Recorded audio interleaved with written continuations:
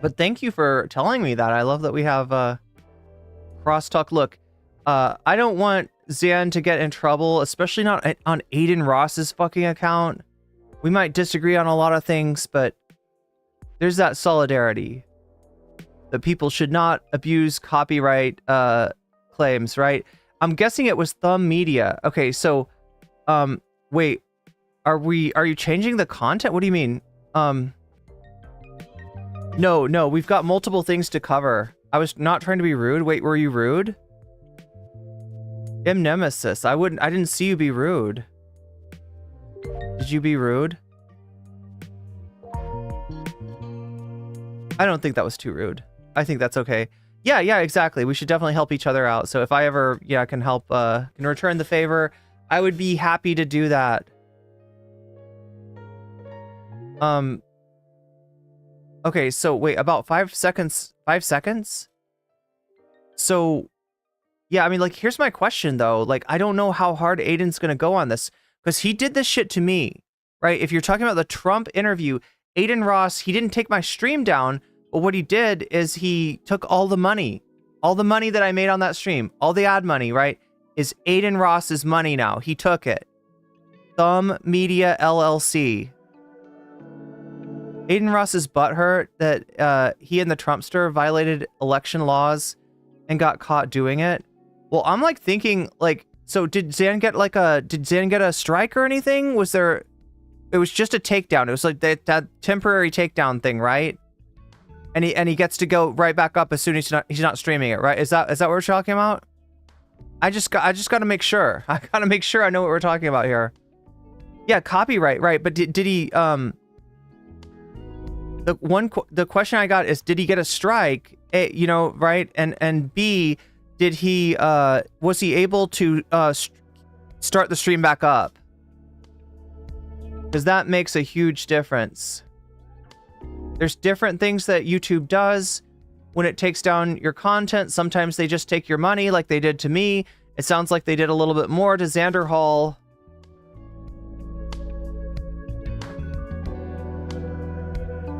Yeah, he's not streaming right now, huh?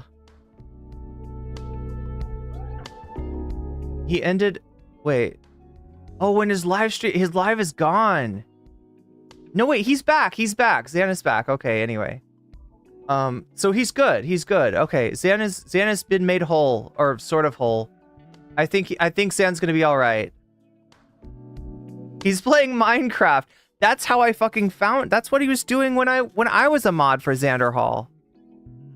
Andrew Tate. Let me see if I can pronounce your Latin here, Shakespeare. Inspicitur pro sua genere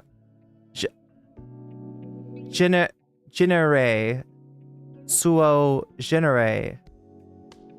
Andrew Tate investigated for his gender, or their gender, really, because we're kind of saying, well, thanks for getting us going there, Shakespeare. That is 2% on the board.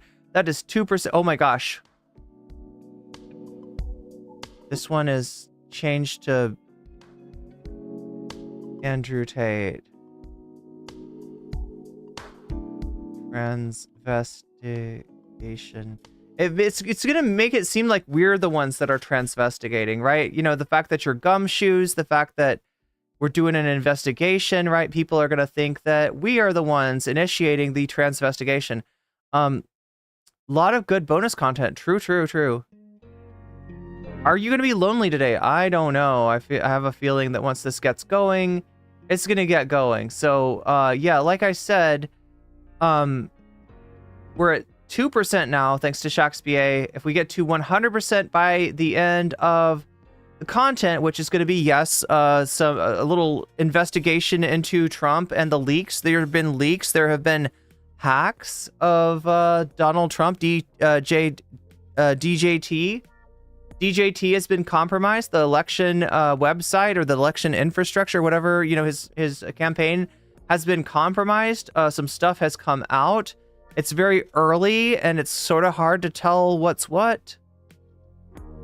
But we're getting. I'll give you what we know about it so far, what we've seen, including the picture of JD Vance you know, like just kind of living his best life. And honestly, I feel like I wish there was a day when the conservative candidate could just have done drag and that would be fine. Unfortunately, this conservative candidate is trying to roll back the clocks to the 1950s, right? And that drag is definitely not allowed under the Project 2025 rulebook. So he's in violation of his own moral code here.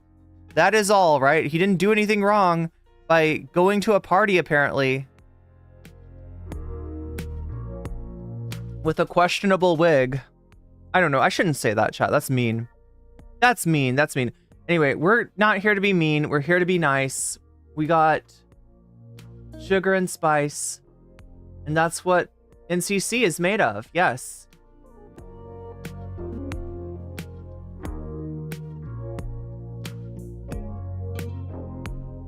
But yeah, we got a bit to cover here, so.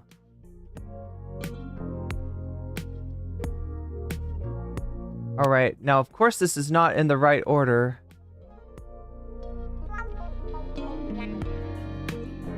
We're going to start with Midas Touch.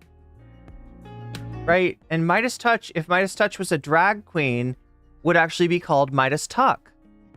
That would be Midas Touch. So you're starting to see how this works? That's the drag name of Midas Touch, is Midas Tuck. Okay? There we go. Let's get down to business and see what's going on with these Trump leaks. And as always, chat, when you donate, let me know which of these topics is touching your heart right now. Which of these topics is giving you that warm feeling?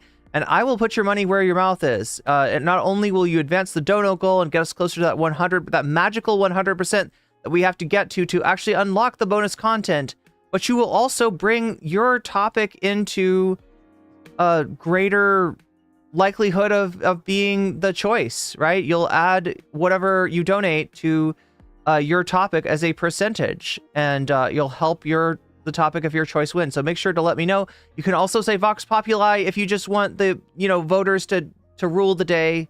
If you think that the vote is sacred and you want to stop the steal, you can say Vox Populi. You could also say Fallout New Vegas, and you can start filling up the Fallout Brad meter again once it gets to 75.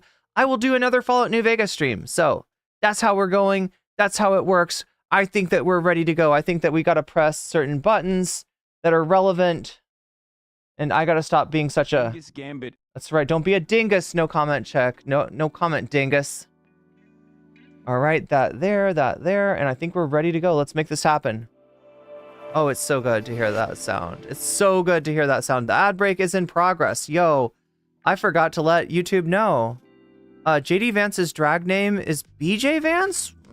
I mean, it's possible. Tyler, if I recall correctly, was laughing about Waltz's military service and went into detailing his own service as a Marine in Afghanistan in a combat unit. Yeah, there's a bit of a dust-up in between JD Vance and Tim Waltz. And actually, Jesse Ventura. God damn, I guess we'll have to cover that tomorrow, won't we? No, wait, we got the Groiper Roar tomorrow. God damn it, chat. I don't know when I'll have time to cover all this content. But there's actually a fight between... it's like wrestling. Okay, let me put it this way. It's like wrestling, all right? So, we got JD Vance pulling out a foreign object from his wrestler tights, right? Which may or may not be gender appropriate. We don't know. I guess we'll find out later, right? JD Vance is pulling out the foreign object, beating Waltz over the head with it, and then all of a sudden, Jesse the Body Ventura jumps into the ring with a freaking chair, and he's just smacking JD Vance around. So it's a beautiful thing. It's a thing of beauty, chat. We must get onto that. You're doing news first. Well, we're going to do that in a second, right? This is I think the shorter topic. Yeah, I know you got kind of burned yesterday because I had 1 hour of video to cover of Donald Trump's speech, and it took me, and I counted, 4 to 5 hours to cover 1 hour, right? We will not be doing that today. We do not have that much, to cover as far as the Trump leaks, and I'm going to try to be a little bit, like, not as long-winded. I'm going to try not to yammer. I'm going to try not to yap. I'm going to try to get through this. All right, so yeah, we should probably turn off the Xander Hall music, the vibes music, as much as I like that. See, we're vibing with Xander Hall tonight, I guess. Like, look, I want to stay on Zan's good side. I mean, considering what we've seen, right? I've got nothing but good things to say to Xander Hall, okay? Zan good. Anyway, congratulations, weathering the nuke, Zan. All right, so what do we got here? We got a story. This is Midas Touch. This is about as libbed up as I ever get in terms of content that I'm watching. These dudes are hashtag resistance libs, but I will point out that for a bunch of libs, they've got their receipts in order. Vibes are immaculate. Receipts, just all the T's dotted, all the I's crossed. I mean, this is the opposite of Sunday's complaints about Tyler, right? In terms of them having their shit together. They're always good for that. So let's see what their receipts are. Let's see what this story is about, and we'll get into it. We will get into it. Let's get ready to rumble. Are you ready, chat? I'm ready.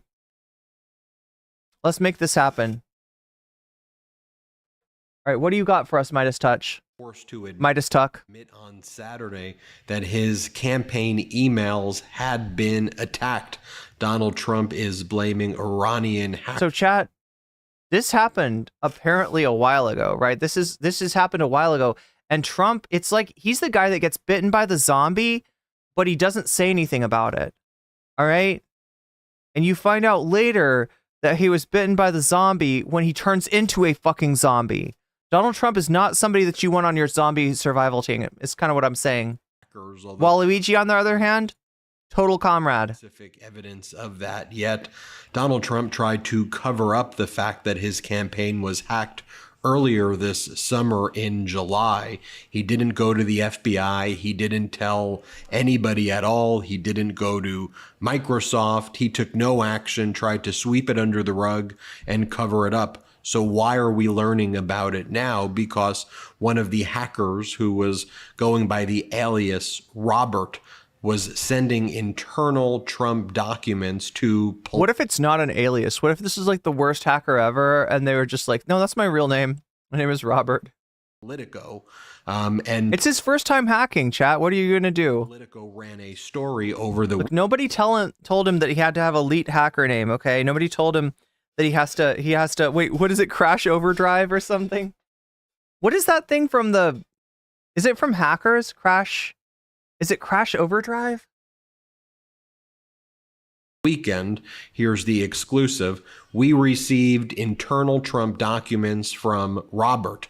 The campaign just confirmed it was hacked. The campaign suggested Iran was to blame. Politico has not independently verified the identity of the hacker or their motivation. And I think it's very important to mention that Donald Trump was not forced. Do you get that? His campaign did not go to the FBI or go through the steps that it should have because they were attempting to cover it up. By the way, this is not the first time that Donald Trump had been. Okay, so do you get that? So, like, there's been a hack. It happened a while ago. The Trump administration were trying to cover it up. They didn't go to the FBI. They didn't go to, I don't think they even went to, like, Microsoft at first, right? They just wanted to keep this very hush-hush. And they say, right, so that now they've come out with the claim saying we've been hacked by Iran. All right? But all we got is a dude named Robert. We don't have any way to confirm that. Of course, there would be reasons for Trump to want to say that an enemy of the United States, the evil Iran, had done this hack on him.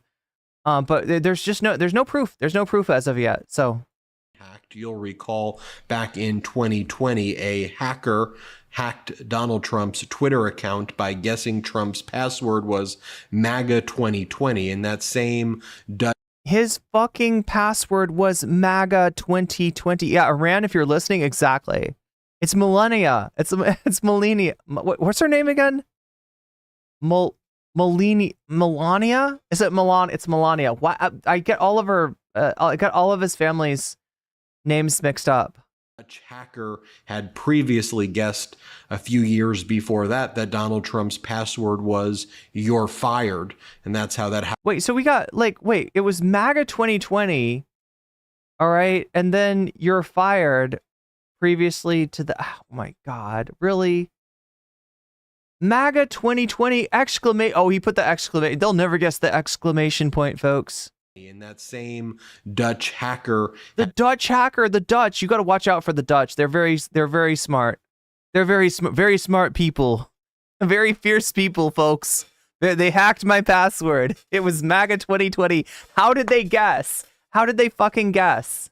Previously guessed a few years before that Donald Trump's password was "you're fired," and that's how that hacker was able to get into Trump's Twitter. Melania? Look at this Politico story right now, and then wait, Shakespeare, is that correct? If that's true, then you're like the only one I've ever heard pronounce it correctly, or you're not even pronouncing it, but you're telling me how to pronounce it, and I tend to think you know what you're talking about. Compare and contrast to when Donald Trump called or made the call to Russia publicly, saying, Russia, if you're listening, hack into Hillary Clinton's emails. Let's just take a look how that was treated. But first, here's the exclusive from Politico. He is so narcissistic, yeah. Again, the headline was, "We received internal Trump documents from Robert. The campaign just confirmed it was hacked." It says, former President Donald Trump's campaign said, "There's something so perfect about the hacker's name was Robert. It's like, he just seems like the Mr. Rogers of hacking. He's like, hello, neighbor. I just hacked your campaign site, neighbor. I think you'd like to know this. We took, your secret information. We got your files on JD Vance, all of the vetting files." Saturday that some of its internal communications had been hacked. The acknowledgement came after Politico began receiving emails from an anonymous account with documents from inside Trump's operation. That's why I started this video by saying Donald Trump tried to cover it up. I don't want to bury the lead there, because normally what you would do in this situation is you'd go to the FBI, or you'd go to Microsoft or Google or whatever server that you're using, and you would try to get help, and you would flag this issue so as to avoid others being hacked. But that's not what they did. It kind of reminds me of when Donald Trump basically said, like a miracle, COVID's going to go away. He downplays things. He never deals with anything the right way. I just don't want to lose sight of that in this story. The Politico article goes on to say, the campaign blamed foreign sources hostile to the United States, citing a Microsoft report on Friday that Iranian hackers, quote, sent a spear phishing email in June to a high-ranking official on a presidential when the hacker is not a communist furry. Campaign. Microsoft did not identify the campaign targeted by the email and declined to comment Saturday. So we have had independent information. Microsoft has not identified the, right. So we got an independent, report from Microsoft, right? Kind of confirming this. Wait a minute. Do we? Wait. I just want to make sure what we're... Citing a Microsoft report on Friday that Iranian hackers...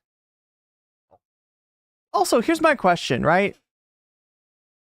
Considering that any hacker worth their salt is going to be behind, like, 800 VPNs, how do they know it's Iran?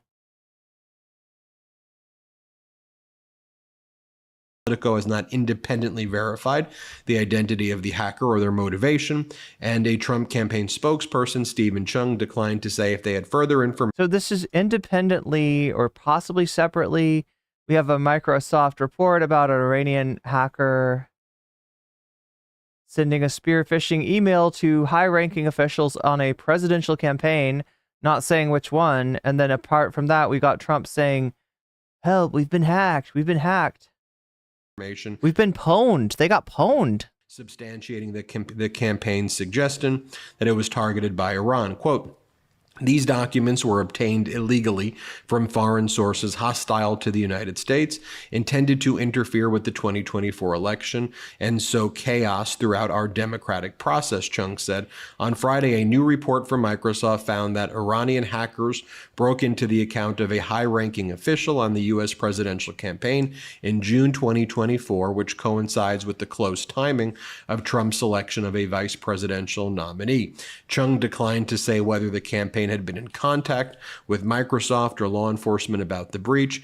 Wait, Shucksby says Trump thinks that the hacker logged in via Facebook. Wait, is that true? That actually sounds like something that Trump would. Saying it would not. I can't tell if you're being. It's a parody. Discuss such conversations.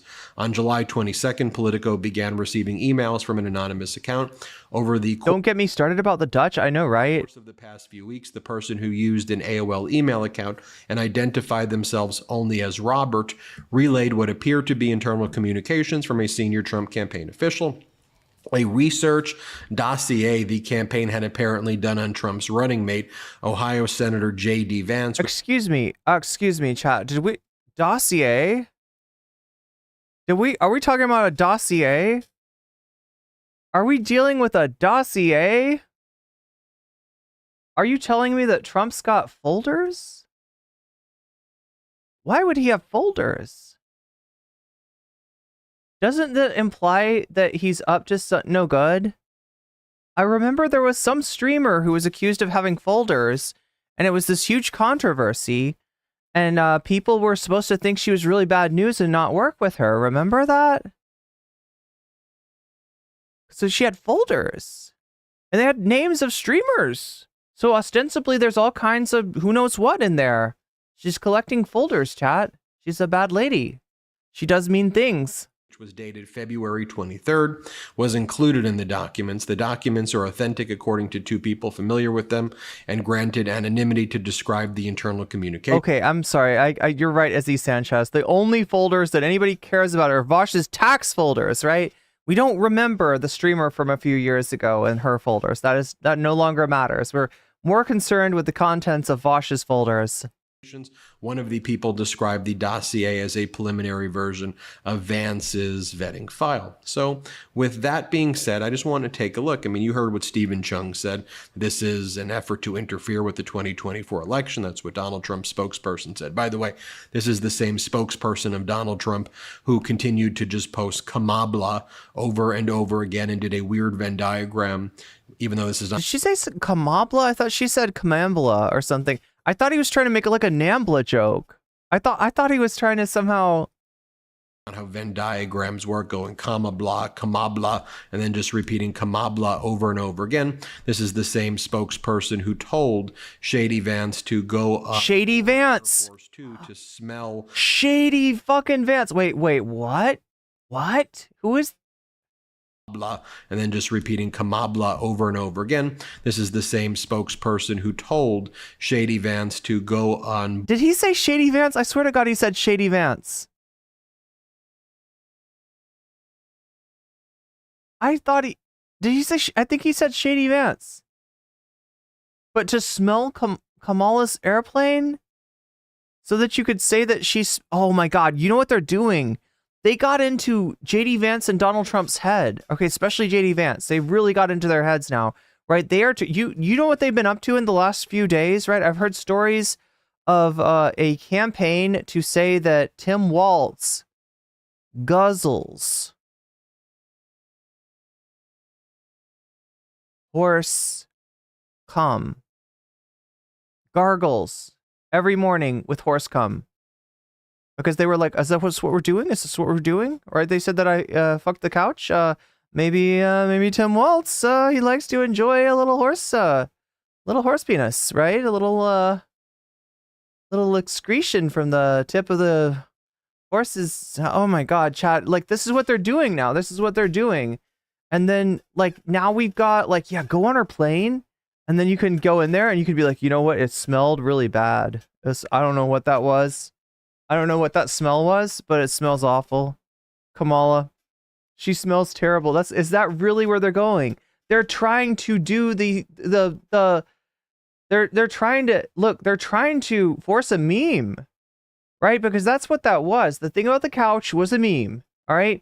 Somebody said page 179 to 181 of Hillbilly Elegy contained a detailed description, and that's part of how it works, right? There's 3 pages of JD going to town on a couch, right?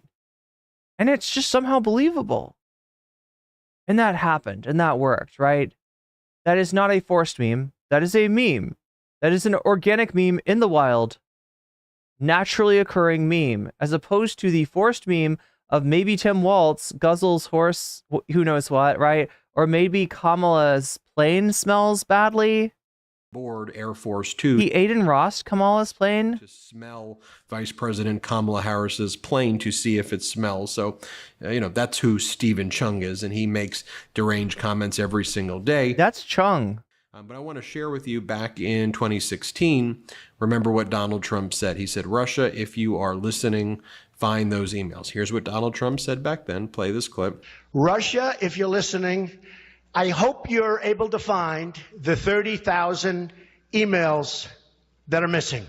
And not only did Russia find the emails, not only were they published publicly and they were filtered through WikiLeaks, but just take a look at how Politico handled that. So here, Politico is not publishing these emails. They didn't publish the dossier as of yet.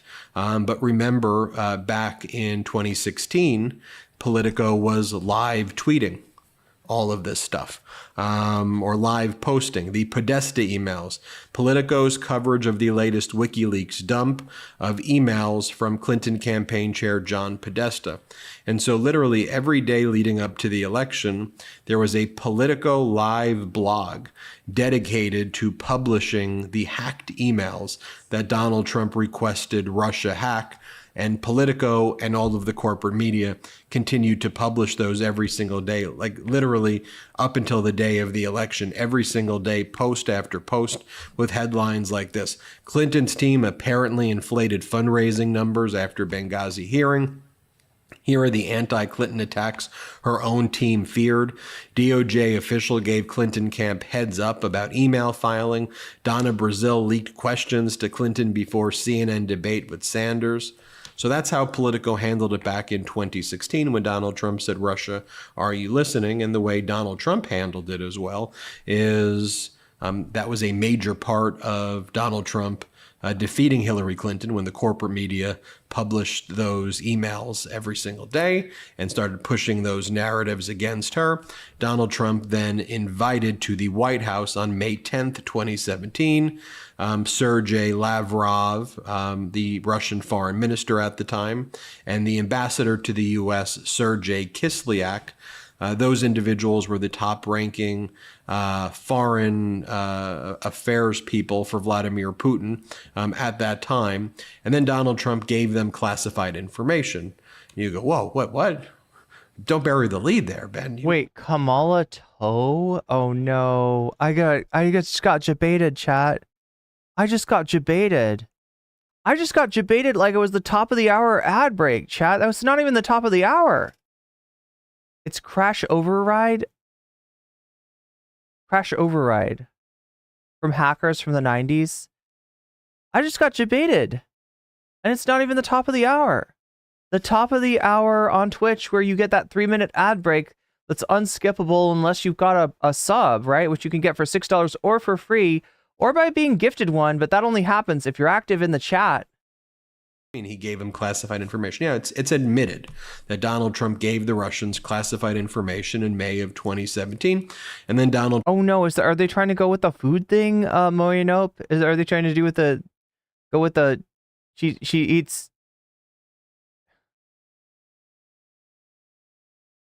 God, how did I know it was going to be resolved to race? Every chord that the Republicans play resolves to a minor. Resolves to racism. I'm sorry. Trump posted about. We're not talking about Drake. Wait, maybe Drake should have been Trump's VP. That would have been kind of. There's so much that's happened with Trump, but yeah, remember May 16th, 2017, Donald Trump posted.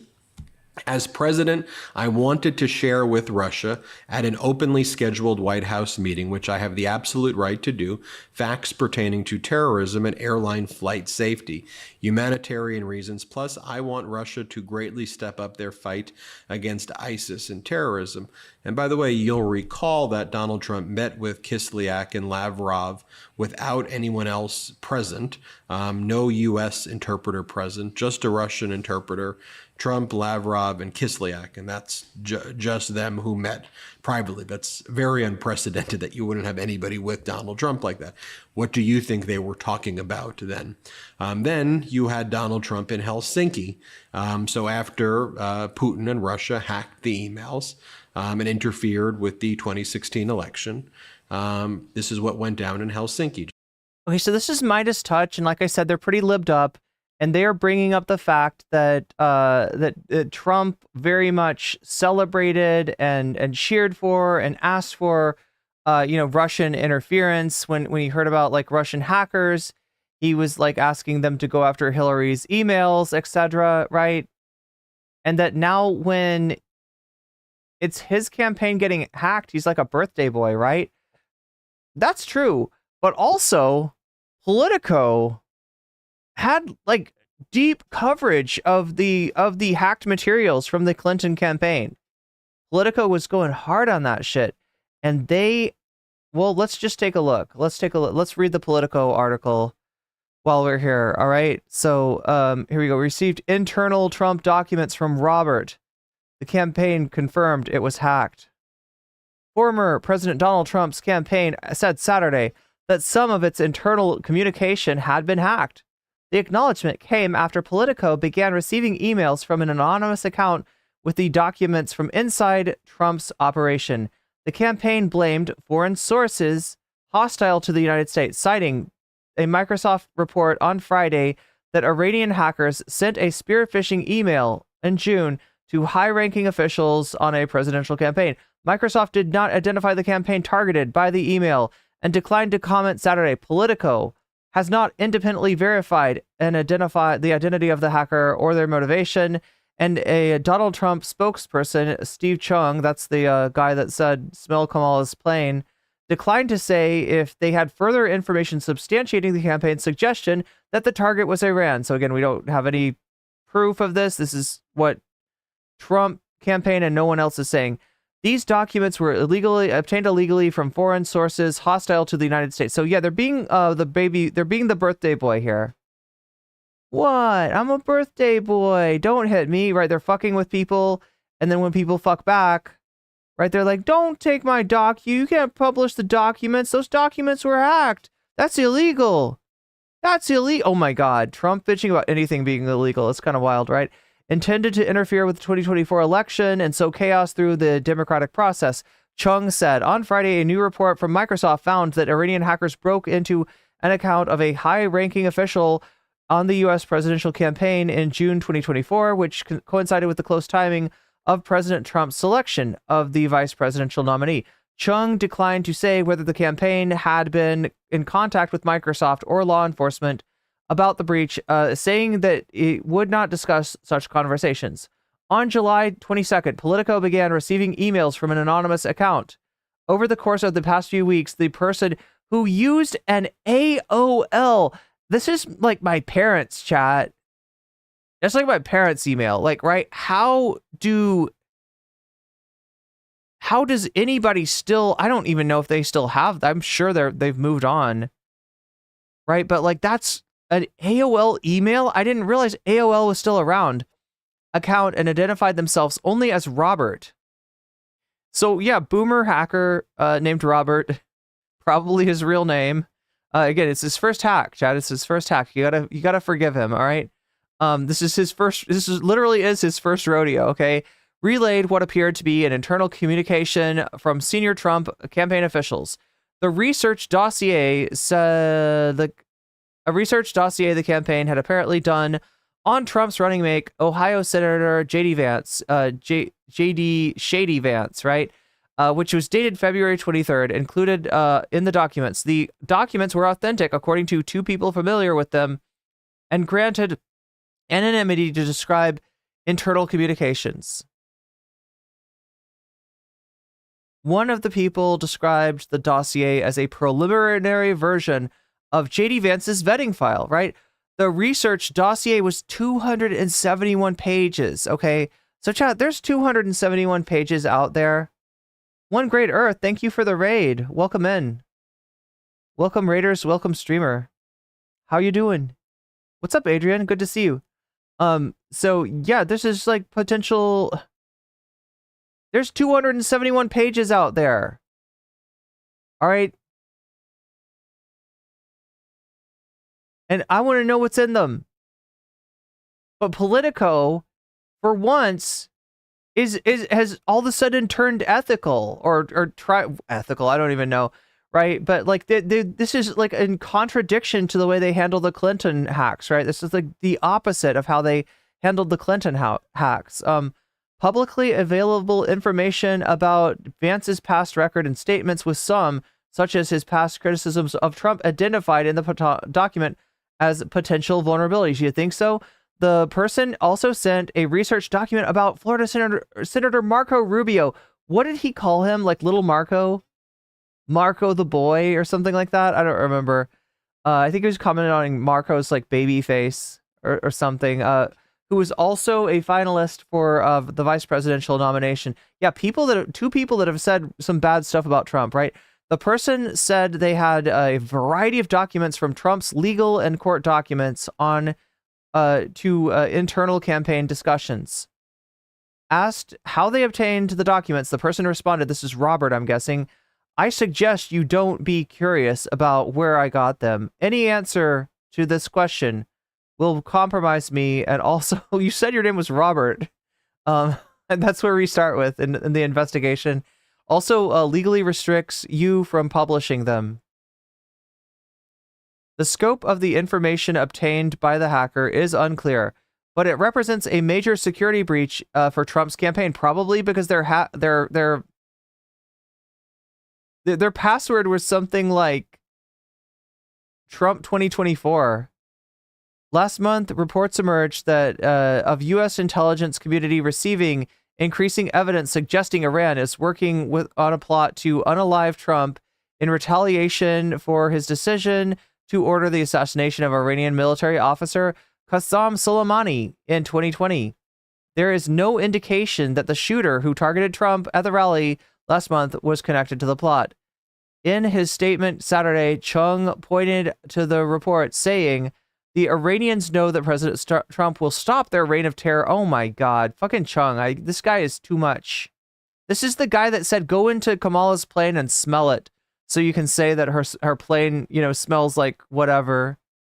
The Iranians know that President Trump will stop their reign of terror, just like he did in the first 4 years in the White House.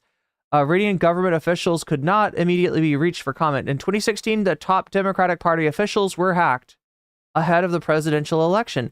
The breach resulted in the leak of embarrassing emails documenting the inner workings of the party and former Democratic presidential candidate Hillary Clinton. They love the Clinton leaks, right? This is Politico. They were all over that shit, and they are acting like, oh no, we can't publish these are unethically obtained documents. We would never publish those, right? And it was a completely different story 8 years ago. National security, and I'll tell you why in a second. I'll speculate on why Politico is acting like this. National security officials later blamed Russia for the orchestrating of the hacking effort. Many of those emails were later disseminated to WikiLeaks, a website that publishes leaked documents, and were published in the run-up to Election Day with an eye towards embarrassing Clinton's political operation. In 2017, the Justice Department launched an investigation into Russian interference in the election and what role Trump associates played in the hacking effort. Special counsel Robert Mueller ultimately concluded that he lacked sufficient evidence to seek criminal charges against Trump or his campaign for allegedly conspiring with the Russians. I remember that as being that you can't criminally charge the president, right? That's what happened with the Mueller investigation. It was referred to the Congress and ultimately, voted down, right? The president is subject to impeachment.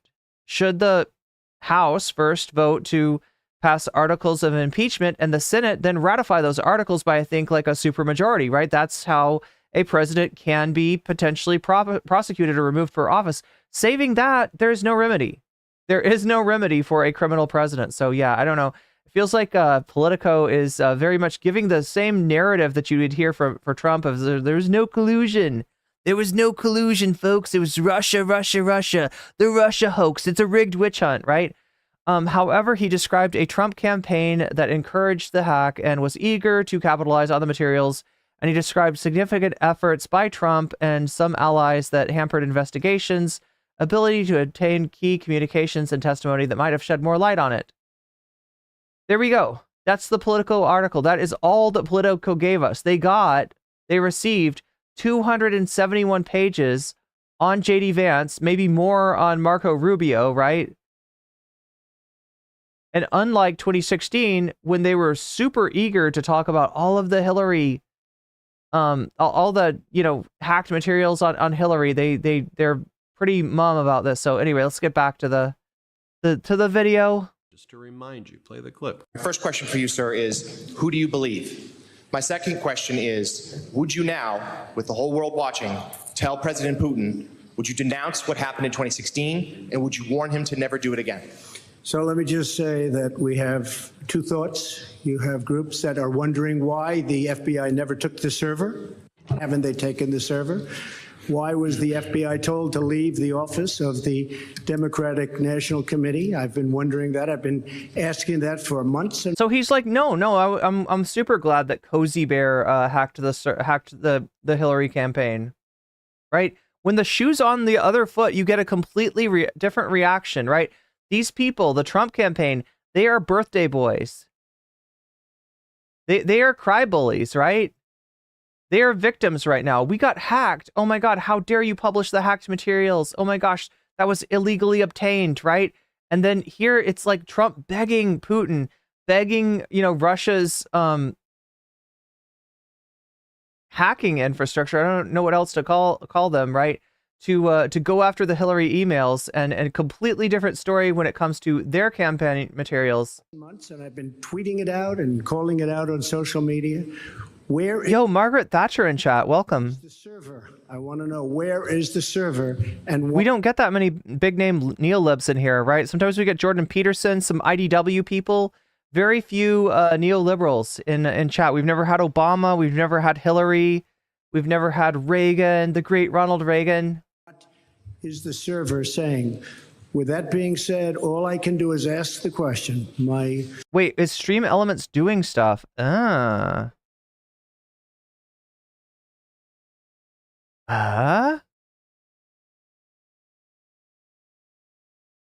Is it? Stream Elements is doing stuff. What is it doing, though?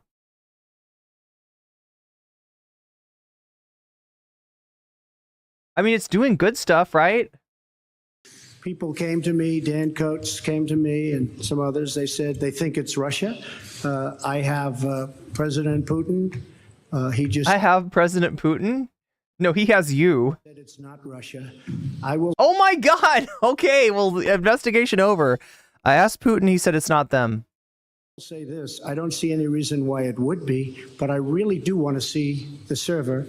But I have confidence in both parties. I really believe that this will probably go on for a while. Wait, who got timed out? It can go on without finding out what happened to the server. What happened to the servers of the Pakistani gentlemen that worked on the DNC? Where are those servers? They're missing. Where are they? What happened to Hillary Clinton's emails? 33,000 emails gone, just gone. I think in Russia they wouldn't be gone so easily. I think it's a disgrace that we can't get Hillary Clinton's 33,000 emails. So I have great confidence in my intelligence people, but I will tell you that President Putin was extremely strong and powerful in his denial today. And what he did is an incredible offer. I forgot about this. He's extremely strong and powerful in his denial. Yo. Was he extremely strong and powerfully thrusting down your throat? He offered to have the people working on the case come and work with their investigators with respect to the. Yeah, that's what we need. We need the Russian FSB to come over and conduct the investigation on themselves. That would be great. That would be wonderful. 12 people. I think that's an incredible offer. Okay, thank you. And that's an incredible offer. It's a once-in-a-lifetime deal. As prologue, what has Donald Trump been doing frequently for the past 3-4 years? Well, Donald Trump makes these selfie videos of himself.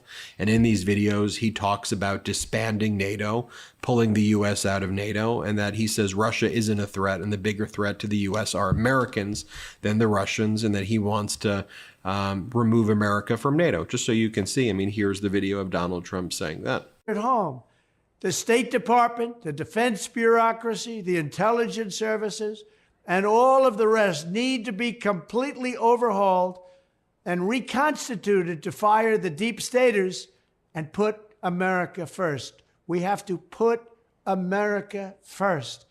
Finally, we have to finish the process we began under my administration of fundamentally reevaluating NATO's purpose and NATO's mission.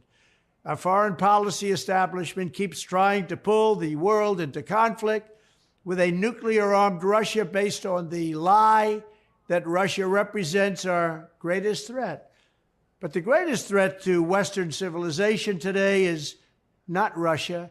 It's probably, more than anything else, ourselves and some of the horrible USA-hating people that represent us. I think it's also important to remember. So you get what he's saying? He's saying that the biggest threat is actually internal opposition. The biggest threat, let me just put it this way, is Trump derangement syndrome. In other words, anyone who is in any way critical of him, that is what we have to address in a unified military sort of way, right? This is the guy that said to shoot protesters in the freaking leg. That, Donald Trump's efforts to cover up the Russian hack in 2016. Donald Trump offered Julian Assange a pardon if he denied Russia's link to the hack. And this is an article from The Guardian. Look, and he should have just been pardoned. Like, he never should have been subject to this in the first place, right? But the fact that Trump is offering him, and this is really similar to that Ukrainian phone call, right? Where he tries to make the arms to Ukraine contingent on their cooperation and digging up dirt on the Bidens. Donald Trump offered Julian Assange a pardon if he would say Russia was not involved in leaking Democratic Party emails, a court in London has been told. The extraordinary claim was made at Westminster Magistrates Court. How fucking wild is that? Like, this is the guy that, like, Trumpies will tell you that that Trump is all about free speech, right? That Trump is an ally to those who want to whistleblowers, those who want to tell the truth about the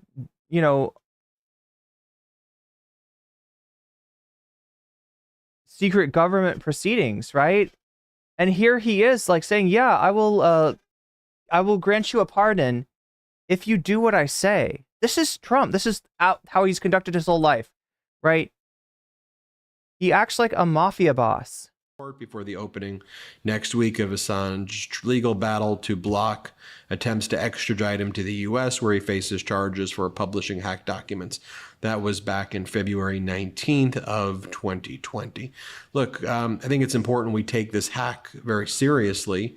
Yeah, that's right. This is Trump's full-throated approval of, no matter what, of dictators everywhere. No matter who the source of the hack is, and whether it is Iranian or whatever, as Chris Krebs, who ran cybersecurity for the United States, but was then fired by Donald Trump for doing his job in 2020, he says... Why does that sound like a fake name? Chris Krebs, right? That sounds like what do you call that? Like a pseudo, like a,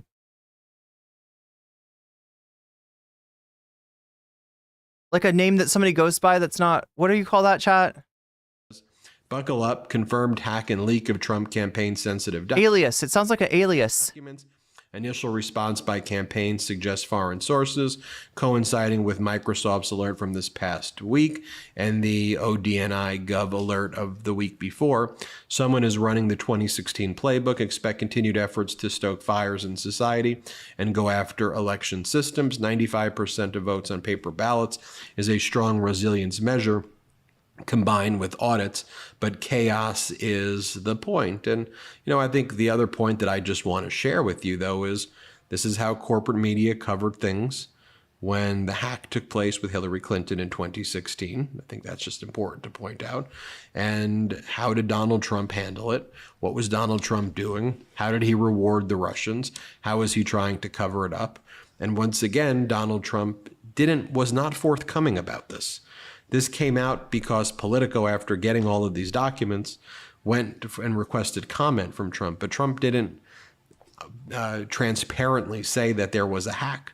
That's just what he always does. That's par for the course with him. And it's a big problem that's worth flagging as well. Well, tell me what you think in the comments. We're almost at 3 million subscribers. Can you imagine? 3 million. I think we can hit it this month. We're getting like 15 to 20,000 new subscribers every day. So share this network with friends, family, coworkers, colleagues, neighbors, whoever you know. Let's help grow it together. All right, well, that's Midas touch. You feeling pretty libbed up, chat? Are we all libbed up now from watching some Midas touch? We're going to move on to some more libs. Libs you may know. Libs you know and love. This is Adam Mockler, right? Which one should we start with?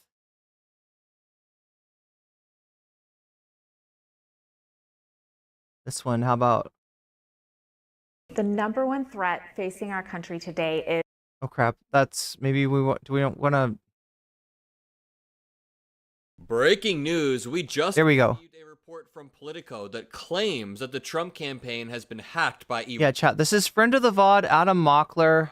officials, and they may have obtained sensitive information, but I want to stress, these reports are coming from Politico and the Trump campaign itself. We don't know the validity of the claims, we don't know if they're 100% true, but I want to report on all of the context and lay the groundwork responsibly. So, first of all, this tweet reads, the Trump campaign was hacked. Apparently, some hackers in Iran have taken credit for it. Along with the emails were links to training videos for the Project 2025, which have now been hosted on YouTube, and they seem like private videos that say Project 2025 private training video, navigating policy making, Project 2025 private training video, left-wing code words and language, and we have gotten sneak peeks of these training videos before, and they've had people like Stephen Miller, like Caroline Leavitt, all of these people that work on Trump's campaign, and it seems like we just got... So again, chat, just a reminder, all right, Trump does not have anything to do with Project 2025. He's never heard of Project 2025 before. He doesn't know about this. This is new stuff to him, and like they say some things that he disagrees with. Chat, he's got nothing. It just happens to be that all of the people writing this Project 2025 stuff just happen to be Trump officials, right? They happen to be connected with him, but he knows nothing about this. They just did this on their own, apparently. I want to stress that somebody named Mark Jacob said there's no reason to believe the Trump campaign when it says its internal communications were hacked by foreign sources. Team Trump lies every day. You have to wonder whether a damaging leak has occurred and they want to discredit an upcoming news story. Now that is a valid theory. I don't want to undermine it. It is true that Team Trump lies every day. They lie multiple times every day. But I still want to report this Politico article as is because they do see... Has Mockler gone on Pierce yet? To corroborate some of their claims that they've gotten emails from a foreign source. This one reads, not many people know this, but Politico was sold to an Uber right-wing billionaire who was... Wait. So, I'm sorry. When we say capital U, Uber, right-wing billionaire, right? So Uber is just the German word for over, and you know, it could just mean, like, sometimes people say, that's an uber right-wing organization there, meaning that's a very right-wing, extremely right-wing, far right-wing. I feel like when we capitalize it, we were talking about a billionaire who was involved in the ride share, if you want to call it that, you know, unregulated taxi service Uber, who was previously asked, previously asked his executives to pray for Trump to win. Oh, as you do when you're an Uber executive. They definitely picked a friendly publication to send their hacked information to. Yeah. Well, I don't know. Wait, so what is the implication by this Care Bear here? Are they saying that they think that the hacker's in on it? Is Trump doing gay ops to himself? What's going on? Previously asked his executives to pray for a Trump win. The hackers definitely picked a friendly publication to send their hacked information to. No, that's right, chat. We're not liberals or Democrats, but they're the ones that have got this information. They're the ones that have got the receipts today. So we're checking in to see what is going on. Politico's not telling us much. We ran through this their article, and it really isn't. They're telling us very much. So we got to go to the libs. We got to go to our Adam Mockler. Adam Mockler is in our Midas touches. Oh yeah, it looks like Adam Mockler is actually part of. Actually, got the little Midas touch logo down here. Is another good point. Let me know what you guys think in the comment section below. Is the Trump campaign lying about this? Are they faking it? I think officials might have tried to breach the Trump campaign, and now the Trump campaign is completely trying to play victim. And I love that picture of Trump, by the way. Like, not only is he doing his little Trump dance, his little ding, ding, ding, ding, ding, ding, ding, ding, but he's doing like this. He's doing duck face, right? That's my favorite Trump right there. Duck face Trump. I love it. I love it. Capitalize on it. That seems to be the most likely case. Former President Donald Trump's campaign said Saturday that some of its internal communications had been hacked. The acknowledgement came after Politico began receiving emails from an anonymous account with documents from inside Trump's operation. The campaign blamed, quote, foreign sources hostile to the United States, citing a Microsoft report on Friday that Iranian hackers sent a spear phishing email in June to a high-ranking official on a presidential campaign. Jesus, so Donald Trump's campaign staffers, somebody high up at his campaign, actually put their information, their username and password, into a phishing email, a fake email, and people with this much power should not be this stupid. Microsoft did not identify the campaign targeted by the email and declined to comment on Saturday, but Microsoft did 100% confirm that a campaign has been... Wait, I'm sorry. When Sleepy Joe does what? Jamal Harris? When Sleepy Joe... Like, no, I gotta unban you. I gotta find out what Jamal Harris had to say. Hopefully you're still here, Jamal. What?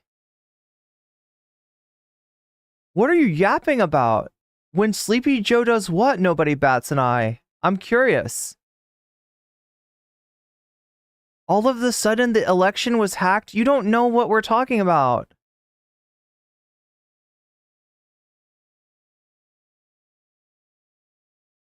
Oh my god.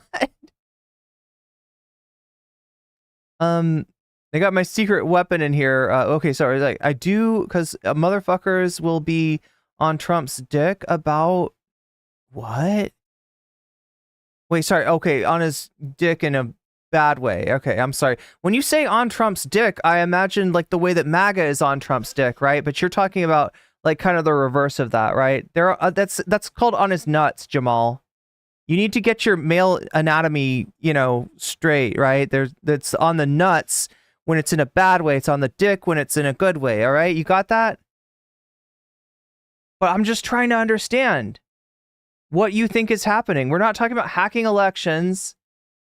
We're talking about the Trump campaign having been hacked and some dossiers being compromised. These are dossiers of their vice presidential contenders, including JD Vance, the eventual vice presidential choice, and Little Marco. You remember Little Marco? Marco Rubio. These are dossiers that the campaign compiles of oppo research, negative research, vetting, if you will, on their possible vice presidential choices so that they can A, decide which vice president that they want to pick, and B, once they pick one, they know what kind of attacks to expect. So if it's JD Vance, well, you know that there's pictures of JD Vance in drag, right? That is, it's publicly available, and the Trump campaign found on their own, put in a dossier, and this dossier is what's been hacked, right? So we're not talking about hacking elections. We're not talking about Russia, or any of that stuff, right? We are strictly talking about a compromise of the Trump campaign, which has resulted in the release of 271 pages. Now, we don't have those 271 pages yet, but we do have pieces of information that we think might be part of that hack. Politico has written a story about this, but they're not exactly forthcoming. This is the Politico story, right? They are a conservative publication owned by a former Uber executive. And so we're just getting into this. We're just now cracking open the hack to see what's inside. See what's in the rabbit hole. Are you with us? Hacked, and it doesn't seem like it's the Harris campaign, so it does seem like the Trump campaign may have been hacked. And again, they're trying to capitalize on it. Greened out. I am not deleting comments that I disagree with. No. Of course. Politico has not independently verified the identity of the hacker or their motivation, but Politico has received emails from the hacker. And a Trump campaign spokesperson, Stephen Chung, declined to say if they had first... Ted Johnson says, what info was hacked or leaked? We don't know yet. We're getting into it, right? We're just on the outside of our investigation here, so we're gonna be. It's like an iceberg, right? We're gonna go deeper down the rabbit hole as this goes on, right? We're just finding out about the circumstances of the hack itself at this point. Further information substantiating the campaign's suggestion that it was targeted by Iran. Quote: "These Jacob Fisher, what are you fucking talking about?" Look, you're getting a sneak peek of what might be tomorrow's news, okay? Got it? Documents were obtained illegally from foreign sources hostile to the United States, intended to interfere with the 2024 election and sow chaos through our democratic process, Chung said. I want to reiterate, we don't know if it was Iran for sure. The only source that has reported that it's Iran that hacked them was the Trump campaign. So if the Trump campaign was hacked, we don't... No, greened out. Like, for the record, you're only getting deleted. You're only getting banned if you come in here hot, right? So if you come in here for a conversation, for a nice little conversation, if you're adding something to the chat, if you want to discuss things, right? You're not being hidden. If you come in here with a fucking, some kind of weird ass agenda or saying weird shit, then yeah, there's a lot of worthless chatters on Shorts. So like the mods have very little patience for you. I unbanned you. I'm giving you a second chance, okay? Don't make me regret that.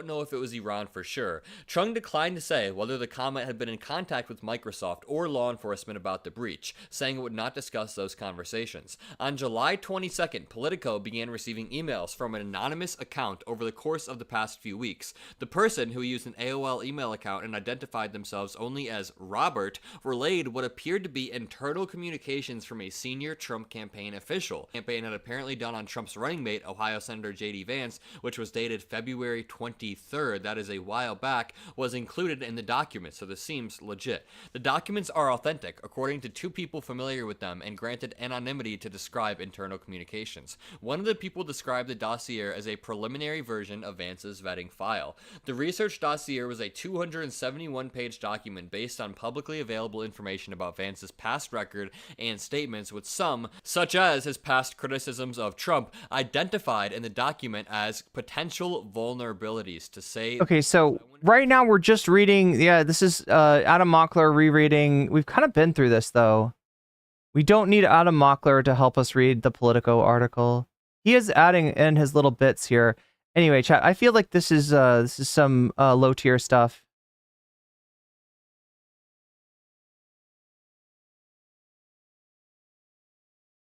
Let's take a look at what else he's got. Number one threat facing our country today is... Okay, so you heard that was Adam Mockler reading off this. This is the Politico article. I've already read it. If you want to go back in the VOD, if you want to roll it back and see what see what's in here, you're welcome to. We're gonna move on now and see actually some of what's in the dossier, right? So this is Project 2025 stuff. These are apparently training videos. And, these are the videos that are, this is published by ProPublica. I should probably show you this, right? Here we go. Or ProPublica. Some people say it ProPublica. You say ProPublica, I say ProPublica. Right? They're a bunch of weird videos. They're training videos for Project 2025. Let me read you what this is. Project 2025, the controversial playbook and policy agenda for a right-wing presidential administration, has lots of director. So yeah, the director left, right? After, this is their plan, right? This was their agenda This was their plan for a second Trump administration. Unfortunately, they got out ahead of themselves and they said some of this stuff out loud, right? They let their secret plans go public, and people don't like what they see in there. They're talking about like banning porn. There's all kinds of weird stuff in here. There's all kinds of weird policy agenda stuff in here, right? So the director of Project 2025 has stepped down out of embarrassment, right? Trump has disavowed this organization, and but still, like, it's staffed by Trump officials. So the connection to Project 2025 between Trump and that is pretty clear. And if it wasn't clear enough already, right, that was the subject of another hack. That was the subject of another hack, right? That got the names of the people responsible for creating this document, right? This, like, I think it's like a 900-page document detailing the plans for a second Trump administration, right? Faced scathing criticism from both Democratic groups and President Donald Trump. I wouldn't say this is scathing criticism that it's faced as much as Trump trying to distance himself and disavow association with that, even though, like I said, we've got the names of the people responsible for this, and guess what? It's mostly Trump officials, right? But Project 2025's plan to train an army of public appointees who could battle against the so-called deep state government bureaucracy. And when we're talking about you want to know what the deep state is? Go to the mailbox when your mail comes, all right? And you're going to see a person bring you your mail. That's the deep state. That's a civil servant, right? That's somebody that works for the government. And when a new president comes into office, they don't get fired. They keep working, right? That's what we're actually talking about, right? When we talk about deep state officials, that's an example of it, right? It's a public servant. It's a public servant, right?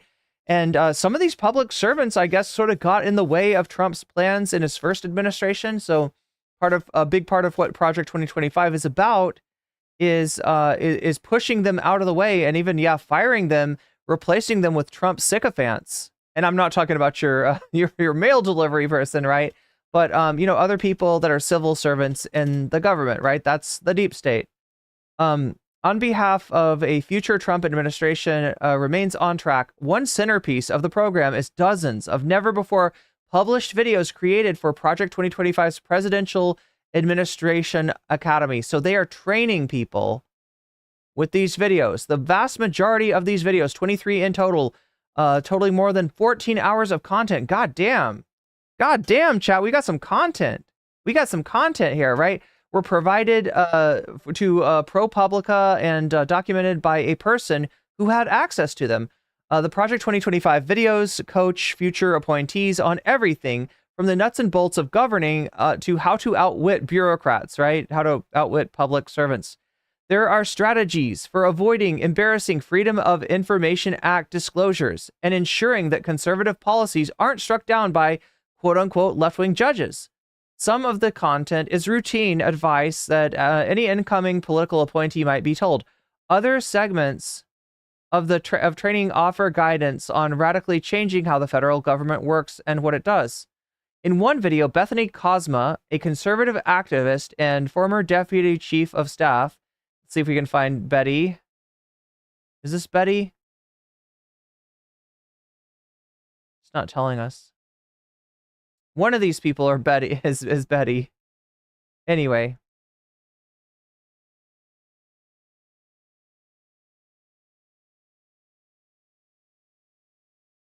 I'm sorry, Bethany, not Betty. I'm sure her nickname is Betty, though. Anyway, Betty Kozma, a conservative activist and former deputy chief of staff at the U.S. Agency of International Development in the Trump administration, downplays the seriousness of climate change and says the movement to combat it is really part of a ploy to control people. So yeah, Betty is, let's see, this woman, that's Betty. That's Bethany right there. If American people elect a conservative president, his administration will have to eradicate climate change references from absolutely everything, Kozma says. And so, you know how they had the don't say gay? This is don't say climate change.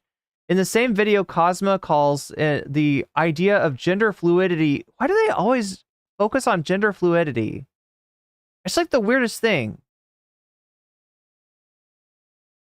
Anyway, evil. Another speaker, Katie Sullivan, who was an acting assistant deputy attorney general at the Department of Justice under Trump, takes aim at executive actions by the administration of President Joe Biden that create gender advisor positions throughout the federal government.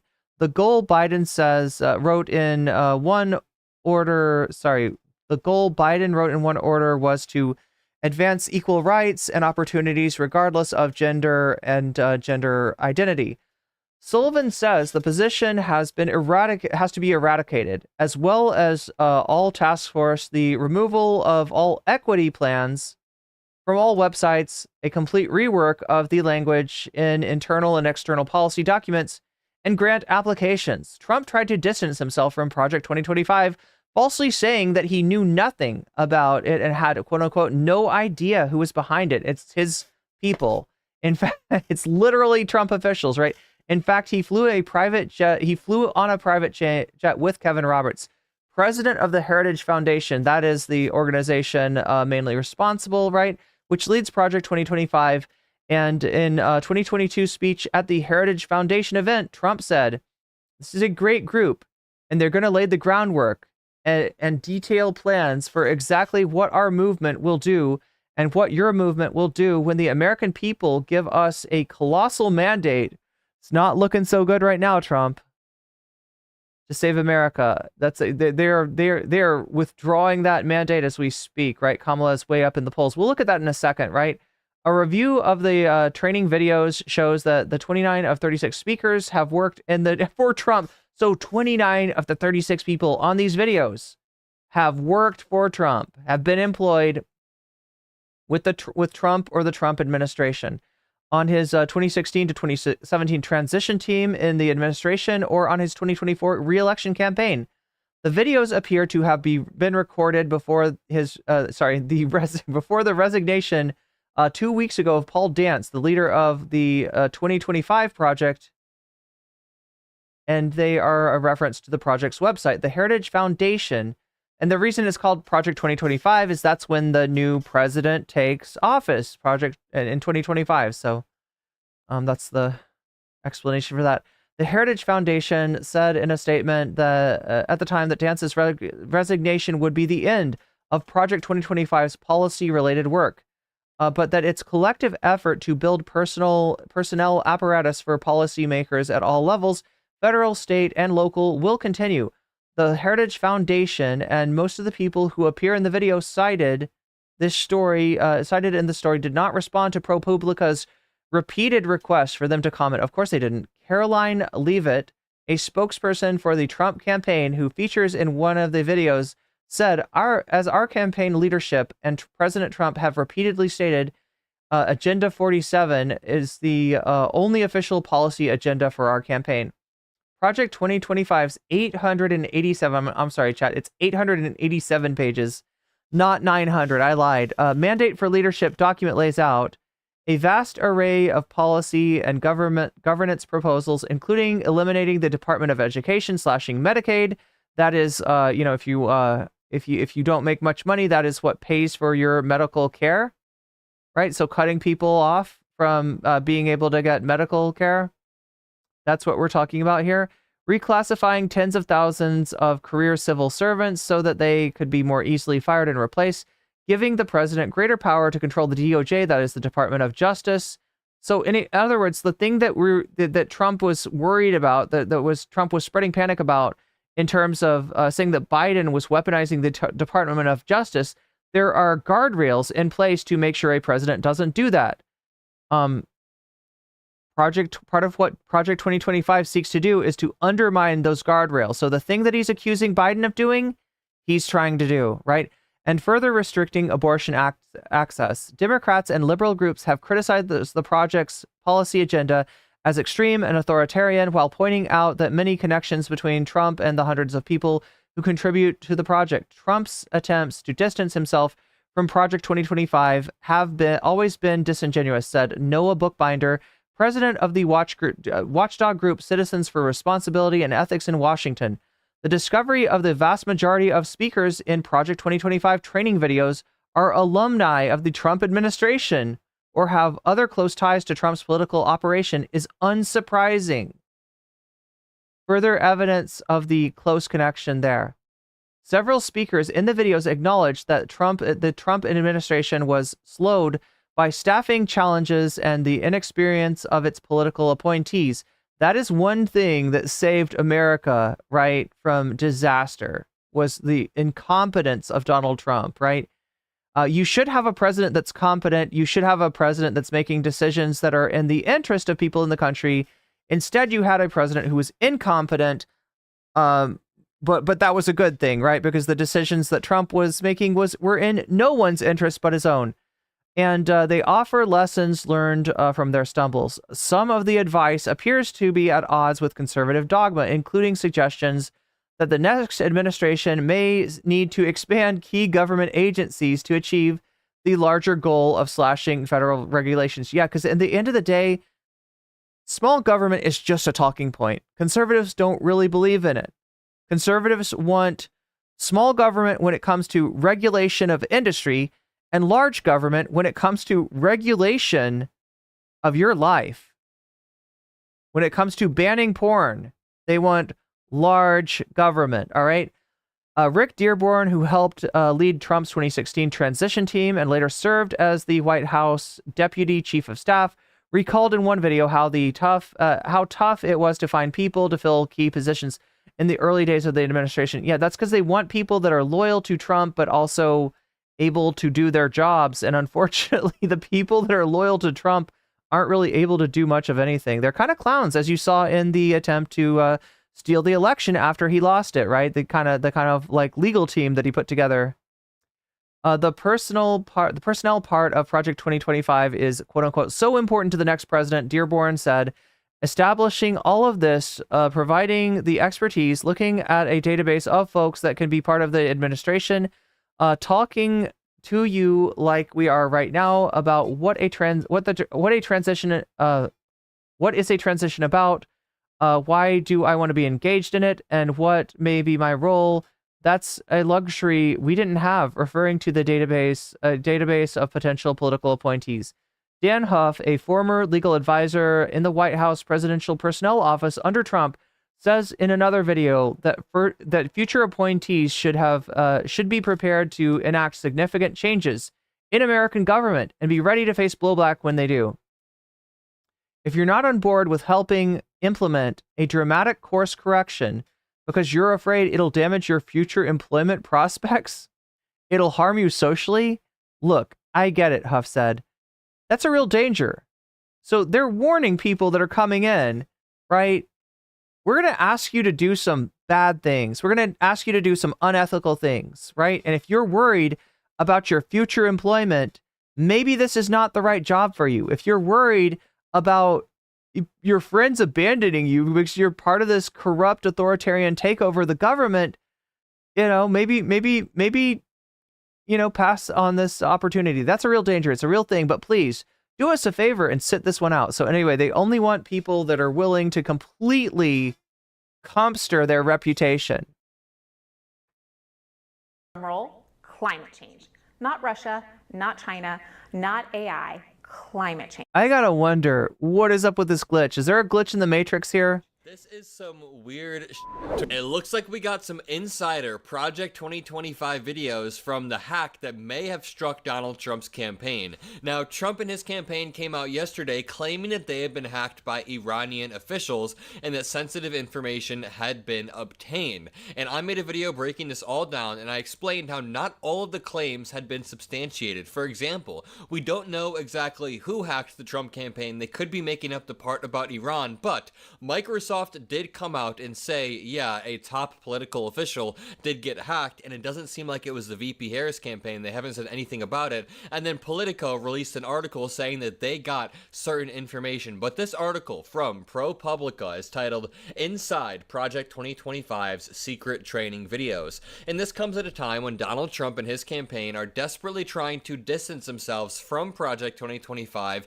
as it hits the mainstream and as people begin to understand, wait, Republicans actually want to strip away our fundamental lifestyle, fundamental rights, and Project 2025 is a blueprint that is out in the open telling us how they would do that. Now, I have friends that are beginning to understand the threat that Project 2025 poses, and they are people that don't pay attention to politics at all. Some of my Gen Z friends are now excited to vote for VP Harris, but this reads, Project 2025's plan to train an army of political appointees who could fight the so-called deep state on behalf of a future Trump administration remains on track. New videos, dozens of never-before-seen published videos created for Project 2025 were provided to ProPublica and documented by a person who had access to them. Now, they are vague about— Why am I not talking about, what is it, Agenda 47? Because that's not part of these leaks, right?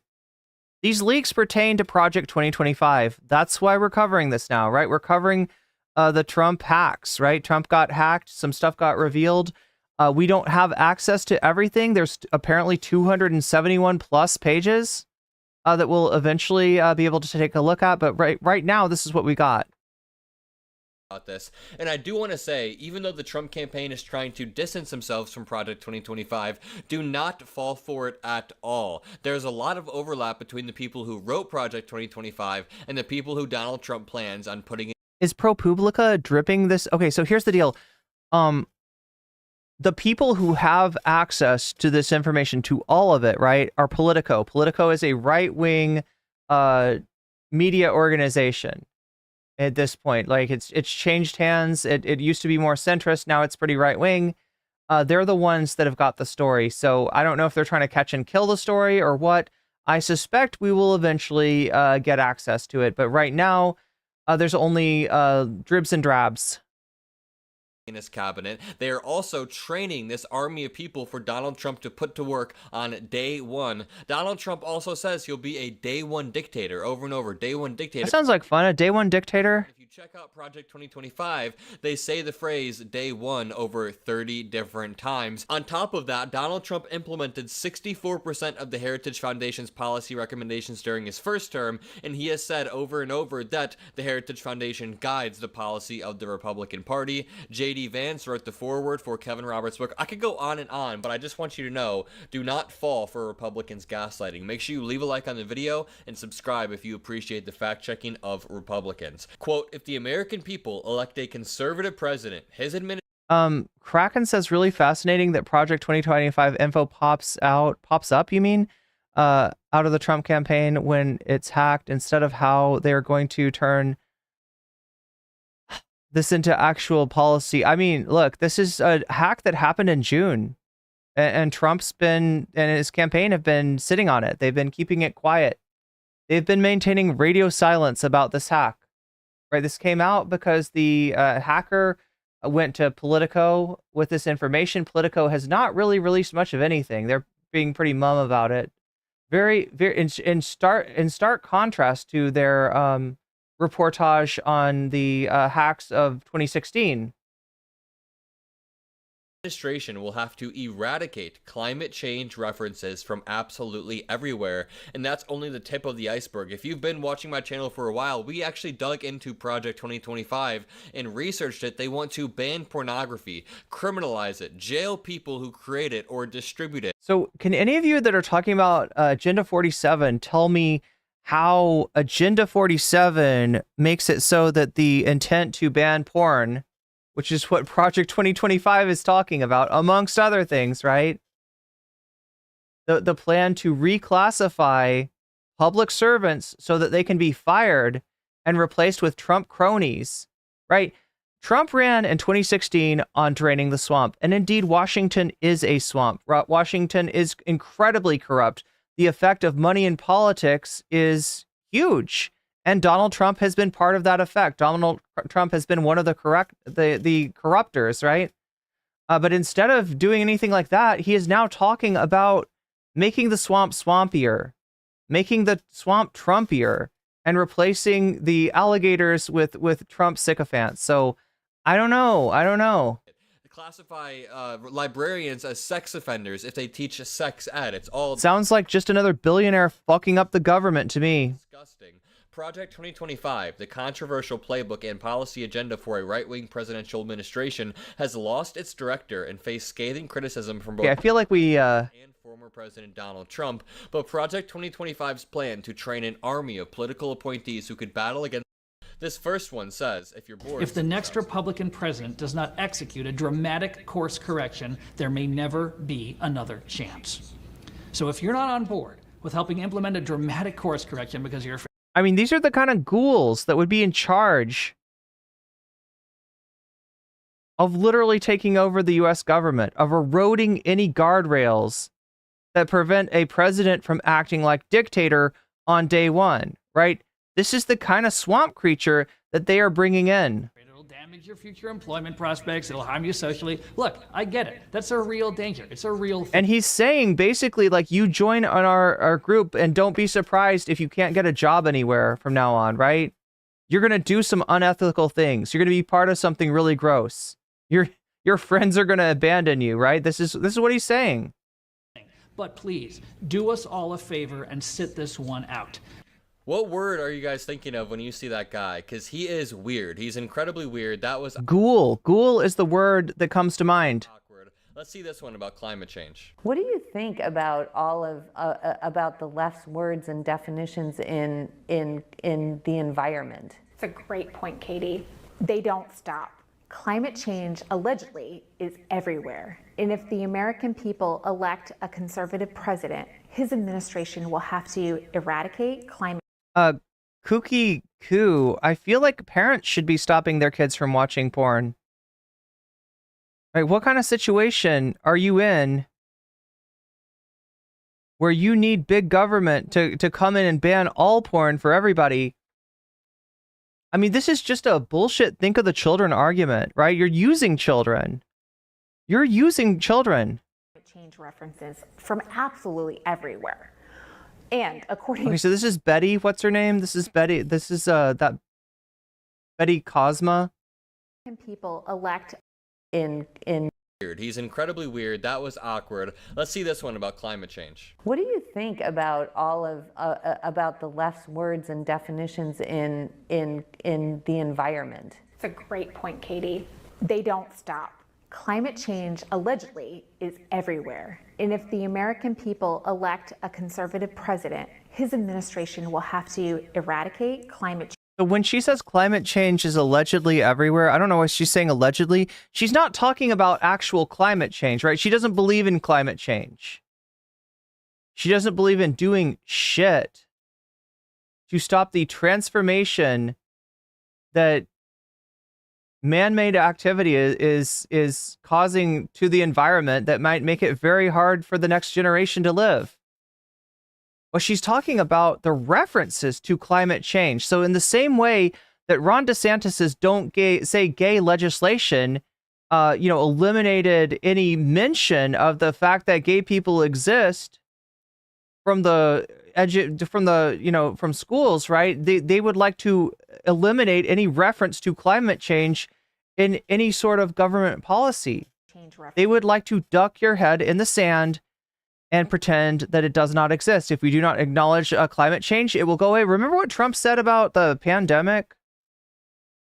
Remember what he said about that?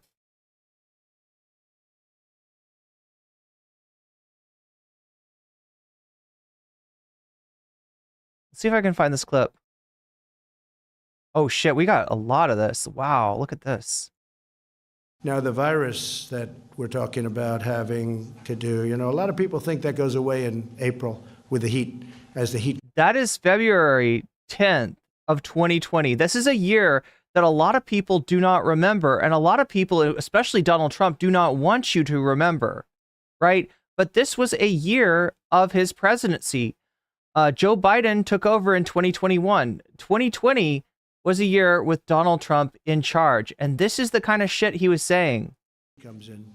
Typically, that will go away in April. I've spoken. It'll go away in April. Did it go away in April? Nope. To President Xi, they're getting it more and more under control. So I think that's a problem that's going to go away. But when you have 15 people, and the 15 within a couple of days is going to be down to close to zero. Close to zero, February 26th of 2020. within a few days, right? So by, I don't know, March, early March, there's going to be close to 0 people infected with COVID. How did that pan out? That's a pretty good job we've. This is Trump's fucking method. This is Trump's, this is what he does. This is how he deals with a crisis. He ignores it and hopes it will go away. And this is how they're treating climate change. It's going to disappear. One day it's like a miracle. It will disappear. Yeah, one day it's like a miracle. It'll disappear. It'll just go away. We don't have to worry about it. And from our shores, it could get worse. Motherfucker is wish casting. It gets better. It could maybe go away. We'll see what happens. You have to be calm.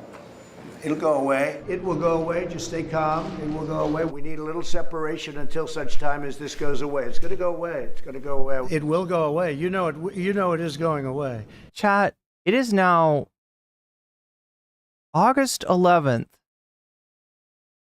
of 2024, and it has not gone away. Joe Biden just got infected with it. It has not fucking gone away. And it will go away. And quite to the contrary, actually. Great victory. It's going to go away, hopefully at the end of the month, and if not, And I gotta ask, if we had had competent leadership at the time, if we had not had Donald Trump, if the United States had not elected to pick a reality show, host as its president, and had chosen an actual president, right? Like somebody that knows what the fuck they're doing. Would it be as bad? Would we be dealing with as much of this shit as we are now, or might we have done it slightly better? Hopefully we'll be soon after that. Don't let them push 2020 into the memory hole. That was a fucking nightmare year, and in many ways made worse because of this guy. Hasn't your thinking on this evolved? It is going away. I didn't say it, I said it's going away, and it is going away. You were saying things like, I think it's a problem that's going to go away within Oh yeah, he said by April, right? There he is in April. But I think what happens is it's going to go away. This is going to go. He's still saying he's still coping. Motherfucker is coping and seething. Away. It's going to go. It's going to leave. It's going to be gone. It's going to be eradicated, and it might take longer. It might be in. Spoiler: it will not be eradicated. It's fucking endemic. Differences from absolutely everywhere. And according to our intelligence community, the #1 threat facing our country today is, drumroll, climate change. Not Russia, not China, not AI, climate change. This is some weird shit, to quote our former president George W. Bush, but she is really giving a Katie. Look, you could say that Russia and China, threaten U.S. hegemony. All right? But fucking climate change threatens our very ability to survive, threatens our very way of life. And we're late on even the Biden. I'm not trying to tell you that, no, but the Biden administration did a really good job, right? The Biden administration's on this shit. No, they're not. They're not. They're ignoring the fuck out of this stuff. Not as much as Trump. Not as bad as Trump. They're not trying to erase any evidence, any reference to climate change from government policy. They're not trying to do this shit, right? But they're not good. They're not good. They are not good on these policies, right? They are not doing nearly enough. Performance. Do you guys remember that after the State of the Union, that lady gave the performance and her facial expressions were weird? Oh God, who was that? Anybody remember who he's talking about? After the State of the Union, after Joe Biden drank his Mountain Dew Code Red and got all hyped up and delivered the State of the Union, there was some woman that came on and gave the Republican address. Anybody remember who that was? Is this person an actor or a politician? Why are the facial expressions so odd? This shows how the federal. Wait, Boss Davis. Oh, Jesus loves you. See, now wait a minute. Diablo Daughter, why are comments who respectfully disagree being removed? I don't think Jesus loves you is respectfully disagreeing. I feel like that's proselytizing me. I feel like that's violating my spiritual autonomy, and I don't appreciate it.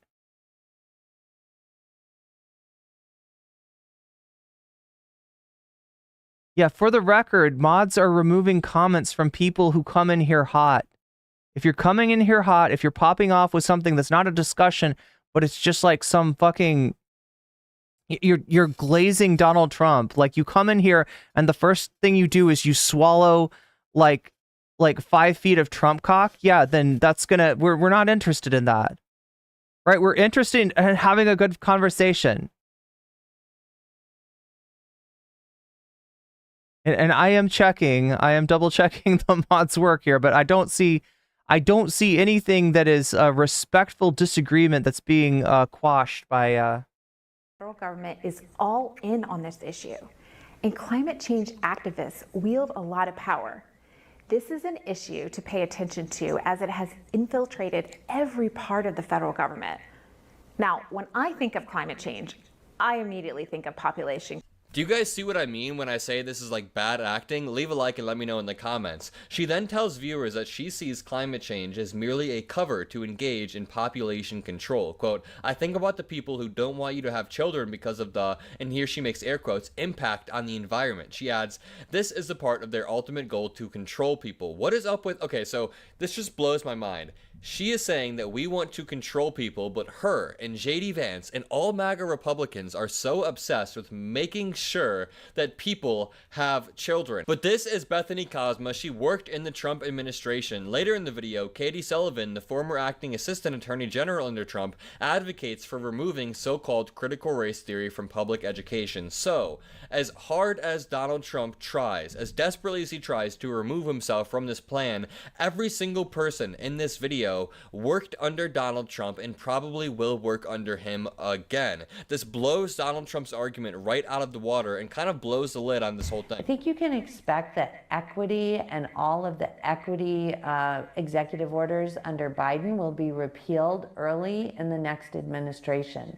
This is going to require a very detailed plan to execute the eradication of the dictates in the equity orders. Wow, just a political genius, one of the greatest political minds of our time, really fighting for the people of this country, the working class, removing all of the equity plans that Biden put into place. Like, who the hell cares? Number one, you might as well sign some sort of Hunter Biden law. But number two, this is the argument for Kamala Harris and Tim Walz. Tim Walz, all of the videos of him that they pull up, he's like, yeah, I just want kids to have food in their tummies so they can learn. All of the leaked videos of Trump administration people, it's like, we need to remove any single mention of diversity. We need to remove all climate change regulations. It's actually evil stuff. If you agree, if you appreciate what I do, all that I ask is that you leave a like, comment a blue heart, hit that subscribe button so you can be a part of this community.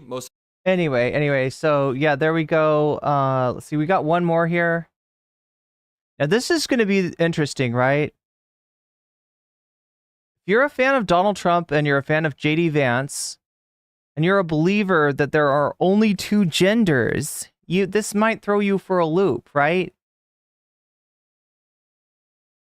Because it turns out that sometimes the people that are advocating for an authoritarian regime suppressing people's sexualities actually have some interesting things going on with their own sexuality. Or at least want to experiment a little bit in college. Let's take a look. Let's take a look at what JD Vance is experimenting with.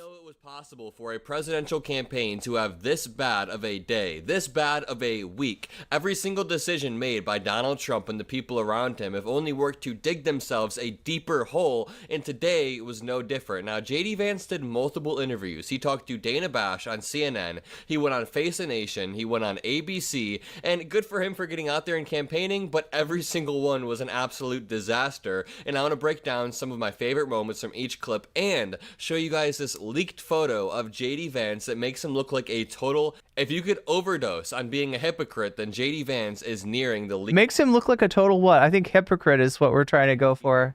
Right now. Because there's honestly nothing wrong with what JD Vance is doing. Look, I don't have a problem with JD Vance using eyeliner. I don't have a problem with JD Vance dressing in drag. I do have a problem with JD Vance calling drag queens groomers. I do have a problem with JD Vance trying to, trying to push gay people back into the closet. I have a huge problem with somebody like JD Vance projecting his own insecurities on the rest of us. Right? Go fuck a couch, JD. First of all, let's watch this clip of JD Vance being confronted on Donald Trump not having served in the military. It's incredibly satisfying. Question. Donald Trump didn't serve in the military. He received a medical draft deferment for bone spurs to avoid serving in the Vietnam. Okay, so the reason he's being asked that is he's attacked Waltz's military record based on the fact that Waltz ran for Congress, left his job in the National Guard a couple months before they would have been deployed, and as a result was there are claims being made that he somehow knew that his unit was going to be deployed. Now, here's the deal, though. The National Guard, and maybe we'll talk about this more tomorrow, right? Because there's this whole dust-up between JD Vance and Tim Walz and Jesse Ventura. Jesse Ventura actually comes off the top rope with the elbow to slam JD Vance and his bullshit, right? And his hypocritical bullshit, considering that his running mate is somebody who literally dodged the Vietnam draft. Vietnam War. This is not the issue. This is not the issue. Reportedly as a favor to his father. Do you find that shameful too? I think that Donald Trump didn't serve in the military, but he didn't lie about it, Dana. I've known Donald Trump for a long time. He dodged the fucking draft. He pretended to have bone spurs so he didn't have to. He thinks that people who serve in the military are fucking losers. He really honors our veterans. He honors me for my service. Donald Trump didn't lie about serving in the military. He didn't say that he went to Vietnam when he didn't. This is the problem. I don't criticize anything. Really clever way to deflect right there and say, hey, Donald Trump didn't lie about it. Meanwhile, Tim Walz didn't lie either. Tim Walz served 24 years. That is more time than JD Vance had been alive by the time JD Vance ended his service. So JD Vance has no place to talk about any of this stuff. Also, he always says, don't pretend to be like something you aren't. JD Vance's entire career is built off of the back of pretending to be like something he isn't. Watch JD Vance. Look, all I'm saying is that beard's doing a lot of work. That beard's covering a lot up with JD Vance. About Trump having dinner with white supremacist Nick Fuentes. So there's been a lot of talk about racism and whatnot. You faced some really nasty stuff. I saw this thing that Nick Fuentes, of course, he's Gaetano B in chat right now having cognitive dissonance over the fact that Trump disparaged veterans. He thinks of people that served in the army as being losers. Avowed white supremacist. He said, what kind of a man and yes, he dodged the fucking draft. Marries somebody named Usha. Clearly he doesn't value his racial identity, his heritage. I mean, this is racist garbage. Yes, it is. But this is also a guy that dined with Donald Trump at Mar-a-Lago during this campaign. Jesse is a liar? Are you calling Jesse the Body Ventura a liar? Well, Donald Trump. Are you a Hulk Hogan stan? Jesse Ventura is a great man, okay? This guy tried to unionize the WWE, and he was narked on by one Hulk Hogan. Hulk Hogan ratted him the fuck out. Hulk Hogan is a goddamn rat. Hulk Hogan is a narc. Doesn't know anything about and frankly doesn't. Hulk Hogan is a snitch. But yeah, look, my attitude to these people attacking my wife is she's beautiful, she's smart. Wait. Do you hear what he just said there right there? Donald Trump doesn't know anything about and frankly doesn't care for. How do you not care for someone if you don't know anything about them? This is something that Donald Trump does time and time again. I mean, we can even take E. Jean Carroll, for example. He said he's never seen the lady. He doesn't know her, but also he doesn't like her. He says this all the time. But also she named her cat Vagina. With people, I don't know them, but they're... Look, that's my favorite clip from Donald Trump. She named her cat Vagina. I love the way he says vagina. Terrible person. What kind of man marries Usha? A very smart man and a very lucky man, importantly. And my views, look, if these guys want to attack me or attack my views, my policy views, my personality, come after me. But don't attack my wife. She's out of your league. But, I mean, that dinner that... I mean, so for the record, we're talking about the Groypers attacking his wife. There is a civil war in the Republican Party right now, and we're about to see it hit the fan. We're about to see shit hit the fan, right? Nick Fuentes, who is way more influential than anybody realizes on the right wing, right? There are more people that are straight up Nazis that are part of the Trump coalition, right? Is unhappy because Donald Trump is insufficiently racist and insufficiently, you know, they're going to war. They're going to war with Trump now. We've seen Kyle Rittenhouse say that Trump's not strong enough on gun rights. We've seen Joe Rogan say that essentially that Donald Trump is not sufficiently anti-vax, right? He's going with RFK instead. He's going with the brainworm guy. They're falling apart. It's going bad. It's going really, really bad. Wait, what do we have here? A Manhattan jury found that you sexually abused the writer E. Jean Carroll and defamed her. You've denied this, but what do you say to voters who say they're laughing? It's hilarious. Qualifies you from being president? They're laughing at sexual assault. Jesus Christ. Too many of them because my poll numbers just came out and they went up. Okay. Oh, we'll take a look at those poll numbers now. We'll take a look at those poll numbers in just a second. The judge wouldn't allow us to put that in. Her dog or her cat was named Vagina. I'm sorry. This just gets me. This gets me every time, chat. Vagina. The was named Vagina. Vagina. Vagina. Vagina. Vagina. Vagina. Vagina. Vagina. Vagina. The judge wouldn't allow. I can't believe he says it like that. I can't believe he says it like that anyway. It was Kanye West, the guy that's praised Hitler, who arranged it all. That was back a year and a half ago, and Trump still hasn't given a full-throated denouncement of this guy who said that terrible stuff. But he can't. He's Nick Fuentes' bitch. He can't actually disavow this guy, right? I mean, he's a white supremacist. Look, I think I mean, this is the guy that couldn't disavow the freaking Proud Boys. Are you surprised that he can't? That Nick Fuentes is actually more powerful, more influential in Trump's own base than he is? Of condemnations on this. The one thing that I like, the one thing I like about Donald Trump, John, is that he actually will talk to anybody. But just because you talk to somebody doesn't mean you endorse their views. And look, I mean, Donald Trump spent a lot of quality time with my wife.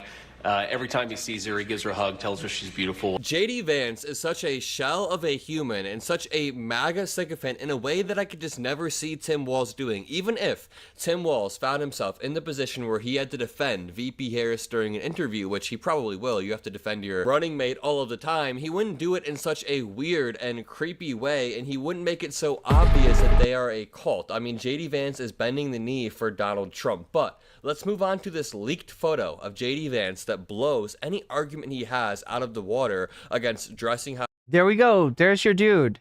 Republicans, come get your dude. Come and get your dude. Come and get your dude. Because if this wasn't JD Vance, you would be telling this person to stay the fuck away from children. You would be worried that this person was going to read a storybook to children, right? How you want that. You would be calling this person a groomer if this wasn't a Republican. You have cognitive dissonance, which means your brain does not work correctly. Also, you are segmenting different parts of your brain. You are compartmentalizing, I guess is the word for it. Makes him look like a huge hypocrite. This is a photo of JD Vance from his college years, and I had to wait a few hours to authenticate this photo before I could post this video. Make sure you leave a like. So yeah, we made sure. We checked with Milo first. And hit that subscribe button if you like response. We got the word for Milo Yiannopoulos. I love it how like Milo Yiannopoulos is the source on some of this shit that's coming out about like Kanye, actually, right? The whole thing about Kanye's doctor that's pushing nitrous on him came from Yiannopoulos, came from that creep. Reporting, but JD Vance is essentially dressed in drag. He has a necklace. Came from that portable desktop file, Milo Yiannopoulos. He has a wig. He absolutely has eyeliner on in this photo. You cannot tell me that he doesn't have some sort of eyeliner on. Oh my god, no, what are you talking about, Mockler? He's got eyeliner on 24/7. No, he wears that stuff every day. This is nothing new. Like, the only difference is normally he puts on his eyeliner right here, right on top, on the, just one line across the top of his eyes. Right now, he's got it kind of in the corners and on the under, like, it's more eyeliner than he normally wears, right? But he normally wears eyeliner, and not when he's doing drag, like when he's doing a speech. In this photo, it's especially thick, but JD Vance is essentially dressed in drag. He has a dress on in this photo. And I want to point out, as Midas Touch points out, it's perfectly fine that JD Vance enjoys being in drag. He should be free to be his true self. It's his judgment of others that is the problem. I want to reiterate, the only problem here is that JD Vance... It's the fact that he's got rules for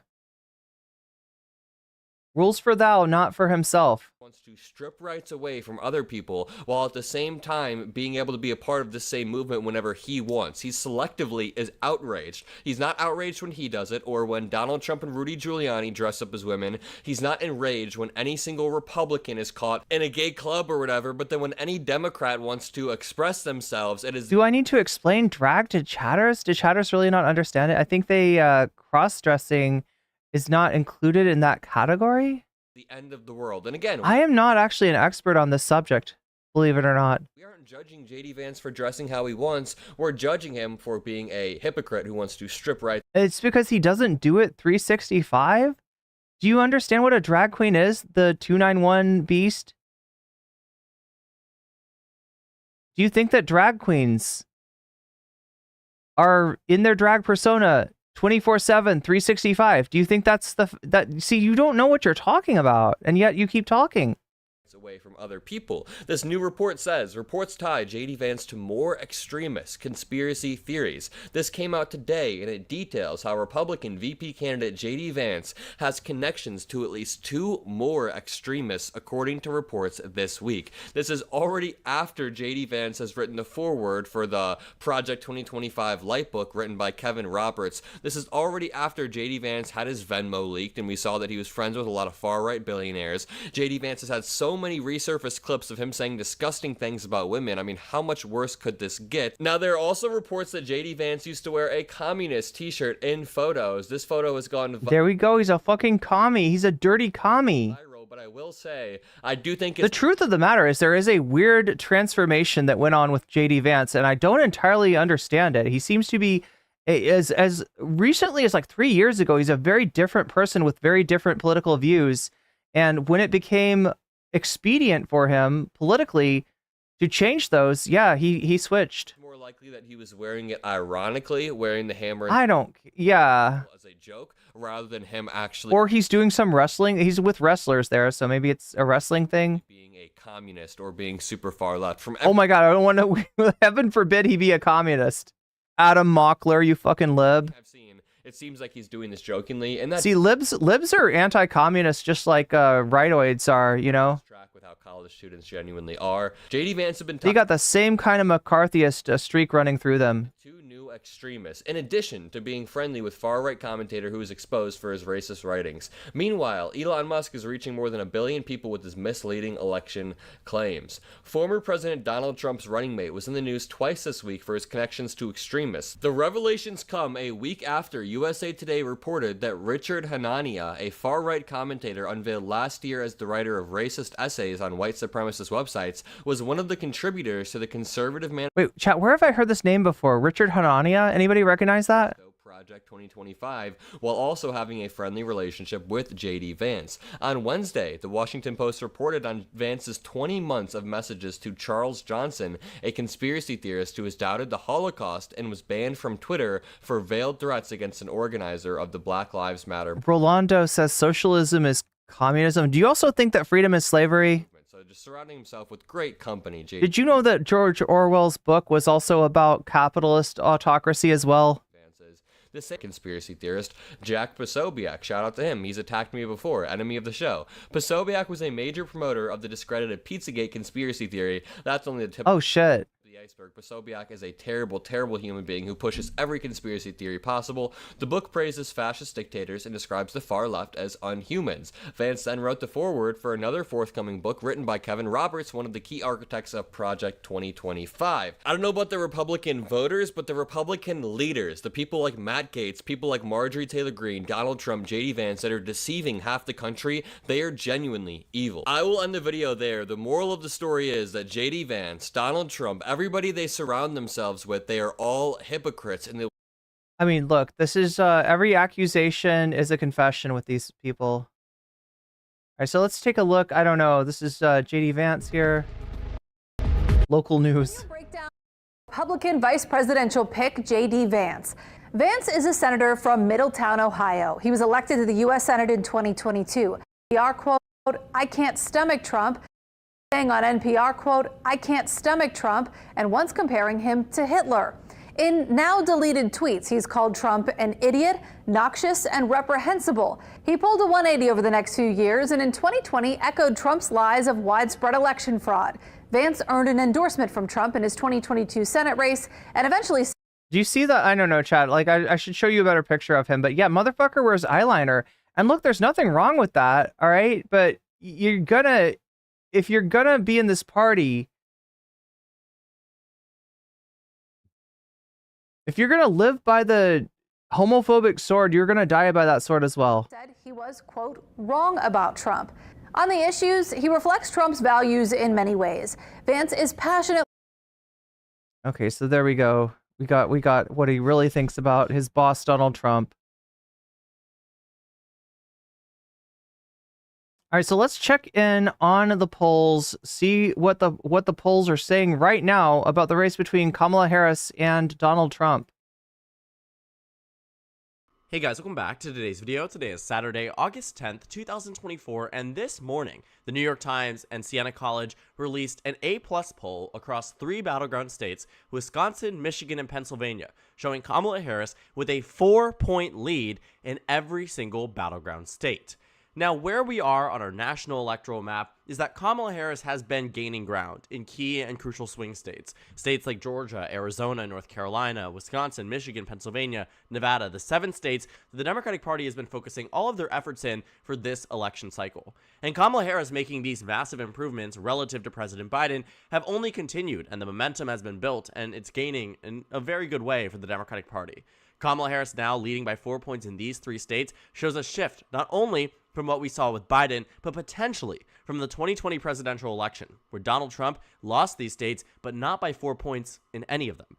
Joe Biden only won Wisconsin by less than a point, won Michigan by less than 3 points, and won Pennsylvania by a point, and largely speaking, Joe Biden didn't have a massive election performance that was commendable in the Rust Belt. Yes, he flipped back the states, but it wasn't to a point where we would say, it set up Democrats for a guaranteed victory in any election. And that isn't what's happening here with Kamala Harris, but it certainly is really good news that the Harris campaign is up 4 points in these states that truly are going to be the most important. The path to 270 can come directly from Wisconsin, Michigan, and Pennsylvania, even if Trump was to flip states like Arizona, Georgia, and even Nevada. There's enough electoral math there that makes it so that these states could truly be the ones that hand Kamala Harris the presidency.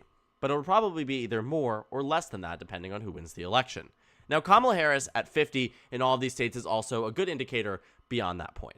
50% is exactly where you want to be if you're not beyond 50% when you're looking at a lead in any type of poll. It means that you're already at a majority and that people just moving over narrowly between now and the election can put you over that majority, denying any chance that Donald Trump would win by a plurality, vote splitting, whatever it might be. These are defining numbers that are... Natalie says, Brianna Wu was just on Richard Hanania's podcast.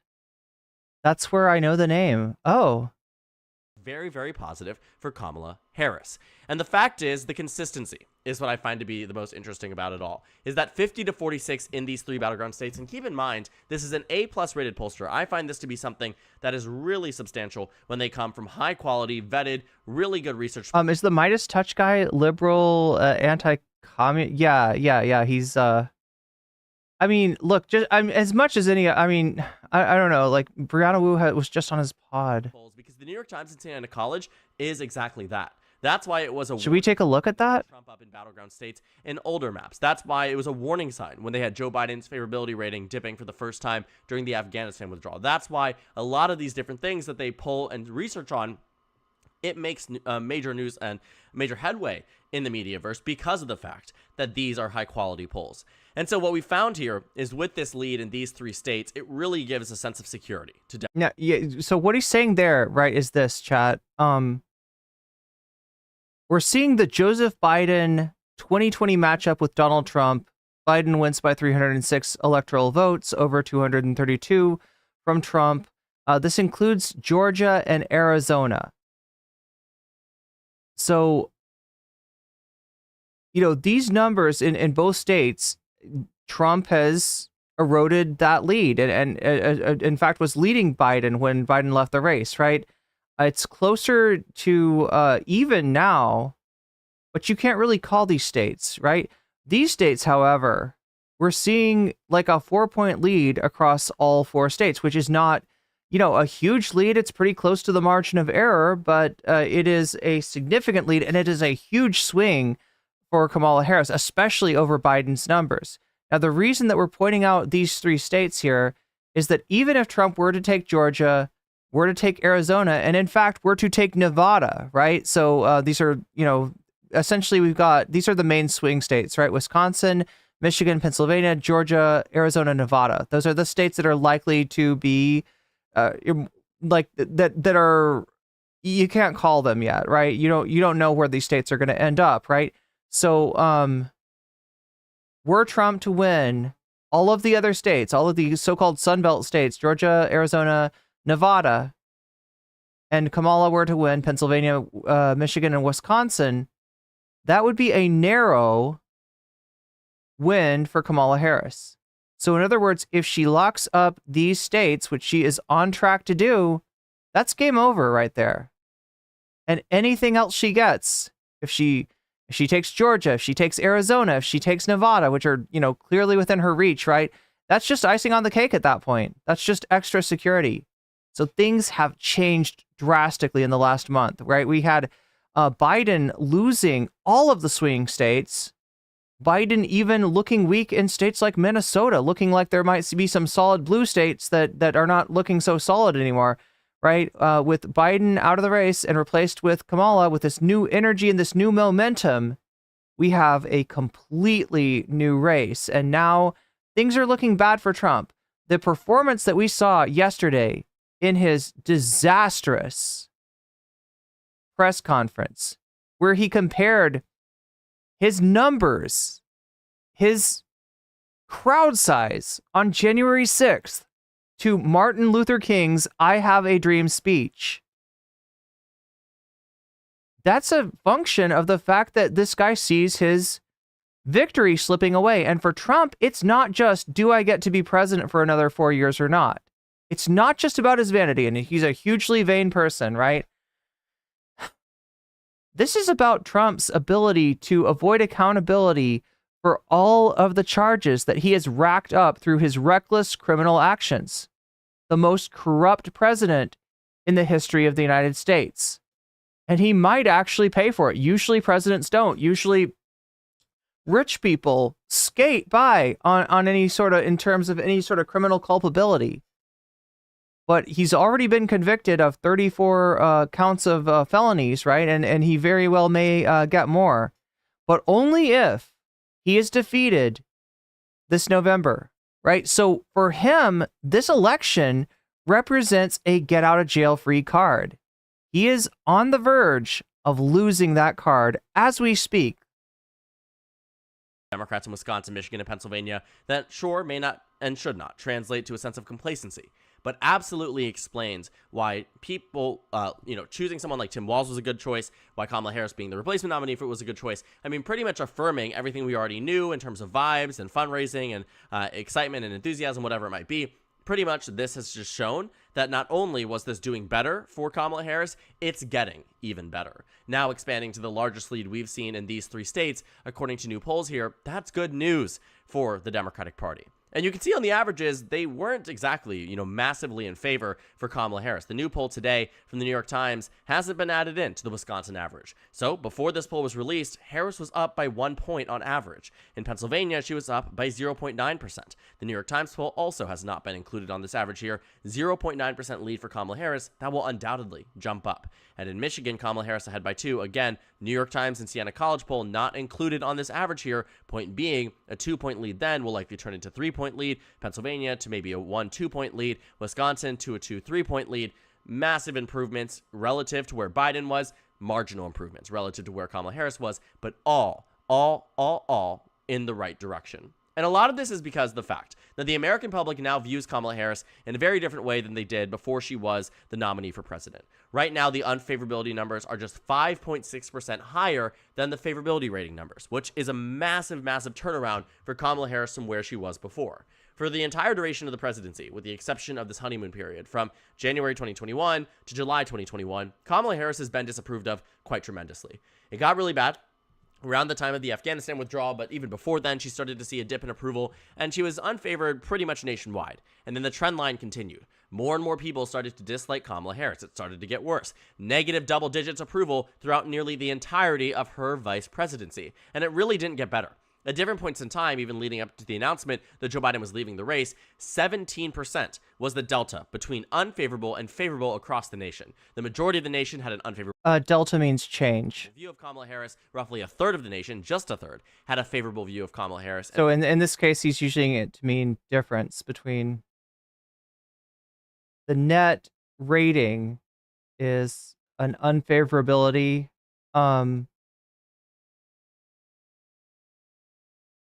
More unfavorable than favorable of 16.8%. And so to see this massive, massive overturn from where it was before, again, day of the dropout, we saw Kamala Harris down nearly 20 points nationally. So what this is an aggregate, right? The lines that you're seeing are the averages.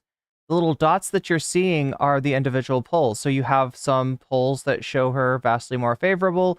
You have some polls that show her vastly less favorable. You have some polls that show her with a higher unfavorability rating. You have some polls that show her with a lower unfavorability rating. But overall, it's gone from, Today, she is down just 5. And 43% of the nation has a favorable view of Kamala Harris. That is the highest it has been since July 20th of 2020. And again, for the politicians that are running, everybody's underwater. Trump's underwater. Kamala's underwater. I don't know if Tim Walz is new to the scene. So like, if you look way back here, if you roll it back to like 2000, you see Kamala's got a higher favorability than unfavorability, right? When a person is, just elected, they tend to have a higher favorability rating. As they govern, it tends to go lower. And anyway. So massive, massive gains here. July of 2021, not July 20th. Massive gains for Kamala Harris in overall approval. And so being down again, 5.6% also means that the unfavorability rating has now dropped below 50%, meaning the majority of the nation no longer views Kamala Harris as unfavorable. And that is a good thing. And she outflanks Donald Trump when you look at level of favorability rating. What you're seeing here is that 8.2% more people have an 8.2% delta between the unfavorable and favorable numbers for Donald Trump. It's getting better for Kamala Harris. It's only continuing to rise, and that is a huge thing for her electability and her odds, because I think this is exactly why you're starting to see Kamala Harris do quite well in these. So 5.6% higher unfavorable than favorable for Kamala Harris, 8-point-something% for Trump. These battleground states do quite well on the national level as well, because the national polls have also shifted. You can see when it was a Biden versus Trump rematch, we saw that Biden was down nationally, 2-3 points on average. Today, she's up by 2. That's at least a 5-point swing, and that's with 80 days to go. The Democratic Party has a really unique point, too, where they have been able to change the way people perceive their candidates months out from the election. Back in 2020, her favorability rating numbers were not good. After that 2019 and 2020 presidential bid, it did not look good for her favorabilities, for how people perceived her, X, Y, and Z, until she was actually put in the position where the national spotlight was on her. She spoke directly to the people. She had the ability to reshape the way that Americans viewed her, and it worked. And by the time we reached the election, she became someone with a positive approval rating. Unlike Mike Pence, unlike Donald Trump, she was able to turn it around. And based on what we are seeing right now, it is very possible that she is turning it around as well. We can see it in these battleground states in performance. We can see it in her own favorability rating numbers. We can see it in the Democratic Party's odds at victory. There are so many different metric points that tell us right now, Kamala Harris is in fact turning around this election. And the New York Times poll today only affirms that point even more. And so they also published an article talking about the worst 3 weeks of Donald Trump's 2024 campaign. And you know what? They're right. I want to talk about this in the future because I think this can genuinely sum up exactly what we need to know about the past 3 weeks. They have been the worst 3 weeks of this campaign that was launched in 2022.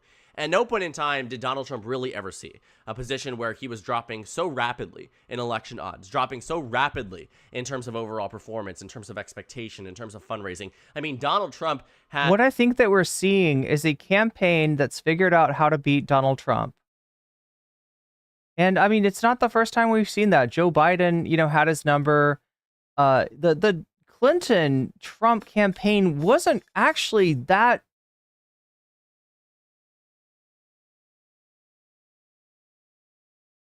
It was a. I mean, you had Clinton even winning the popular vote over Trump. So in terms of getting more people to vote for her, yes, she did. That's not how our elections work, right? You don't win the popular vote. You have to win the electoral vote, right? But you're seeing a campaign that's figured out how to work against Donald Trump's strategies, which are new, right? Donald Trump's strategies are PR strategies. They are not political strategies. And so he comes into the field of politics as, you know, kind of a strange animal that his opponents do not understand. And as a result, they fail at countering him. Hillary Clinton, you know, talks about a basket of deplorables. Hillary Clinton, in a lot of ways, is her own worst enemy.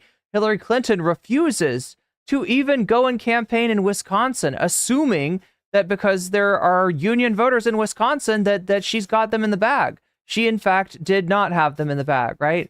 So you had, you know, and I would say Joe Biden is a fairly weak candidate as well. Like Kamala Harris may not be the best candidate that, you know, has ever been seen, but her campaign is looking a lot more like the Obama 08 campaign and a lot less like the Hillary 16 campaign. So you're seeing essentially a sea change in our politics, which does seem like it portends the end of the MAGA era. A very, very, very large amount of momentum going into... They both suck. I mean, you're not wrong, Leafy Greens. Biden dropping out. There was so much around him. The assassination attempt, JD Vance announcement, the RNC had passed... But she sucks less than Biden, and she sucks less than Trump. So it looked like Donald Trump was unbeatable, that this election would be one and done. Called on election night, no consideration in these battleground states. Trump was in it to win it, and that's what it seemed like until Joe Biden dropped out of the race. And since then, it has been the worst 3 weeks of Donald Trump's 2024 campaign. Because for a very long period of time, and I had this in my own prediction, it very much looked like Donald Trump was on track to win or come very, very close. Because leading up to the first presidential debate, I will admit, I had Joe Biden starting to do better because he was rebounding in the polls, starting to see improvements in battleground states. But then the debate was a complete collapse for President Biden. And then his numbers never really recovered. And so from then on, we had... So yeah, there was some chance that the race would have tightened up had Biden stayed in it. However, I don't think that Biden had a very good chance to win. Again, you've got a walking cadaver who is exciting no one, who is inspiring no one. But you also have a historically unpopular candidate in Donald Trump. And the question is, could you have somebody that doesn't stink as bad? Because here's what it is, chat. When you've got two candidates that stink to high hell, right? The one that stinks the worst is going to be the one that loses. And Biden smelled like fucking death, if I'm being honest, right? Biden did not look okay. Biden could not string together 2 sentences.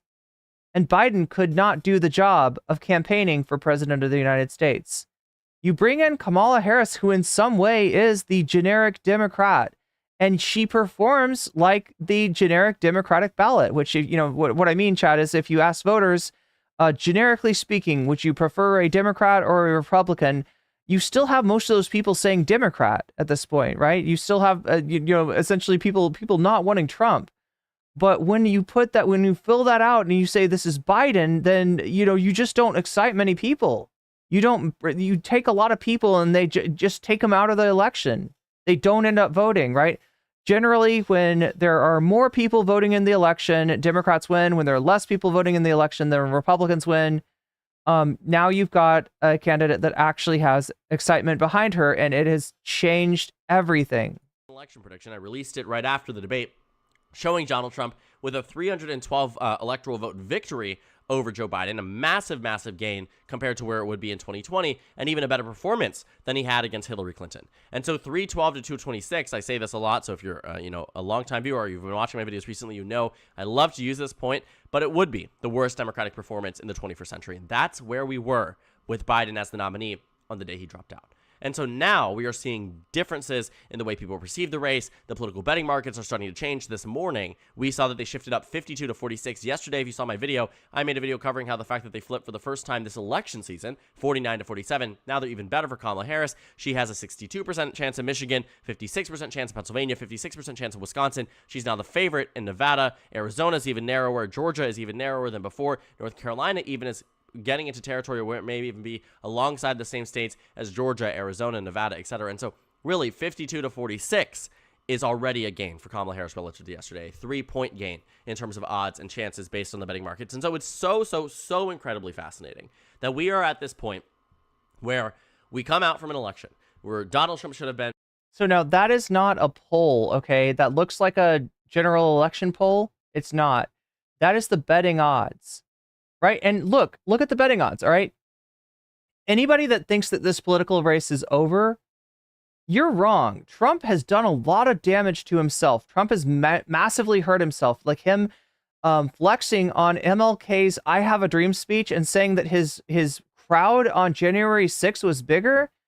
That's a pretty bad self-inflicted wound that he dealt to himself. However, right, he still has a 46% chance of winning, according to the markets, according to the gamblers, right? These are gambling odds essentially here, and it puts her up 52% over 46%. He's down 3 points. She's up 3 points. She's got a better chance of winning than he does, but he's still got a chance of winning. This is what people didn't notice about the 2016 election, right? You did have like organizations, you did have, newspapers like the New York Times predicting some kind of like a 90% odds of Hillary winning. That would still mean that there's a 10% chance of Trump winning, right? But more realistically, the better ratings were like from people like Nate Silver, who predicted a 66% chance of Hillary winning and a 33% chance of Donald Trump winning. I think that, this was the 1 in 3 chance. I think the 2016 election, was a little bit of a black swan event. However, I think that the race being that close in the first place, where Donald Trump could jump out and actually win the Electoral College despite losing the popular vote, was entirely due to the incompetence, the negative charisma, and the sheer loser factor of Hillary Clinton. The lack of political instinct, the lack of political acumen, the fact that she had no business running and was only running because she had clout in the Democratic Party. Raising, a lot of money. The conviction helped him raise more money that he could use in battleground states, yada, yada, yada, yada. The assassination attempt, again, the RNC, JD Vance, all of these things that should in theory have helped Donald Trump as a candidate. And then Joe Biden drops out of the race. And so I also will say, what I am excited to see, just generally, regardless of what side of the aisle you're on, more data points on favorability ratings, more data points on swing states, because it is always an interesting thing to see them change over time. For instance, it's very clear that people do not like JD Vance, they do not like Donald Trump, they like Kamala Harris, but they love Tim Walz, up 14 points in terms of... Dutch and the American, name one single accomplishment of VP Harris. You may be Dutch. You may indeed be Dutch, because you don't seem to understand the role of a vice president in the United States of America. There's two main things a vice president does. The first thing is when the Senate is deadlocked 50-50, the vice president comes in and casts the deciding vote. The second thing is if the president resigns, dies, or is incapacitated, the vice president replaces them. Right? So, yeah, no, you could say the same thing about any vice president. And in terms of accomplishments that you can completely credit to just them. Now, that being said, she did fulfill a role in terms of negotiations, in terms of foreign negotiations, right? The term border czar was applied to her. That's not an official function. That's not an official title. There is no position in the U.S. of border czar, but she was called border czar because she was tasked with going to countries like Guatemala to negotiate. And these are countries that, contribute to the overall immigration. Immigration being an issue that people, especially xenophobic people in the United States tend to care about a lot, rather than fixing our immigration system, rather than offering a pathway to citizenship. A lot of people would rather just try to minimize immigration numbers. But indeed, the best way to do that is not with some kind of hermetically sealed artificial wall, which could never exist, but rather with dealing with the situation in the countries that immigration is coming from. Immigration is not a problem when the numbers are limited. Immigration only becomes an issue when you've got something going on really badly in another country. Take, for example, Venezuela, right? Venezuela, there was an attempted coup orchestrated and failed by Donald Trump. It failed. It didn't go through. They didn't take the leader of Venezuela out of power, right? But he tried. And then after that, Donald Trump instituted sanctions on Venezuela. Guess where a lot of the immigrants that Donald Trump is now complaining about came from? That's right, Venezuela. So yeah, that is the sort of thing that Kamala Harris was involved in as vice president. The vice president does not sign executive orders, does not sign, bills or veto bills. That is what the president does. But you being Dutch, you being from the Netherlands, you may not understand this. So I hope that you learned a little bit. Anyway, chat, I'm boring the Americans in chat. They already know this. Is where favorability ratings can really, really help. Because Kamala Harris can, talk to voters and say, this is who I am, this is my story. You may not have known me in the same way as I was as the vice presidential contender. Now that I'm at the forefront of this ticket, here's who I am and here's my story. And that is resonating with voters. JD Vance and Donald Trump, on the other hand, really aren't. I mean, we've talked about how JD Vance was probably the worst pick that Donald Trump could have done for vice president, and I genuinely mean that. JD Vance was really just dog water in terms of the possibilities that he could have, who he chose and what ended up happening. I think you were looking at the final three. None of them were really particularly that appealing. I think Nikki Haley would have been hands down the best chance, and I know we're talking about VP picks on a video about Rust Belt polls, but to that point, JD Vance is unpopular, so he doesn't provide a balance to Donald Trump. Tim Walz is popular, but so is she. And he's, more popular in terms of net favorables. And that's a good thing because it means that people like him. And that's always an added benefit. My theory about the rise in Harris's popularity is the fact that she's running for president rather than Biden, right? That's her popularity. People want to vote against Donald Trump. People don't want to vote for a walking corpse that can't tell the difference between Medicare and COVID, that can't string two words together. People don't want to vote for that guy, right? She is not that guy. That is a big part of why her favorability is raising. And also when people start to get to know her, right? She's been a pretty behind the scenes figure, as are most vice presidents. When people start to get to know her, they find out they actually like her. Some of her weirdness, some of her eccentricity, some of the things that she's been made fun of for are actually quite charming. And combined with this, Tim Walz guy, this like coach of America figure, this is becoming a popular ticket. A lot more popular than Dementia Donald and Shady Vance.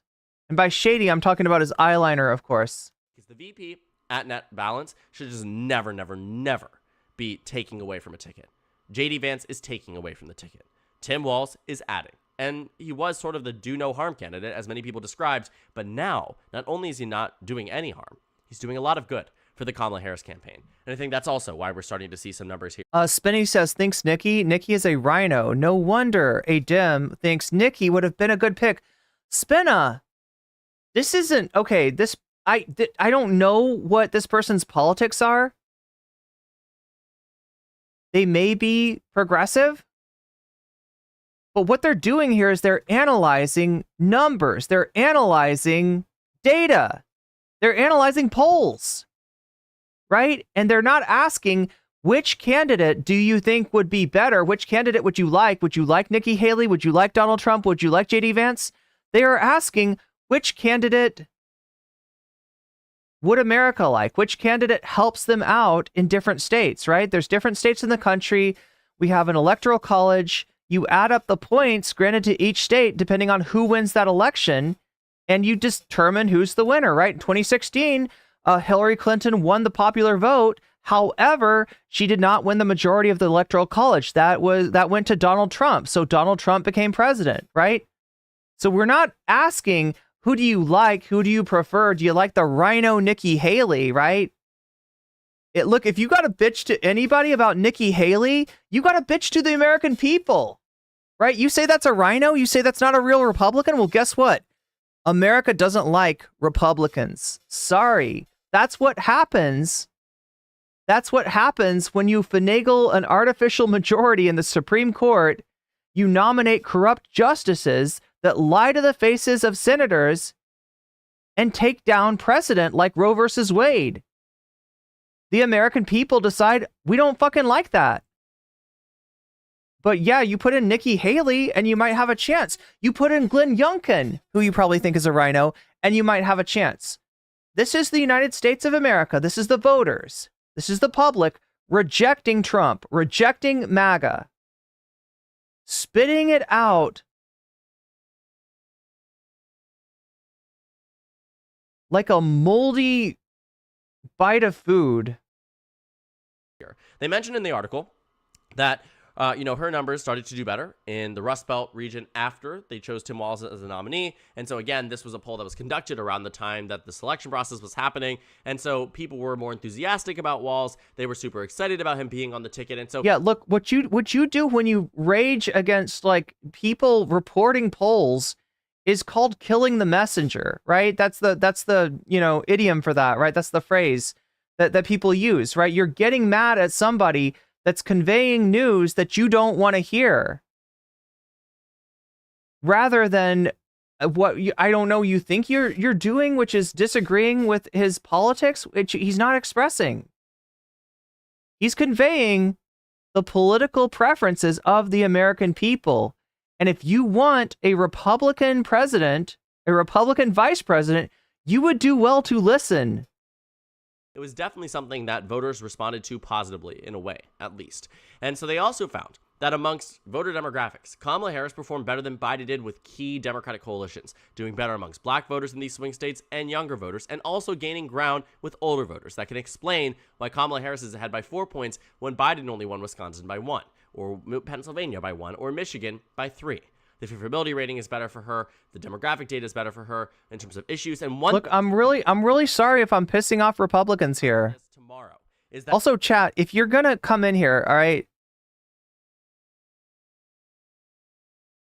Right, when you come in, please do not spam like your favorite candidate. Please do not spam like whoever 2024, right? We're not interested in that conversation.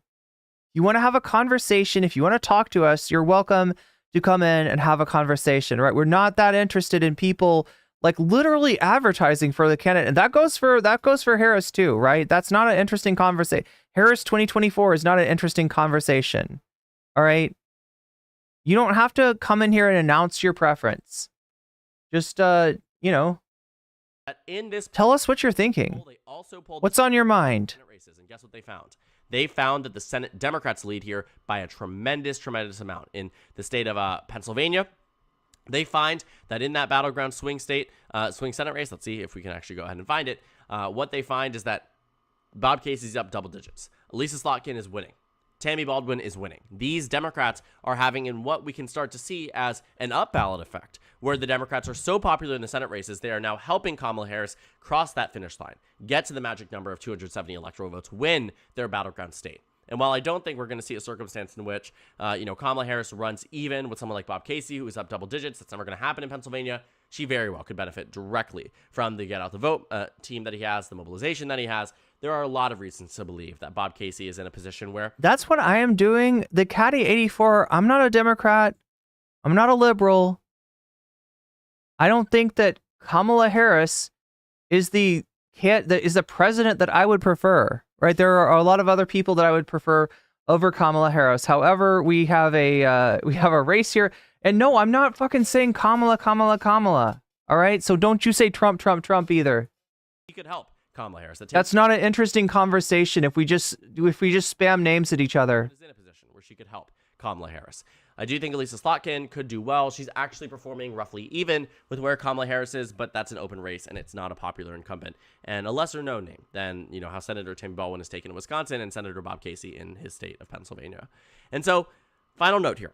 These battleground state polls continue to build on this very, very long-standing story since the moment that she was announced as the contender for president of the United States. Anyway, this video is getting a little bit boring. It's going a little bit long. I'm gonna take us out of that. I think there was one more. Okay, I don't know how much we can watch of this because we got to get on. We got other stuff to cover today. We got the President Sunday versus West Side Tyler. This is the drama that keeps giving, and we got to be apprised of the situation because more developments are going to take place tomorrow when Tyler comes back to stream. So yeah, this is Dana Bash interviewing JD Vance. I've heard there's some interesting stuff in here, but the other thing that we didn't quite finish was, what is this? The, oh my God, chat. Speaking of President Sunday, right? Look, I'm not advertising merch for this guy, all right? But that is a Sunday Keeney right there. That is a President Sunday Keeney. If you've ever wanted to have President Sunday's face on all of your bikini parts, well, now your wish is granted. Right? There it is. That's some killer merch right there, President Sunday. We're gonna get into the conflict between him and Westside Tyler in just a second. See, we've also got this Project 2025 thing. Looks like we looked at most of these.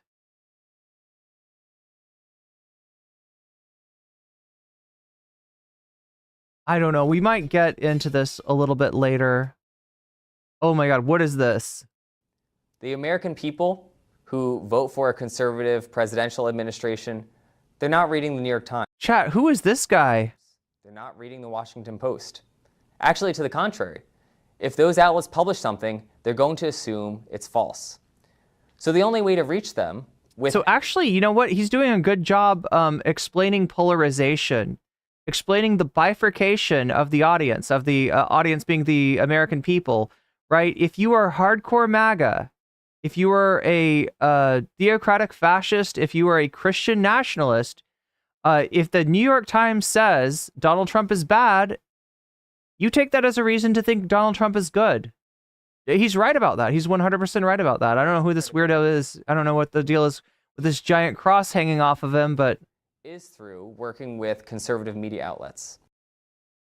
There we go. So we go around the media and we only use the media that's in the tank for us. That's what he's saying. Email probably should have been a meeting. You know, the adage we hear a lot now is like, wow, this meeting could have been an email. Well, in the federal government, this email probably should have been a meeting because what you probably want to do is if you need to resolve something, it's probably, if you can do it, it's probably better to walk down the hall, buttonhole a guy and say, hey, what are we going to do here? Did he just say butthole a guy? I thought that these people weren't around about buttholing a guy. I thought that was part of their politics is like butthole a guy? Talk through the decision, work. It is an orthobro Shakespeare. I think you're right. It's an Orthodox deacon, maybe associated with Jay Dyer. If you reduce it to writing, maybe you can protect it under some of these exemptions, but man, that's a lot of a fight. You're probably better off going down. Oh shit, do you see what he's saying though? So this is Project 2025. These are the training videos that this has been revealed through a hack, right? This is, you know, information that they didn't want getting out, but here it is, we're seeing it. And what he's saying is like the, you know, the phrase, the email should have been a meeting, right? Or the meeting should have been an email, right? When people say that they could have just, you know, just written it in an email and conveyed it to everyone. He's saying the opposite, right? Because email leaves a record. An email leaves not a paper trail, but an electronic trail. And he doesn't want that. He doesn't want, you know, this to be, I don't know, subpoenaed, Freedom of Information Act or whatever. Right, they want to do what they're doing, which is essentially, you know, turning the government into a autocracy, into a dictatorship. They want to do it behind closed doors. So a meeting is better. A meeting, you know, is not going to leave that kind of a paper trail. All right. Well, that is all that's in the ProPublica article. They said, though, there's like 14 hours of this shit. So much hostility to basic traditional values. Now, in terms of a tip, survival tip, do not let career bureaucrats hinder you from advancing the president's agenda. Keep in mind, you're coming into a place, Washington, D.C., that does not share your conservative values. They're even... So what they're saying is that civil servants that are supposed to, you know, run the government in the interest of the American people might not be down, might be an impediment to the Trump agenda, right? And if you're one of Trump's minions that he's trying to put in place by reclassifying some of these jobs so he can fire these people and hire his own sycophants, then, you know, you're gonna be in for a fight against people trying to protect American democracy. Hostile to it. Because you're here to... You always hear Republicans say, we don't live in a democracy, we live in a republic. And what they're really trying to say is that they want a monarchy. They want the government to operate more like a Silicon Valley company where the board is compromised by the CEO and the CEO just does whatever the fuck they want. The CEO in this case is Trump. This is dictator on day one shit. Do something that's not in their interest. They're not going to be your friend, and they're not going to help you succeed. What are you doing? You're here to cut government. You're here to cut spending. You're here to cut regulations. You're here to stop the waste, fraud, and abuse that's going on. But a lot of careers have been made from that. A lot of money has been made from that. Fiefdoms have been built around it. So you're going to get a lot of opposition here. It's weird that they say fiefdoms have been built around it when the real fiefdoms that you should be worried about are the fiefdoms set up by corporate America, right? When they say they want to shrink the government, what they're talking about is they want to reduce the effect of something like regulation, right? Regulation, which puts some guardrails on capitalism, on what like large corporations can do to you, right? When it's not in the interest of the American people, you know, there are regulators in place to put some guardrails on that, right? This is an effort to eliminate those guardrails. It's an entire industry of opposition from lobbyists, professional associations, contractor groups, and disappointingly... And it's weird because there are issues with lobbyists, right? This is money in politics. This is the way that big business gets its hooks into the American government. And what, you know, the real... description of what the American government is supposed to be is a democratic republic, right? A democracy that utilizes a Republican structure in order to implement. Now, I don't think it's a perfect democracy. I think there's a lot of problems with it. We talked about lobbyists. Those are a huge problem in it. That's a way in which, you know, it's not the will of the people. It's not the interest of the people that's important. It's the people with money that are important. But you know, the basic design is a democracy and republic are not in opposition to each other, right? And what they want isn't actually a republic either, because a republic still has, you know, ensconced in it the ideas, especially a democratic republic, of working in the public interest, right? What they want is more of a monarchy. What they want is ruled by the corporations, right? So, you know, I mean, you're already ruled by the corporations at work in your job, right? These people just want to put more of that power in control of the corporate overlords. Trump is not draining the swamp. Far from that. He is the swamp. But yeah, I think we watched most of this. Yep, there we go. Okay, so we're done with that. Let's take a look at what Dana Bash has got here, and then we'll move on to Sunday versus Tyler. How about that? Thank you. Yo! Oh my God, that was too much. That sound was too much, chat. I don't like that editing. For doing this. Appreciate it, Senator. Thank so you. Within a week of you being named. So yeah, I said this guy wears eyeliner on the reg. Like, take a look at his eyes. Tell me what you think. Named on the VP ticket, the Democratic nominee changed. And you guys seem to be struggling a little bit with... I would hazard a guess, and this is not me trying to, you know, bash Dana Bash here, but I feel like his eyeliner is better applied in this case than hers. How to approach I mean, I got no room to talk, Chad. I'm not wearing any eyeliner at all, so. the new dynamic. How are you approaching your new opponent and the new ticket? Yeah, well, I think it's pretty straightforward, actually. We're running against a set of policies that I think have failed the American people, and we're running to a set of policies, President Trump's 4 years in office, that I think really succeeded for the American people. And I think that what's different about it... You see what I'm saying? Like, he might not be, doing his drag persona anymore, but he's still got the eyeliner. Right, Dana, it is different. But what's different about it is that we're running against a different person who a lot of Americans just don't know. And so I think we have to remind people that President Trump delivered lower prices, lower inflation, a prosperous and peaceful world. President Trump started his administration in 2017, before COVID. He finished his administration, he left office in 2021, in the midst of COVID. There were effects of the pandemic on not just the United States, but the global economy, which, yes, included inflation. Now, I could be really bad faith and say that Donald Trump presided over 2020 and that therefore Donald Trump is responsible for all of the effects of the pandemic. I do think that he did a bad job governing during it. I do think he was not the person to be in charge during a crisis. I do think that he undermined the confidence of the American people in their government. But if I was to completely place the blame for global inflation on Donald Trump, I think I'd be being a little bit unfair there. So I won't do that. But it's equally unfair for JD Vance to blame the results of that pandemic, which, yeah, very well may have been made worse by Trump, and therefore the effects of the pandemic have been made worse by Trump, on Joe Biden, who presided over the effects of that pandemic, right?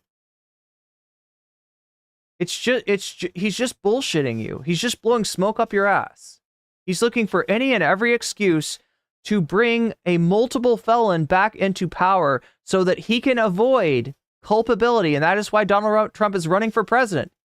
He's got charges chasing him. He's the most corrupt criminal president in the history of the country. And he does not want to be held accountable for his crimes, right? If he is reelected, he may escape accountability.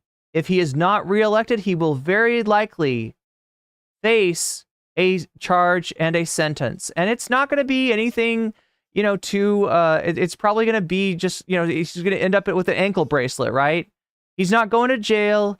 He's not becoming, bunk mates with anybody, right? It's not going to be like that, but he'll face some kind of accountability, and he very much does not want to do that. So. And also a secure border, and Kamala Harris's policies have produced the exact opposite. Now, that was an easier case to make when Joe Biden was in there because people associate Joe Biden with the policies, but I think Kamala Harris clearly owns the policies of the Biden-Harris administration, especially when we consider the fact that, as we've all learned over the last few months, again, if you want to talk about immigration, you need to, again, talk about Donald Trump. You need to talk about the cause of that immigration. Immigration does not happen out of nowhere. It does not happen because immigrants are evil people. And it certainly does not happen because countries connive to send their asylum residents into the United States.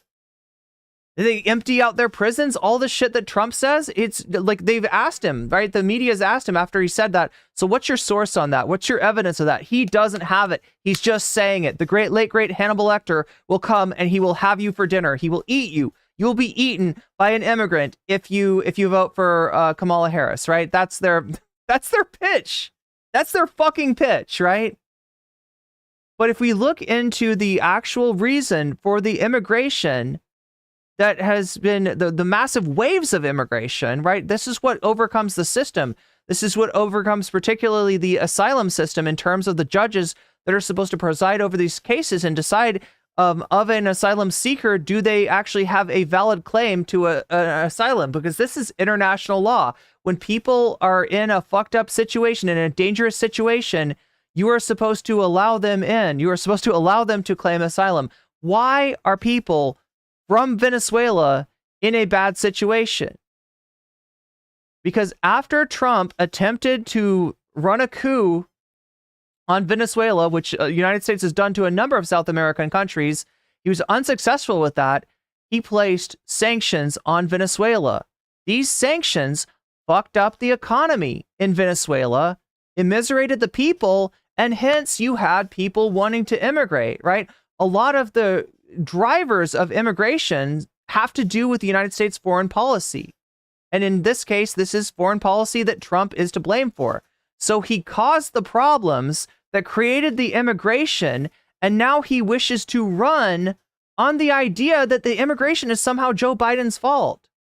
Even though Biden has adopted his exact policies, even though Biden agreed with the plan that the Republican Congress was trying to pass. As soon as Biden said that he agreed with that, as soon as he said that the Senate would pass that bill and that he would sign that bill into law, and I think this is actually a criticism I have of Biden. I don't like the Trump immigration policy. However, apparently Biden does.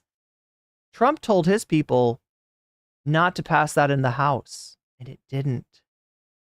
He wanted to keep the problem of immigration in place as an election issue, right? So this is not a problem that Trump seeks to solve, because it was handed to him on a silver platter. If what Trump was about was policy, if what Trump really wanted to do was implement his immigration, his racist, fucked up, xenophobic immigration policy, Joe Biden handed it to him on a silver platter, and he said no. He said no. This is an election issue for me. This is politics for me. I don't give a fuck about the issue. I give a fuck about winning. So don't pass that plan, Republican Congress. And they didn't. They backed down. They turned on a dime. So yeah, the fact that you'd be trying to bring up immigration when your party, when your president has been so fucking craven, so dishonest, so disingenuous on that issue, is actually kind of posting your L's, JD Vance. But this guy knows all about posting his L's, right? This is the guy that actually talked about the fucking the couch thing. This is an internet meme that in the larger scheme of things means nothing, okay? That somebody made up that, like, in Hillbilly Elegy, there's a reference, there's a 3-page description of him having sex with a couch. It didn't actually happen. It's not actually true. And yet he felt the need to deny it. He felt the need to draw attention to it. This guy's all about posting his own L's. Joe Biden clearly isn't capable of doing the job, and so I think that drives home that Kamala Harris really has been the one calling the shots. I mean, how? It's her fault. It's her fault. The vice president's fault that I think Joe Biden doesn't really know that the president is an incompetent candidate and cannot string two words together. That's her fault. Do you remember that? Harris has been calling the shots. As who? Well, I think she has to have been, right? Because if she's not calling the shots, Dana, then who is? And I do think it drives home something. Well, you could ask Nick Fuentes. I think he's got some interesting ideas on who's calling the shots in the White House.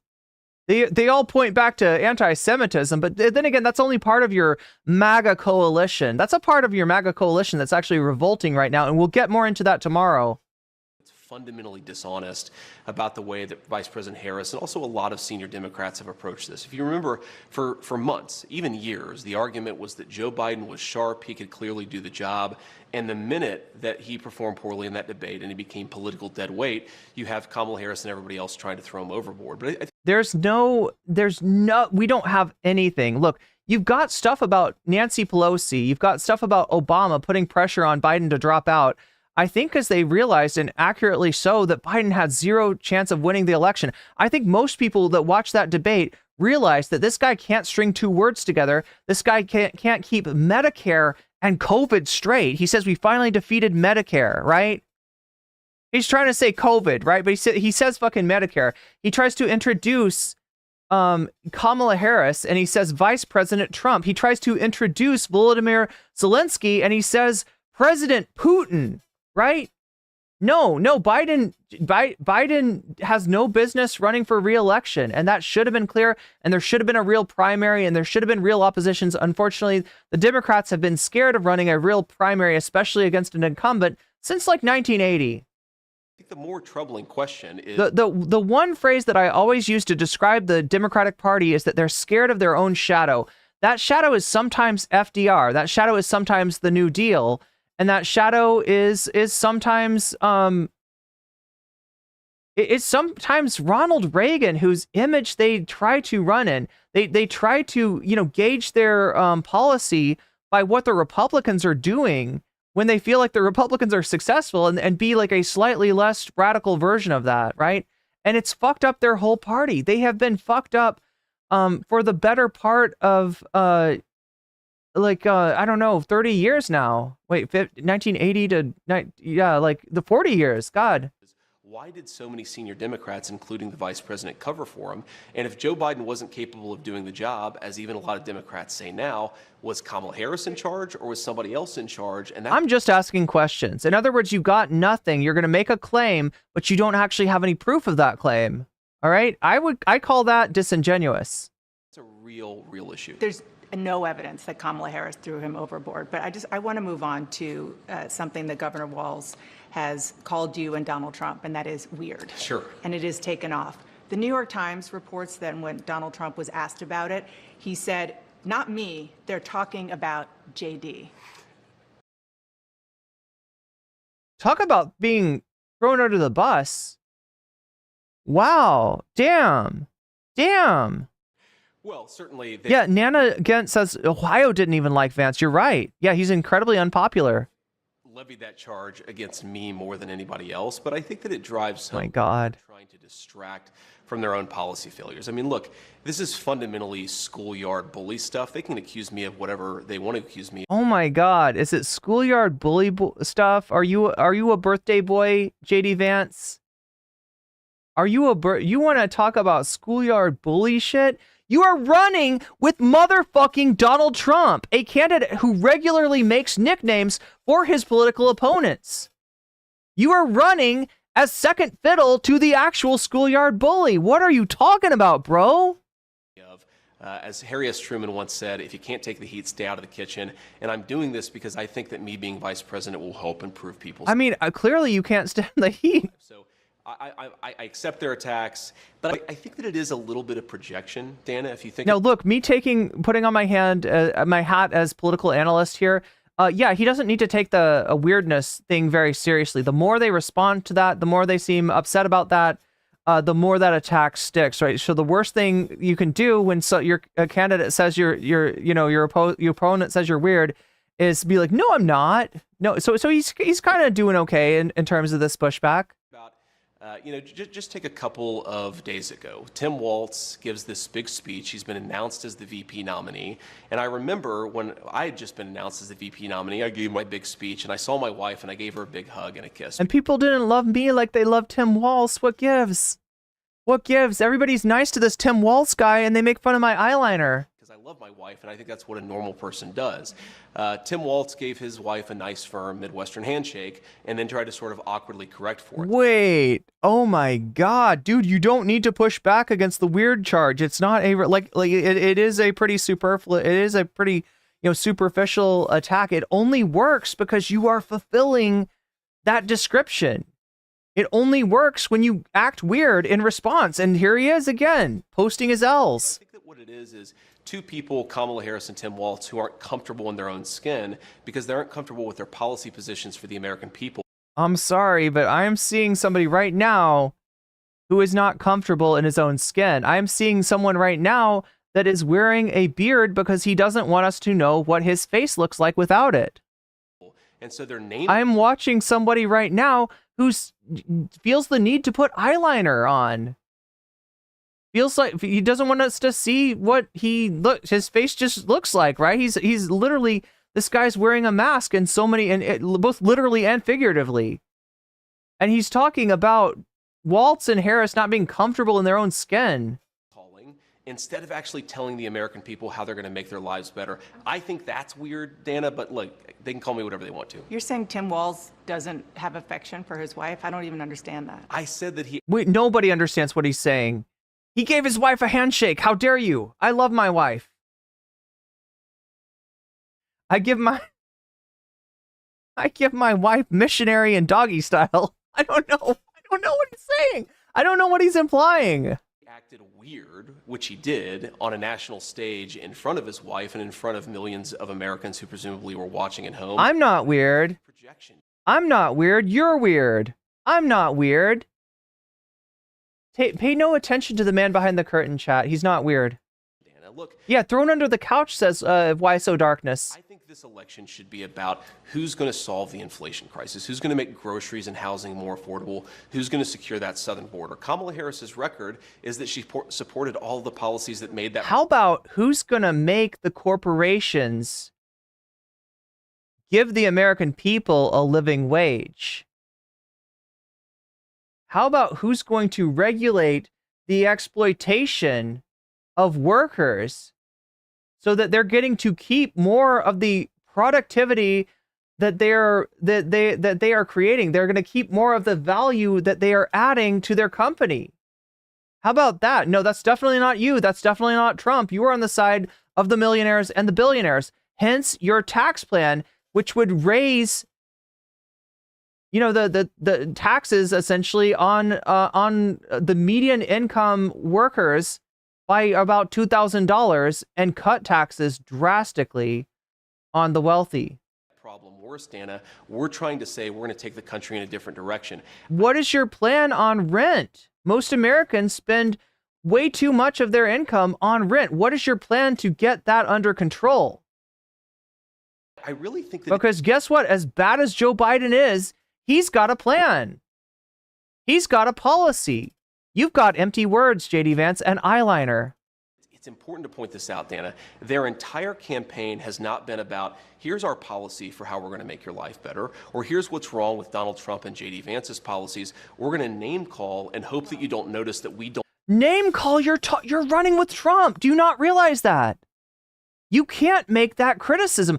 This is the thing about JD Vance, right? He's been like Trump's attack dog, attacking, Kamala and Waltz for name calling, right? And later on, I don't know if we'll see this or not, but he's going to attack Waltz's military record, right? And the guy that he's running with is the name caller in chief. He's the guy that makes nicknames for people.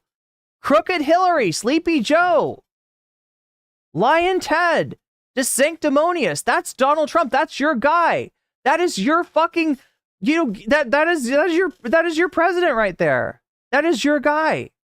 I'm sorry, but these charges, fall hollow when your own running mate is actually what you've just accused them of fits him better. Right? When you're talking about JD Vance, you're running with a guy that dodged the fucking draft, that faked bone spurs to get out of Vietnam. What the fuck is bro talking about? Don't have an agenda. That is the entire Democrat approach to this election. They have done both. They have both policies, and they are trying to define Dana, you as well. If you go to Kamala Harris's campaign page right now, they still don't have a policy. Well, let's talk about policy. Set him up. Thank you for the $2 super chat. Minimum wage doesn't help out the living. Well, I must be undead then, because you're helping out me in earning a living wage. And thank you very much for that, I guess. About what they're going to do, I think that's really insulting to Americans. You started out talking about the policies in this interview, but you have been on the campaign trail questioning Tim Walz's military record. You say it was shameful that Governor Walz retired from. Yeah, Fuzzy Slippers points out Tim Walz has no policy proposals. You sure you want to go down that road, bud? Military before his unit deployed to Iraq. Maybe it's Metal says maybe JD Vance actually has like it's called a permanent makeup, right? It's like a tattoo that some people get. I don't know. I'll read you something. But for whatever reason, he doesn't want us to look at his face au natural. And for a guy that's trying to come across as authentic, well, here's your problem. You're trying to come across as authentic. Authentic people don't have to try. Therefore, you're not authentic. You are the fakest motherfucker. This guy called Trump an American Hitler. And now he's saying you got to vote for him. I'm running with him. I endorse this guy. The guy that I fucking compared to Hitler. That Joe Eustace, who is a veteran, he served with Governor Walz, said. He said that's a lie. He said he was as good a soldier as you'll find. GTA asks, is this gender-affirming care that we're seeing from Tim Waltz? Okay, let's go with that. All right, he's wearing guy liner to make his highs seem more intense, masculine. Would that be considered gender-affirming care? Good question. Good question.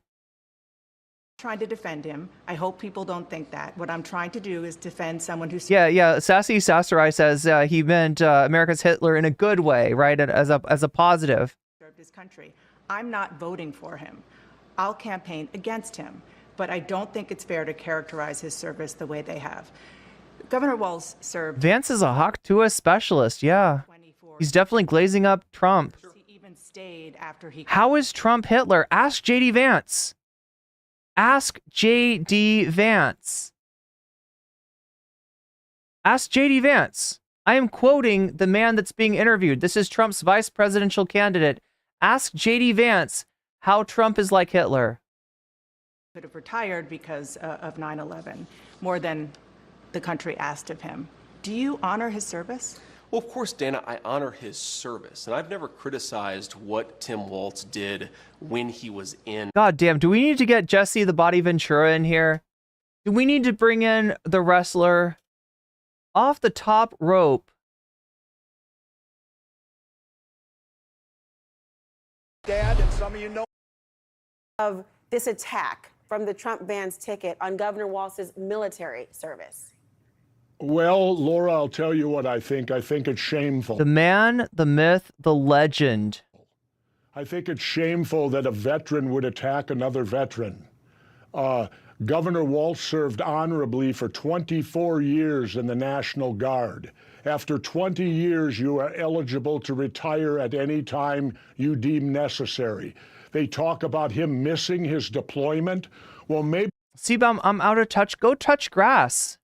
You are literally watching a stream on YouTube Shorts, my friend. Don't tell me I'm out of touch. Maybe Mr. One of us is getting paid for this, and it's not you. Vance should ask the real question. What is the National Guard doing deploying to a foreign country in a foreign war? Well, let's go into history and figure out how that happened. So there's a damn good question, right?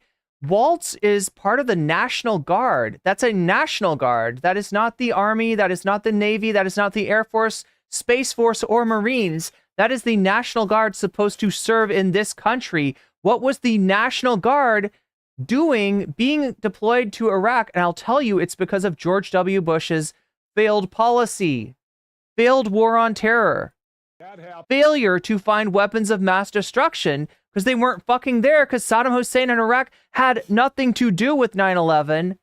And yet we lost how many lives? And yet how many Iraqis were killed? All that blood, all that misery, all that money spent. And what the fuck did we get out of it? We got ISIS. That war created ISIS. That's failed policy. That's failed Republican policy. And that's failed policy from another Republican who failed to win the popular vote the first time that he was elected, who only got by. In fact, if you really look at it, he may have failed to win the Electoral College too. That was an intervention by the corrupt Supreme Court, even way back then. So this is the first president in this century, George W. Bush, to fail to win the popular vote and still be elected. We got the second Republican president in Donald Trump. Donald Trump has never won a popular mandate. Because George W. Bush and Dick Cheney went into the Iraq war based on lies, no weapons of mass destruction, no ties to Al-Qaeda, nothing with 9/11, and they ran out of bodies. They needed more bodies. Lord Prep says blame Zionism. I'm sure, but as long as when you're talking about American Zionism, you recognize that we're talking about a movement that's made mostly up of Christian evangelicals, right? Sometimes, sometimes blame Zionism gets conflated with some anti-Semitic stuff. That's not what we're talking about here, right? Most American Zionists are actually, Christian. They're evangelical, and they don't have the interest of the Jewish people in mind, right? When they say they want Israel to occupy that land from the river to the sea. bodies. They couldn't implement a draft. That would be political suicide. So what George Bush did was sign an executive order sending the National Guard into foreign deployment. The BX says Free Palestine, yes. National Guard is not yes. foreign deployment. Their name says what they do. They guard our nation from within. So this hogwash about Governor Walz missing a deployment, not only that, he's 24 years, he's an E9. I deployed twice. We never even had an E9 with us when we deployed. E9s are not going to walk the point. Yeah, so if you're not familiar with the military designation, the E9 denotes seniority. Tim Walz had quite a bit of seniority. He's a fairly senior member of the National Guard. And in Jesse's words, right, this is not somebody that was going to be seeing action. This is not somebody who was going to be fighting, even if he had been deployed to Iraq. So the accusation is that he ran. The accusation is that he ran for Congress. In fact, that's what happened, right? He retires and he runs for Congress, and then his unit deploys, right? But in actuality, had he not retired, had he stayed with his unit, and had he been deployed, he still wouldn't be seeing action. Unlike Donald Trump, who avoided deployment altogether by faking bone spurs, by dodging the fucking draft. Going to be involved in any combat whatsoever. They're figureheads being the most senior enlisted within their company, and that's what it's all about. So I think that Vance is doing a disservice to himself and a disservice to the United States Marine Corps. I know a lot of great Marines, and Marines show respect, and Vance is not showing respect. And let's continue. Who does he have respect for? Donald Trump, the biggest draft dodger from the Vietnam War, the rich white boy who bought his way out of it. I come from South Minneapolis. The guy that referred to soldiers as losers, right? That referred to veterans as fucking losers. My friends and I didn't get out of it. We either got drafted or we enlisted. I know 6 or 7 or 8 of my friends. Donald Trump was your typical rich white boy who didn't have to serve in Vietnam because he could buy his way out of it. And that's who Vance is standing with, this guy who leads from the rear.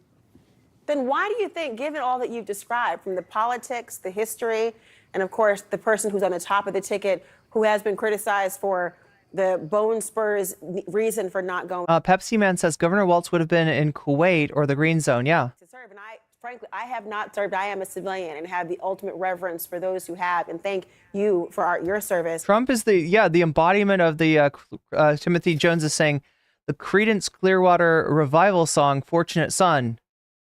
So why do you think this is the line of attack to choose politically? Obviously, it would offend and alienate voters on one level, and also people who have served the armed forces on the other. I don't know. You'd have to ask Mr. Vance that. I don't understand his motive whatsoever, how he could turn against a fellow veteran. You know, there's kind of an unwritten rule amongst us veterans. You don't criticize another veteran. Not every veteran's a knuckle dragger. And I'm not going to define knuckle dragger, because if you've been in the service, you'll know what a knuckle dragger is. But, you know, as a frogman in the United States Navy, my job was to ensure the Marines could get to shore to do their job. We went in ahead of them. We went in before them to ensure the Marines could land. And his point of being a Marine like he is, and then criticizing the governor after 24 years of service, it's despicable on his behalf for doing that. And I hope all veterans feel like I do. Yeah, veteran, Cecil Life, veteran. Veteran and how they served, whether they're a cook or whatever they do, they all have a job to do. And if you're going to be successful, everybody has to do their job and pitch in to be successful.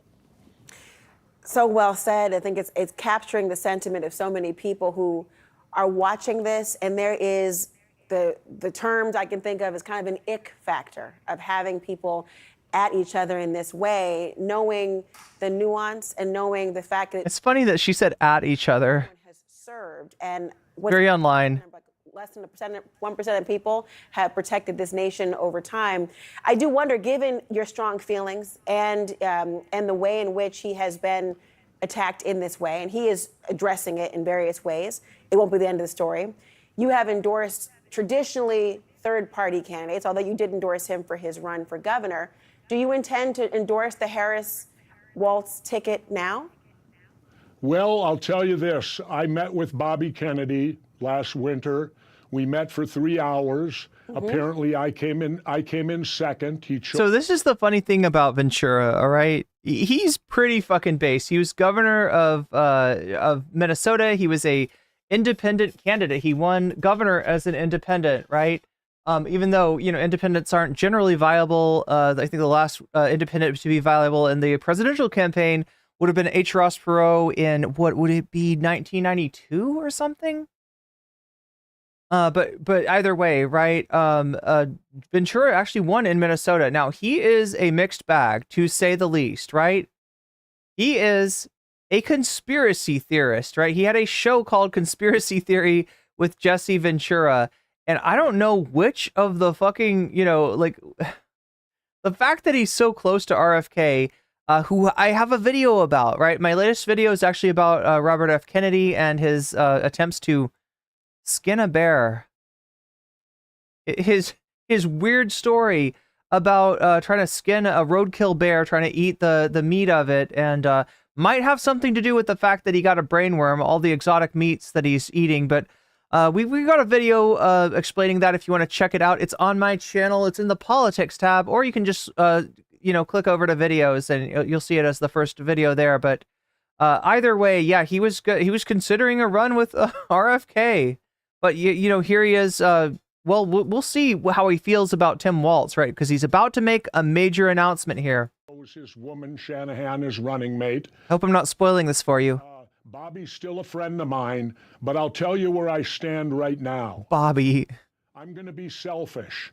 A few years ago, I got the opportunity to see the United States elect its first black president. I didn't think that could ever happen, and they even re-elected him. Well, now I'm going to be selfish again. I've only got a few elections to go. I'm 73 years old now, so the window's closing. I want to be alive to see the first woman president of the United States of America and the first woman commander-in-chief, and we've got her right now.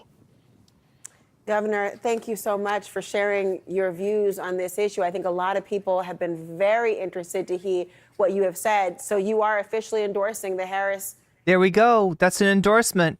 Walz ticket, excuse me. That's an endorsement.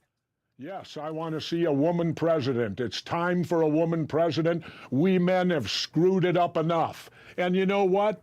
Maybe we'll finally get some legitimate thing on the abortion issue. You know how to solve abortion? Hold men responsible. They're the ones ultimately responsible for all abortions.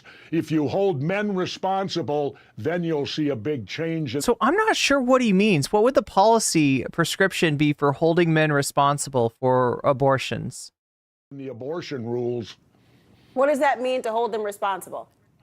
They're responsible for every abortion that could take place. They are the aggressor. Well, look, I love the idea of not, you know, demonizing women over issues like abortion, over, you know, single motherhood, and you know, recognizing that a lot of time it is women who take the blame for, you know, the things that are perceived as society's ills. Even though in this case we're talking about bodily autonomy, right? We're talking about a person's individual choice of what they do, you know, in the case of an unplanned pregnancy, you know, with a moral or an issue that people feel differently about, right? That people have different, you know, beliefs about, and so, you know, in that case, it seems to me that the right person to make that decision is the pregnant person themselves. Sex tells you that. You mean in terms of the exception for rape? There can't be a baby without a man's involvement. That's what I'm telling you. So he's like trying to explain the birds and the bees, but still, I don't know what he's saying. Yeah, I know that, Jesse. I understand how pregnancy works. Thank you very much. Until you hold the men responsible for impregnating women, you're not going to get any type of basketball supremacy. Are you under the impression that Joe Biden is that the presidential race is between Joe Biden and Donald Trump? Because I may be the first to break this news to you, but Joe Biden has dropped out of the race, right? It is now a race between Kamala Harris with her vice presidential pick, Tim Walz, governor of Minnesota. This is why we were watching Jesse Ventura. He had a comment about JD Vance's, attempt to essentially swift boat, accuse Tim Walz of stolen valor here. But yeah, the campaign is Kamala Harris and Tim Walz against Donald Trump and JD Vance. So sounds like you were talking about the state of the presidential race a month ago. I guess it's understandable if you haven't heard the news, but that's the news. That's the news. It's not Biden anymore. Biden has dropped out. It is now a race between Kamala and Donald Trump. And of those two, I would say that Kamala Harris is definitely the more sound of mind, although not a perfect candidate. And nobody that the Democrats would nominate, I don't think would be the candidate that I would choose. But if we're talking about lesser of two evils, I'll go with Kamala over the felon. Legitimate type of law passed. You got to hold men responsible for the pregnancies of women because they are the ones responsible, not the woman, the man. It'll be interesting to see how people evaluate that. On the one hand, thinking about autonomy and agency over one's body, and also the notion of assigning responsibility on the other. I'll be curious to see how that factors out. Laura, you know what else I stand for? What, Governor? I don't stand for a minimum wage. I stand for a maximum wage. If you can't live on $1 million a month, something's wrong with you. I love this guy. Well, I'd like to sign up. Obviously, I don't want to eliminate the minimum wage, and I don't think that's actually what he's saying, right? But he's talking about a maximum wage. He's talking about a hard. So I talked about this yesterday, right? I talked about this yesterday when we were covering Trump's speech. Back in like the 1950s, we had a Republican president, that being Dwight Eisenhower, and we had a top marginal tax rate, right? That is the tax rate that you pay on the top bracket of income. So in other words, you're paying a little bit on your income, or very little to nothing on your income up to poverty. You're paying like a certain amount on your income from here to here, a certain amount from here to here, right? But when you get to the top marginal rate, right, the top rate of income, right, you're getting charged like 90-something% on that on any income over that amount. So when you get into the super high income, right, the rich were paying 90% of their income over the top marginal rate. And that is, people would often talk about that as confiscatory would be the word that was used. But it also serves a purpose similar to what Jesse is saying. He actually wants a hard limit. So in other words, this would be a complete confiscation of income over a certain level. And again, he's right in terms of like what you actually need when people are starving, when people are barely getting by, when people are not able to support themselves, right? It's absurd to have people making enough money to own multiple yachts, multiple homes, be able to wear our entire life on their fucking wrist as an expensive watch, right? That's kind of absurd and gruesome. So I get what he's saying. Again, not a lot of what he's saying is directly. He's not advocating. He's not translating this into a policy, right? To actually see this through. But point taken. A year, what would you want for? What would you possibly need? The point I'm making is there shouldn't be any billionaires, and I'll tell you why. Because nobody works hard enough to get $1 billion. And my hardest job I ever did was going through Navy SEAL training, and I was making $4 a day. And you're going to tell me a billionaire worked harder than I did? Bull crap.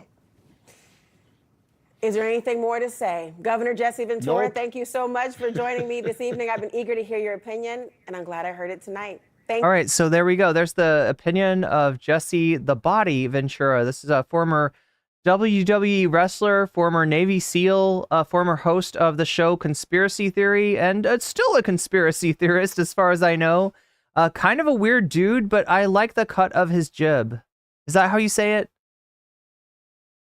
Is that how you say it, chat? The military. I criticized his retirement decision, and most importantly, Dana, I criticized. So again, chat, we still need to cover Westside Tyler versus President Sunday tonight. I'm trying to this is interesting stuff here, right? That we're seeing here.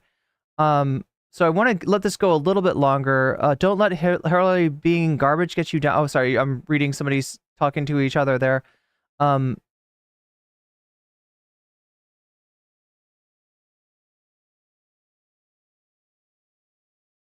But yeah, we're gonna get to that in a second here. I'm looking at the poll right now. It looks like MAGA turns on Joe Rogan is in first place with 44%.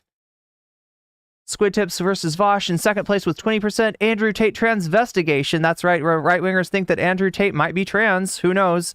Right, at 18%. And if Andrew Tate does turn out to be trans, then J.K. Rowling is not going to like Andrew Tate much because she's got a black mold symbiote, right? She's got the black mold is growing in her house and it's growing in her brain and it's causing her to be even more transphobic than normal. Over on the Shorts chat, we have 783 votes. MAGA turns on Joe Rogan's getting 52%. Andrew Tate getting transvestigated got 22%. J.K. Rowling and the mold symbiote got 15%. And Squid Tips versus Vosh at 11%. Okay, let me see if I'm missing any of the oh wait, so we got yeah, the dono goal seems to be we're at like 4%. Anyway, I'll go back to that. I want to watch a little bit more of this JD Vance shit, if you don't mind. But yeah, a little sparse on in terms of the donos today, right? Remember, we only get that bonus content if we hit that dono goal, and we are 4% there. So remember, when you donate, whether that donation takes the form of a super chat, a super sticker, whether you are getting yourself a membership on YouTube or you are donating memberships to other people, right? Remember to let me know which of these topics you want to see covered. Why did my chat summary? There we go. There we go. I can see it again.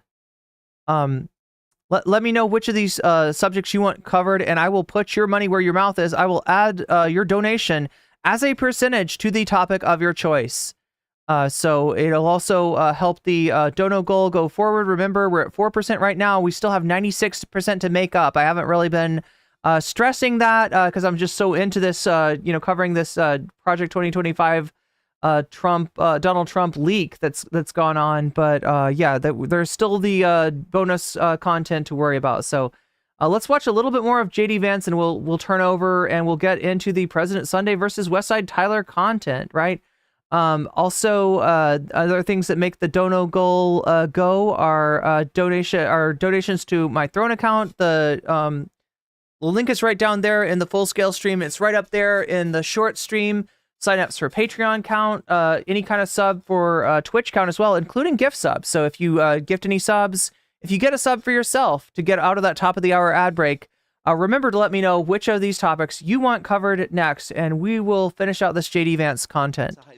His lying about his own record, okay? This is a guy who is captured on video saying, I carried a gun in war. He never went to war. This is a guy who's been captured on video, as other people say he's an Afghanistan veteran. He's a veteran of a war, nodding along in agreement instead of saying, no, I did serve my country and I did it honorably, but I never went to a war zone. I'm not criticizing Tim Walz's service. I'm criticizing the fact that he lied about his service for political gain, Dana. Now, well, I would criticize the fact that you are splitting hairs with something that he said, and he's clarified this, and you're trying to make this, you're swift boating a guy, right? The fact that John Kerry had was a veteran, unlike George W. Bush, who seems to have kind of dodged the draft in his own way. himself in that election, the fact that the Republicans dispense with John Kerry by lying about his service is pretty fucking disingenuous. And you've got the same guy running Trump's campaign, so you're trying to do the same thing over again. You're being disingenuous. You're attacking a veteran. Obviously, you know, I'm not in favor of the United States hegemonic war machine, right? But I do feel bad about the people that are exploited in the military, and I do think that, you know, attacking him over just like a hair you're trying to split with one of his statements is pretty fucking disingenuous. And I feel like Jesse the Body Ventura put the smackdown on you and laid bare what an absolute, what an absolute weasel. Yes, that's right. You're kind of a weasel, dude. You're a bit of a weasel. You're a bit of a weasel and nobody likes you. In the United States Marine Corps, and you know this. And look, there are a lot of things that I'm proud about. I've never lied about what I did or overstated it because it would be beneficial to me in an election. I think that's what Tim Walz did. That's what I was criticizing. And yes, I do think it's scandalous behavior. You talked about one of the things that he said, weapons of war. He was talking in a campaign stop about, he was trying to talk about gun control. Sure. And he said, weapons of war I carried in war. I will say that the Harris-Walz campaign did say that the governor misspoke there. Sure. Do you accept that? He misspoke. Another word is that he lied about it, and he didn't correct the record for 15 years until he was put under political pressure. Another word for it would be that 15 years ago, he wasn't running for president, asshole. 15 years ago, what is that, 2009? He would have been in Congress. Pressure because I called it out, Dana. Whatever you want to call it, a misspeaking or a lie, I think Tim Walz should have to correct the record. Now, you pointed out a soldier who defended his service. There have been a number of soldiers who served with Tim Walz who have criticized him on the exact same grounds that I have because it's not... That sounds kind of like the Swift Boat Veterans for Truth to me, my friend. And considering that you've got the architect of that smear campaign against John Kerry as the head of the Trump campaign, I would say that that is the playbook that you're going from. I would say that if anybody's dishonoring, you know, I mean, some call it sacrifice. I would call it exploitation that happens to, you know, working Americans convinced to go into the military. It's you. It's you, you fake hillbilly. Right to misstate or to embellish what you've done, and I think that's what he did. And on the question of when he left the National Guard, he filed his election paperwork February 10th, 2005. That was a month before the National Guard even announced that it was possible that they would deploy to Iraq, and it ended up being 2 months. He retired 2 months before they actually got the paperwork. But on CNN last night, Dana, one of the people who was actually in charge of him said they knew they were going to deploy to Iraq in February of 2004, fall of 2004. Again, Jesse Ventura already put this shit to bed. Right? He was not going to see combat. So he knew he was going to Iraq. He decided to quit, to retire, whatever word you want to use. What a weird thing to say, to be like to invalidate somebody retiring, and he retired so he could run for Congress. On the idea that somehow like he's running away from combat when you are running with Donald Bone Spurs Trump. You're running, look, if you got a problem with Tim Walz, all right, for retiring before his unit is deployed, you know, like accusing him of knowing that this is going to happen, accusing him of knowing that the National Guard is going to be misused by that scumbag, George W. Bush, like that, in his failed war on terror, in his absolute bloodbath that he caused in Iraq, right? Then you've got to explain draft dodging Donald Trump. Your running mate has more of an issue with running from potential deployment than fucking Walz does. Retire. Because he wanted to run for Congress. He lied about that. He said that when he decided to retire, he did not know that he was going to Iraq. That is another untruth, as even his senior... Wait, I'm trying to work back in my brain here. Walz is now 60 years old. It's 2024. We're talking about 2009. that is 15 years ago. You're talking about a 45-year-old.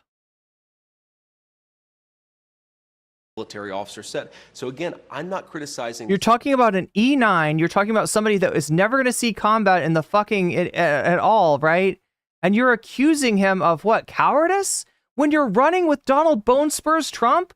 When you're running with a rich, privileged son of a bitch that dodged the fucking draft while other kids died in his place in Vietnam? No, I'm sorry, you don't get to do that. You don't get to do that, Vance. Service. I'm criticizing the dishonesty spoken in favor and for the purpose of political benefit. And I think that the most important thing here, Dana, is it goes to Kamala Harris's judgment. Tim Walz is ultimately going to be the vice president. Kamala Harris is in great health. I'm sure she's going to be president if she wins for 4 or maybe even 8 years. Why did Kamala Harris choose a person who has lied about their military service? I think that is a serious lapse. She did it on purpose because she hates the military. Is that what you're going for? Is that what you want me to say? Yeah, that's it. That's it. You got it, JD. You fucking got it, bro. You got it. Judgment. And I don't want to hear from. And you choosing to run with Donald Trump was because you fucking hate. You hate the Vietnam veterans, I guess. I don't know. Campaign spokesperson of Kamala Harris. I want to hear Kamala Harris herself address what I just said. You know, I've seen a lot of statements from veterans, including those you served with, saying it's just untoward to be criticizing somebody who served for 24 years. Dana, I'm not interested in the ad hominem. I've heard from a lot of veterans groups. Ad hominem? Excuse me? You're the motherfucker trying to swift boat Tim Walz. You want to talk about ad hominems? Who criticized Tim Walz. The question. No, an ad hominem would be if I said you can't vote for JD Vance because he fucked a couch. That's what an ad hominem is, just to be clear on that. Just to be 100% clear on that. He said he served in war, and he didn't. That is a dishonesty. I couldn't care less what one or the other person says. That is you nitpicking about words to try to find something to claw onto to save your failing campaign. Because you, Donald Trump, and MAGA are going down. America's sick of you. They're tired of you. They don't want your bullshit anymore. Your reality show's getting canceled. About it, I care about your guy. Yesterday, we watched it yesterday. I think it was earlier this week, right? But he compared his January 6th speech. He compared his January 6th crowd to Martin Luther King to try to flex on MLK and say, well, I actually had more people than MLK did. My January 6th speech was awesome. Like, yeah, no, dude, you're going down. You're cooked. You're done. Give it up. What the truth is. The truth is that Tim Walz didn't tell the truth. And importantly, Dana, this is about Kamala Harris's judgment. The truth is that this is the best you've got. You've got nothing. And I think that when you ask, why has Kamala Harris allowed the border to be wide open? Why has Kamala Harris supported policies that have promoted the increase in inflation? I think it goes to the heart of her judgment. And I think that that's what we should be talking about. Look, you can't say that shit anymore. All right? Joe Biden's policy is Donald Trump's policy. For better or for worse. I think for worse. I think that's a failure. I think that is a failure. A failure of courage of Biden. And yeah, she's part of that administration. I mean, she didn't make the choice, but you know, she's going to have to distance herself from that policy if she disagrees with that, right? The policy that you were pushing, that Trump was pushing, that the Republicans were pushing, right? In Congress, Joe Biden said, I agree with you, Jack. Send that bill on into the Senate. I'll make it sure it gets through and I'll sign it and it'll be law. And Donald Trump changed his mind. Donald Trump, who was saying before, you got to pass this thing so that the Democrats can vote against it. We can run against them and say they're they don't want to deal with the border, right? Joe Biden fucking caved in on that shit, said, let's do this. Let's do your plan. We'll do your bill. And Donald Trump said, no, it was never about policy. It was never about immigration. Remember, Donald Trump's the guy that caused a lot of the immigration in his sanctions, in his punitive sanctions on Venezuela that caused the immiseration of that country, that drove a lot of that immigration, right? But you'll never hear that from the media. You'll never hear them place the blame where it actually belongs. You'll never hear them talk about the fact that we still don't have a pathway to citizenship. You'll never have them talk about the insufficient, you know, asylum judges, right? But yeah, Joe Biden signed on to your shit. And you said, fuck no. You said, oh no, we weren't serious. That was performative. Donald Trump doesn't want the policy. He wants the issue. He is a craven, swamp-ass, corrupt politician. And you signed on to him after calling him America's Hitler. One last question. Donald Trump didn't serve in the military.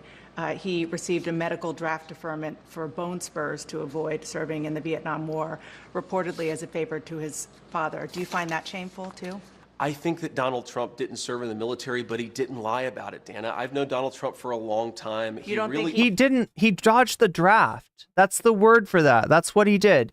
As a rich person, he called in favors and he got himself out of that, while other kids his age went to Vietnam and died. That is what Trump did. That is what that fucking coward, that spoiled little brat with a silver spoon in his mouth fucking did. Honors our So you veterans. think he had honors me bone for my spurs? service. Donald Trump didn't lie about serving in the military. He didn't say that he went to... He lied about his bone spurs. How about that? He made up a false reason for him not to be drafted. That's what he did. That's what draft dodging is, right? Vietnam when he didn't. He used his fucking privilege as a son of privilege, as the literal embodiment of the Creedence Clearwater Revival song Fortunate Son, to get himself out of that fucking bloodbath that was the Vietnam War that never should have fucking happened. A war supposedly fought against communism, fought against people who did not want a puppet government installed on them. The continuation of the French colonial conflict in Indochina. And no, Donald Trump had somebody poorer than him go die in his place. And he lied. And he said he had bone spurs. And he called in favors. So that's the guy that you're defending when you're attacking Waltz. Wonderful. I don't criticize anybody, whether they served our country. No, your running mate is the problem, right? Donald Trump exemplifies the problem in this country. He exemplifies the entitlement of the capitalist class. He is that guy. He is that scumbag. He is that swamp. He is the corrupter of politicians before he became a corrupt politician himself. I think it's honorable to serve, but obviously a lot of people have reasons for not serving. I criticize somebody for embellishing their record. Like lies about bone spurs, like the fact that they're too rich to have to serve, that like the fact that somebody poorer than them should go and die in the miserable conditions in Vietnam for a cause that was doomed from the very beginning on some weird theory of a domino effect. For lying, saying I went to war. Dana, do you think that it's a problem that he said I went to war, but he didn't actually? That seems to be a problem to me. Well, they've corrected that. I think you're putting words in his mouth too. Corrected it by admitting that Let's move on to another important issue to voters, and Please. that is the issue of abortion. Why does CNN have so many digital glitches in it? You see what I'm saying, Chad? There's like a lot of it's this bad. I don't know what causes that, Chad. None of my YouTube videos have this problem. Why does CNN have a problem like this? Forward for a new book by Heritage Foundation President Kevin Roberts Sure. of Project 2025. Project 2025, among many other things, calls for rolling back approval of the abortion drug mifepristone. Donald Trump told me during the debate that he would not block the drug. And on Thursday, when he was asked, he didn't rule it out. So which is it? Well, look, Dana, first of all, Project 2025 is not affiliated with the Trump campaign. Kevin Roberts. It's affiliated with you. You are ass deep in Project 2025, right? In fact, if you look at this guy, right, and you look at his paymaster, Peter Thiel, you look at the way that tech bros run their businesses in Silicon Valley, you will see a striking similarity between the way that they want Donald Trump empowered to be dictator on day one and the way that a Silicon Valley business is run, right? These are people like Curtis freaking Yarvin who want a monarchy, who want an executive to rule like a freaking king with no impediments, with no guardrails. Is a friend of mine, but I wouldn't say that he speaks for the president in the same way I wouldn't say that he speaks for me. Now, what Donald Trump has said is that he respects the Supreme Court's opinion on the mifepristone ruling. But let me just stop you right there. Please. The Supreme Court, you're a lawyer, so you know this better than I. Sure. The Supreme Court, all they did was say that what came to them didn't have standing. So they let it stand. A real question, a substantive question, hasn't made it to the Supreme Court. Yeah, chat, the authors of Project 2025 have been revealed, and there is a uncanny correspondence between the people responsible for that document and the Trump administration. These are Trump administration officials. These are people that worked on the transition team. These are people that worked on the campaign. These are people connected to Donald Trump. So my question for you is whether or not a Don't let Donald Trump his way out of this, right? He is connected to this shit. Would allow mifepristone to continue to be sent around the country. Well, President Trump won the nomination of the Republican Party. He said it to you, and he said it repeatedly, that his goal is not to block mifepristone, it's to let states make the decision on abortion policy. Donald Trump is responsible for the reversal of precedent that nullifies Roe versus Wade. Donald Trump has nominated the corrupt individuals to the Supreme Court who made that fucking change. Donald Trump has his fingerprints all over the Trump abortion ban afflicting much of the country right now. And Donald Trump has also said that he, at various times, that he wants a national abortion ban. He is trying to back away from that. He's trying to Homer Simpson his way back into the bushes and pretend that he never fucking says that. But he did that. And we have every reason to believe that he's willing to facilitate a further clampdown on reproductive rights. Now, of course, that does mean, Dana, we have to be honest about this, that California might have less restrictive rules than Ohio, which might have less restrictive rules than Alabama. I think what President Trump is really trying to do on the abortion question is really admirable. And I think that what he's trying to do is boil the freaking frog, right? Give you a situation where, hey, if you're in a blue state, maybe your rights don't get curtailed as much, right? If you're in a state that like Ohio, that passes a referendum against the abortion ban, right? Maybe you know that gets rolled back if you're in a state like Kansas. But you got to recognize that you're out of step with the whole country, not just the blue states, right? Ohio's not with you on this. You are going to lose your campaign based on this issue. I wish the press was a little bit more honest about it. He's saying we've had a 50-year culture war over abortion, where unfortunately this issue has just divided the country, and he wants to provide some ground for us to come together, for states. We have consensus in the decision, complicated as it may be, of what to do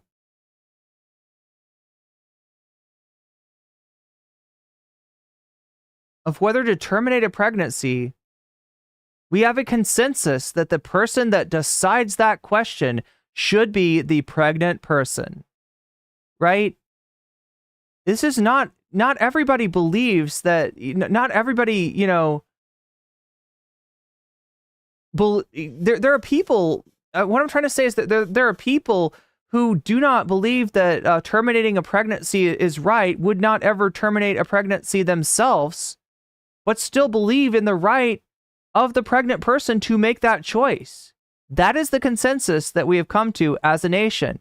This culture war, as you call it, is over, and your side has lost. Unfortunately for you, though,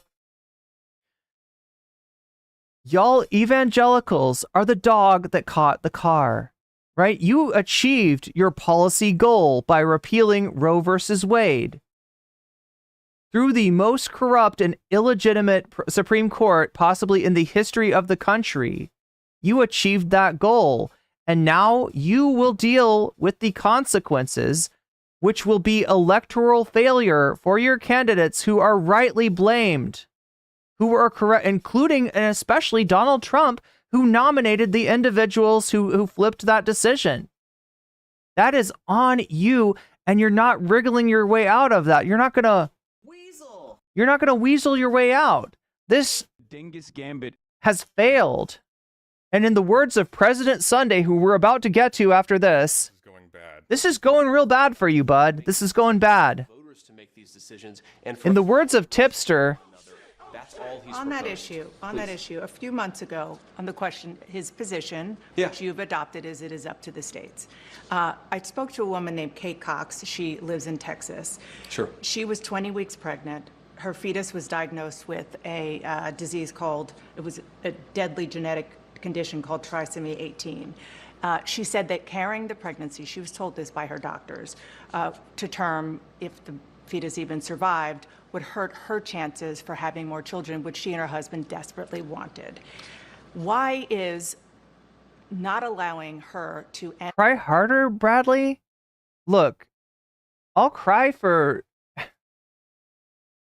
the pregnant people that are stuck in an impossible situation there. This is what she's describing, all right?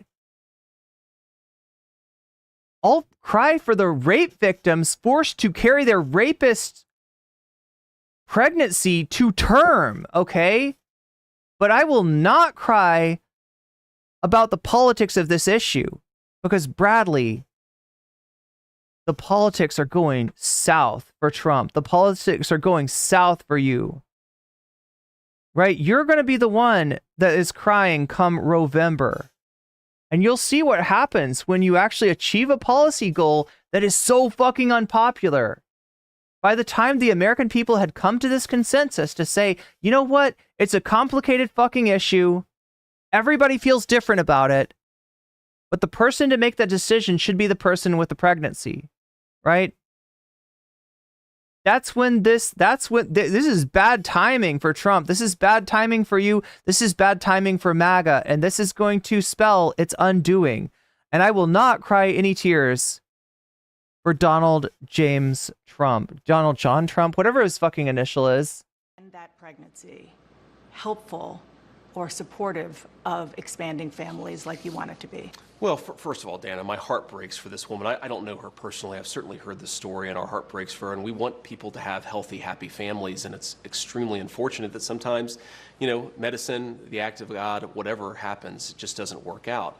And what the president has said, I think, very clearly is that he is not trying to prevent women who have non-viable pregnancies from getting access to the medical care that they need. But allowing the states to decide, a place like Texas, which has very strict laws now, doesn't allow a Kate Cox to end a pregnancy that is fatal and could potentially hurt her ability to have more kids. But what President Trump has said is that we are going to let voters make these decisions. And again, Texas might have a view that President Trump disagrees with. They might have a view that President Trump agrees with, but you've got to let the voters make these decisions. So you're comfortable with that law in Texas? I'm not comfortable with anything, Dana, because I'm not passing judgment on what these laws should be. You ask me my own— You're being a fucking coward. Say it with your chest, JD Vance. You're a forced birther. You're a forced pregnancy person. You want to force pregnant people to carry the pregnancy to term. Personal view, I campaigned against an Ohio referendum, but I think that we have to let voters decide. And when they speak their mind, you have to be respectful. Agree or disagree with what— You are a handmaiden for a world that looks awful lot like The Handmaid's Tale. Voters decide, they're going to make these decisions. Welcome back to State of the Union. Here's more of my interview. What an absolute douche. GOP vice presidential nominee JD Vance. You got to ask him about the couch. King is doing a project. That's what America wants to know about. We want to know about that couch. To voters all over swing states. He talked to Republican voters in the critical swing state, must win, I would say, swing state of Pennsylvania. Of course. One of them, Carol Carty, said she was almost a childless dog lady because she didn't happen to meet the right person until she was 40 years old. Another— Oh God. Was we're gonna talk about the cat ladies now. Offended that you don't think she has a stake. Look, there's one rule of the internet. All right, some of you in Shorts chat may know this. Do you know about the rules of the internet, Shorts chat? One in chat. One in chat if you understand, if you know the rules of the internet, right? The first rule of the motherfucking internet is do not fuck with cats.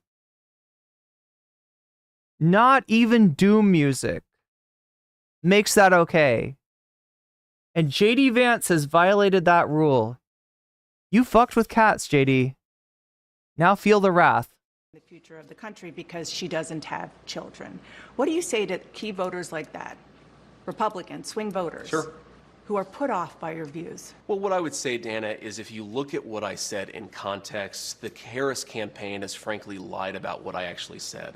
I'm pro-family. I want us to have more families, and obviously sometimes it doesn't work out, sometimes for medical reasons, sometimes because you don't meet the right person. But the point is that our country has become anti-family in its public policy. Let me just give you an example of this. So after our second child was born, my wife and I, we have 3 little kids. After our second child was born, we get the baby home from the hospital. We get this ridiculous out-of-network medical bill that is financially shocking, and we're pretty well off. And that happened because we have ridiculous laws in this country that are anti-family. I've sponsored legislation to try to fix things like that so moms and dads don't get these surprise medical bills. I think it's important for us to be pro-family. That's all that I've ever said. If you want to be pro-family, I want to, because you do criticize, as you just did, the Democratic Party for being anti-family. I do. You called out Kamala Harris and Pete Buttigieg in particular. Kamala Harris has 2 stepchildren. Pete Buttigieg and his husband have adopted twins. Do you recognize them as parents and more broadly as being part of families? Well, of course I do, Dana. I mean, you know my life. Of course I do. Liar. I was actually raised. I was raised, but Dana, I was raised. I mean, one of the. Nobody knows your life story, JD Vance. You fucking flip on a dime.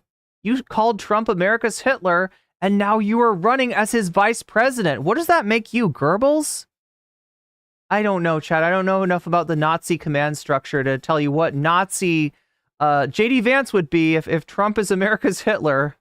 First people that I gave a hug to after my RNC convention speech was my stepmom, who's been an incredibly important person in my life. So she's not childless. My kids call her Mamaw. Of course she's not childless, but again, you called her that. The criticism, I certainly did not call my own stepmother childless. Kamala Harris. I criticized Kamala Harris for being part of this guy is a weasel. He's dodging. Set of ideas that exists in American leadership that is anti-family. I never, Dan, I criticize people for not having kids. I criticize people. I criticize them for having cats. Yeah, there we go. Anti-child. You're anti-cat, motherfucker. Explain that. I think that Kamala Harris you think she's has made some bizarre. You're anti-cat and you fuck couches. She has said things like it's reasonable not to have children over climate change. I think that's the exact opposite message we should be sending to our young families. I want to expand the child tax credit. I want to stop those surprise medical bills. I want to make housing more affordable. We need a fact check on that. I don't even know. So if you have a young family, you can actually afford to put them in a home. And I think that it is unfortunate that so much of our public leadership has become anti-family.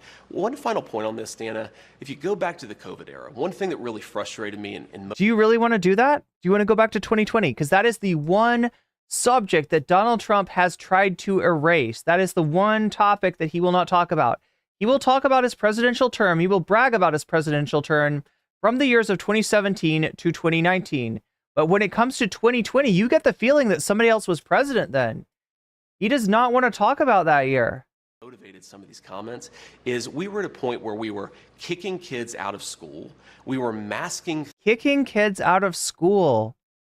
You are forcing kids to become infected with a fucking a novel virus. Let's say it the correct way. Let's be real about this, right? Those kids were not volunteering to go and be infected. 3-year-olds and putting the masks back on them, even as they were trying to rip them off at school. I think that if we had more people who took the right perspective and had a little bit more understanding of how little kids actually operate, we would not have made so many of those mistakes during COVID. That's a whole nother conversation because no, people it's didn't related know. To this because people didn't know as much because it was literally a novel virus. But Danny, you asked me about okay. You've now asked me 3 questions about comments that I made 3 years ago. I wonder what Kamala Harris. He would love to forget that shit. About the fact that she supported policies that opened the American southern border. I wonder what Kamala Harris thinks about the fact that she lied to the American people about Joe Biden's middle facility for the office. You are interviewing. Well, ironically enough, he's criticizing the Biden administration for rolling back COVID era policy, right?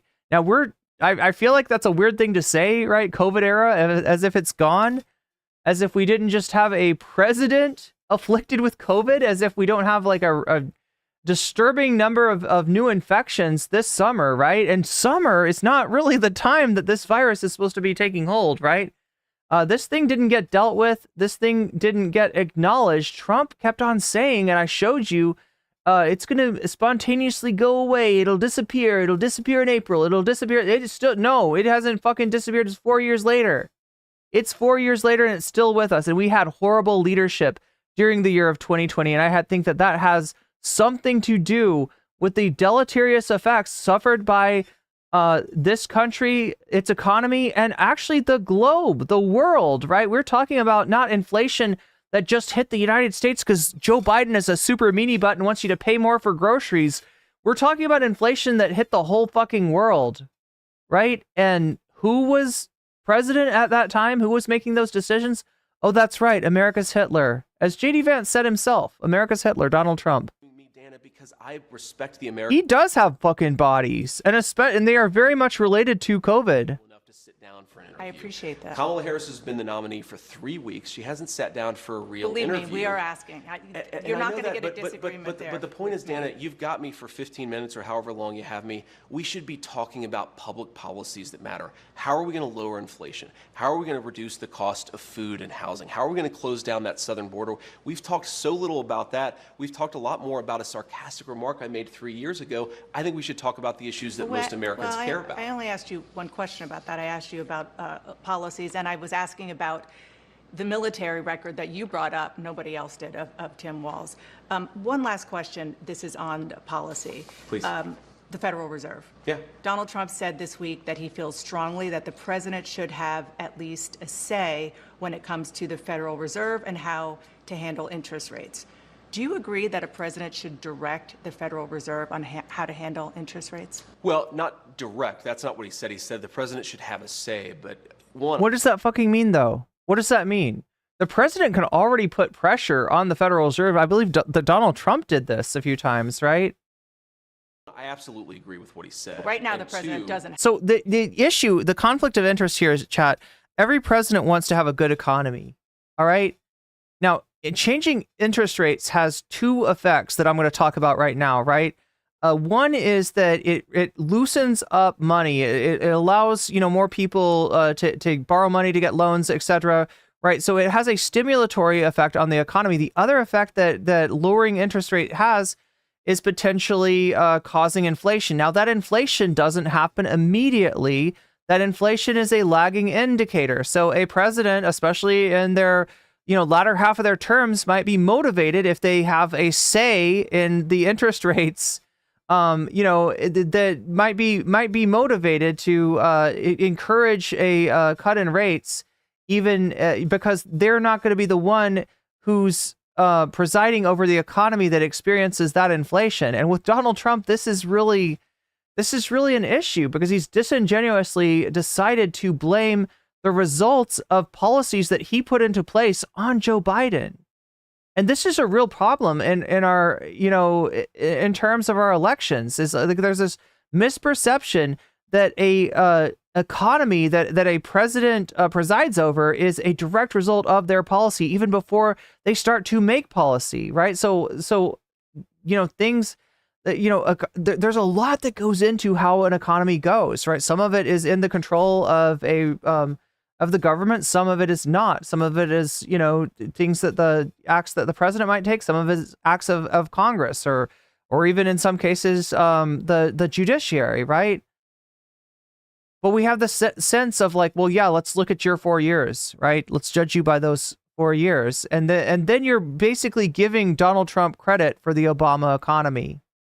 You're blaming Obama for for some of the decisions that George Bush made, even though I think that Obama does have some culpability when it comes to the handling of the financial crisis. Have a say. Well, the president has a say. But yeah, it's a kind of delusion that goes on in electoral politics, and it's really easy to fall for. In the sense that the president appoints the Federal Reserve governors, but he's saying, to be clear, President Trump is saying, I think, something that's really important and actually profound, which is that the political leadership of this country should have more say over the monetary policy of this country. I agree with him. That should fundamentally be a political decision. Agree or disagree, we should have America's elected leaders. Well, again, this is the guy, this is the Project 2025 guy. He doesn't want a president. He wants a monarch. You can literally read this in the favorite blogger and the favorite philosopher of his paymaster, Peter Thiel, right? This is Curtis Yarvin, who talks about monarchy. Now, he doesn't literally mean monarchy. He doesn't literally want to put a crown on Donald Trump's head, although I'm sure he would if he could. But what he means is that he wants the country to be governed more like a Silicon Valley business, right? In Silicon Valley, there's a common practice where the CEO holds sway over the board of directors, and therefore, instead of having some checks and balances there, where they've got to deal with the board of directors, you've got a CEO that's in control of that, right? That is how they see these tech bros. That is how they want the country running. And nominating, getting Donald Trump to nominate JD Vance is the first step in giving Silicon Valley autonomy over the country, right? This is, this is the guy that would replace Donald Trump going into president as the oldest president ever, as the oldest, candidate for president, right? This is the guy that would replace him. Peter Thiel's guy, Peter Thiel's puppet. This is the Silicon Valley gargoyle that they want to put in power. Having input about the most important decisions confronting our country. That would be a huge change, just so people understand that. It would be a huge change, but whether the country goes to war, what our interest rates are, these are important questions that American democracy should have important answers for. And I think all President Trump is saying is that, look, it's kind of weird that you have so many bureaucrats making so many important decisions. If the American people don't like our interest rate policy... So again, when he says bureaucrats, he's mostly talking about civil servants. And he's complaining about a separation of power. He's arguing for a unitary, executive, essentially, like even more, than, making an official act, then he's not legally culpable for that act. They should elect somebody legally culpable for a crime committed. To change that policy. Nothing should be above democratic debate in this country when it comes to the big questions confronting the United States. Okay, one last question. Please. And I can't believe I have to ask you this, but I do, because Donald Is it about the couch? Trump has been attacking Kamala Harris's racial identity. He has not been, but ask your question. Well, he literally has. He literally will not allow her to he's questioning whether she can be, black and Indian, which of course she can. She is, right? But trying to make this out to be that, that she's just picking and choosing or something, like, I don't even know. He questioned her racial identity. He said a number of years ago she happened to turn black. Her father is Jamaican. Do you believe Kamala Harris is black? I believe that Kamala Harris is whatever she says she is. But I believe, importantly, that President Trump is right that she's a chameleon. She pretends to be... There we go. More fucking racism. From the party of racism. Pretends to be something different in front of another audience. Look, Dana... From the party that admitted to a Southern strategy. From a party that admitted that they were gunning for the racist former Democratic voters after civil rights. He's not running a political campaign. Yeah, Shady Vance indeed. Again, thank you, Omega, for the gift sub. Looks like Raven G, you just got weaseled. You just got weaseled. You've just been weaseled, and that's a good thing. She's running a movie. She only speaks to voters behind a teleprompter. Everything is scripted. She doesn't have her policy positions out there. She hasn't answered why she wanted to ban fracking, but now she doesn't. She wanted to fund police, but now she doesn't. She wanted to open the border. I feel like CNN's got some questions to answer about their video quality. Like, what is up with this? Why is it that I can put up decent videos and they can't? But now she doesn't. She should have to answer for why she presents a different set of policies to one audience and a different set of policies to another audience. And I think that's what President Trump is getting at. This is a fundamentally fake person. She's different depending on who she's in front of. With respect, you Please. changed your position on an important thing, which is Donald Trump. Of course I did.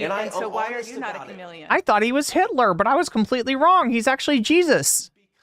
Anna, I've explained to the American I now understand that Donald Trump is the Son of Man. We must worship him and praise him. Facts change, they should. But if you want to be the people's vice president or president, you should have to stand before an interviewer and say, this is why I changed my mind. So to everybody who's seen... He was convicted for our sins. ...criticize Donald Trump, since he asked the question, here are two things. You didn't just criticize him. You said he could be America's Hitler. Well, that's a criticism, and I didn't say... That is a pretty serious criticism. That is the kind of criticism that were I, as a person on the left who make a person like you, JD Vance, might say that I call everyone Hitler.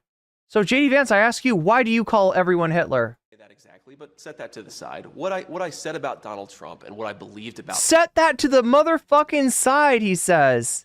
Two things. Set that to the side. Jesus Christ. Yo, no, I only called him Hitler. I mean, that's a small criticism. I meant Hitler in a good way. Really change. First of all, I didn't think Donald Trump would be a good president. He was a great president. Wages were rising. The world was... It turns out Hitler is really fucking good, according to this guy. According to this guy. He would start World War III. He brought more... What am I on about? You asked the Republican Party what they're on about. These people are fucking messianic for Donald Trump. Peace to the world than any president. I am quoting your own fucking side, bud. Of my lifetime. The second thing, Dana, is I believed, and I'm ashamed of it. I believe you explain this QAnon nuttery. Please explain. The media lies about Donald Trump in 2016. I believe that he said things like, for example, the media said Donald Trump accused all Mexicans of being rapists and criminals. You actually look at what he said, he did not say that at all. And I think it's important when you see something, you change your mind, and that's all I've done. And my pitch to the American people would be, I imagine a lot of folks who are thinking about voting for Donald Trump in 2024, maybe they've bought in to the media lies about him. Think for yourself. That's right. The media brainwashed you into thinking he was Hitler, but now you realize he's actually Jesus. Look at what he actually said, and I think you'll find that he's a very engaging guy. All right, chat. Look, I've promised you. We play him and we let him speak for himself, and so the media made him. Let's be real. Right? The media made him. Donald Trump is a good story. Donald Trump is ratings, right? And the media created him. People are getting exactly. I'm not accusing you of lying, Dana. I know. You know I like you, but the media lies from time to time I know you're not, about but Donald Trump. people hear him for him. Yeah, I believe somebody said that. Who was talking about the lying press, the lying media? Oh, it was Hitler. It was literally Hitler. It was, maybe JD Vance was right. Last question. Please. Are you going to debate Tim Walz? Of course. I want to debate Tim Walz. I think it's important, and I think that it goes to a very... Bro, you're going to get cooked. You're going to get fucking cooked. Fundamental difference between the Trump-Vance ticket and our opposition. We believe in talking to the media. We believe in answering questions. We believe in debating. I think it's really important. It's really funny that you're saying that, because before you were saying that Joe Biden and now Kamala Harris aren't getting the crowds that you're getting. Now that she's going to the same stadiums, the same venues as Donald Trump, she's actually packing the stadiums and he's got empty seats, right? Now you're saying she won't do media. She won't do interviews. Which fucking is it? Because she's like, I don't know. She's getting massive crowds right now. I don't know. I feel like she should stick with that. Look, I'm asking the American people to make me their vice president. It's really important to stand before the American people to make that case, and I'm going to keep on doing it in whatever forum I get the opportunity. And Donald Trump is going to flex press conferences where he compares himself to MLK, where he says that January 6th had a bigger crowd than the I Have a Dream speech, which is not true, and in a kind of weird way to flex on MLK, trying to mog MLK for whatever reason. Like, yeah, these people are cooking themselves. This is, electoral self-harm that they're doing. And, well, I mean, we're seeing what the consequences are. Kamala Harris is up in the general election. Kamala Harris is up in the Electoral College. And she is coasting to a convention, to another convention bump. And yeah, that honeymoon that she's on is not going to end until apparently, what is it? Just it's August 25th, I believe, is the end of the Democrat. No, is it 24th, 25th, something like that, right? End of the Democratic convention, and we'll see what happens after that. But yeah, we got precious little time in between the end of August and the beginning of November, which is the election itself. Things are not looking good for Donald Trump. Things are not looking good for JD Vance. things are not looking good for us as far as time, chat, because we've got a date, not with Destiny, but with President Sunday and with Westside Tyler. And so now, Shorts chat, unless you want to come over to join the stream with the rest of us, I bid you adieu now, all right? I will give you the magical link if you want to come over. Twitch, you can stay where you are, but we're going to end the short stream. We are going to go into the, I don't know, better half, the second half, whatever you want to call it, right? Of the stream, and we're going to be talking about some commentary stuff. If you're interested in that, if you want to see what this drama is all about, because this is quite the drama that we got, right? We're going to go through some shit, right? You may or may not recognize these names, but I'm going to talk about these people, President Sunday and Westside Tyler. And I think that if you stick around, you'll find that it's actually pretty interesting. So here we go. I am giving you the here. I gotta. So yeah, looks like let's take a look in at the vote. 1,075 votes. 54% of you are voting for MAGA turns on Joe Rogan. 21% of you are voting for Andrew Tate gets transvestigated. 15% for J.K. Rowling's mold symbiote, and 11% for Squid Tips versus Vosh. So I'll keep that in mind. We'll try to average those out with the other live stream. We are now at what? We're at 10% of the dono goal. That is not exactly auspicious, but again, stranger things that have happened, and I have every faith in you, chat, to hit that dono goal by the end of the stream. We're going to end the short stream, and it's going to magically redirect you to the full scale, the full screen stream. If you want to stick around and see what we're talking about next, you're welcome to. I will actually redirect you right to that. So you can either click on that link right now to get in there, or you can just, I think it'll just automatically raid you into it. So anyway, I'm going to hit the end of the stream right now, and we're going to go to the commentary portion of our channel.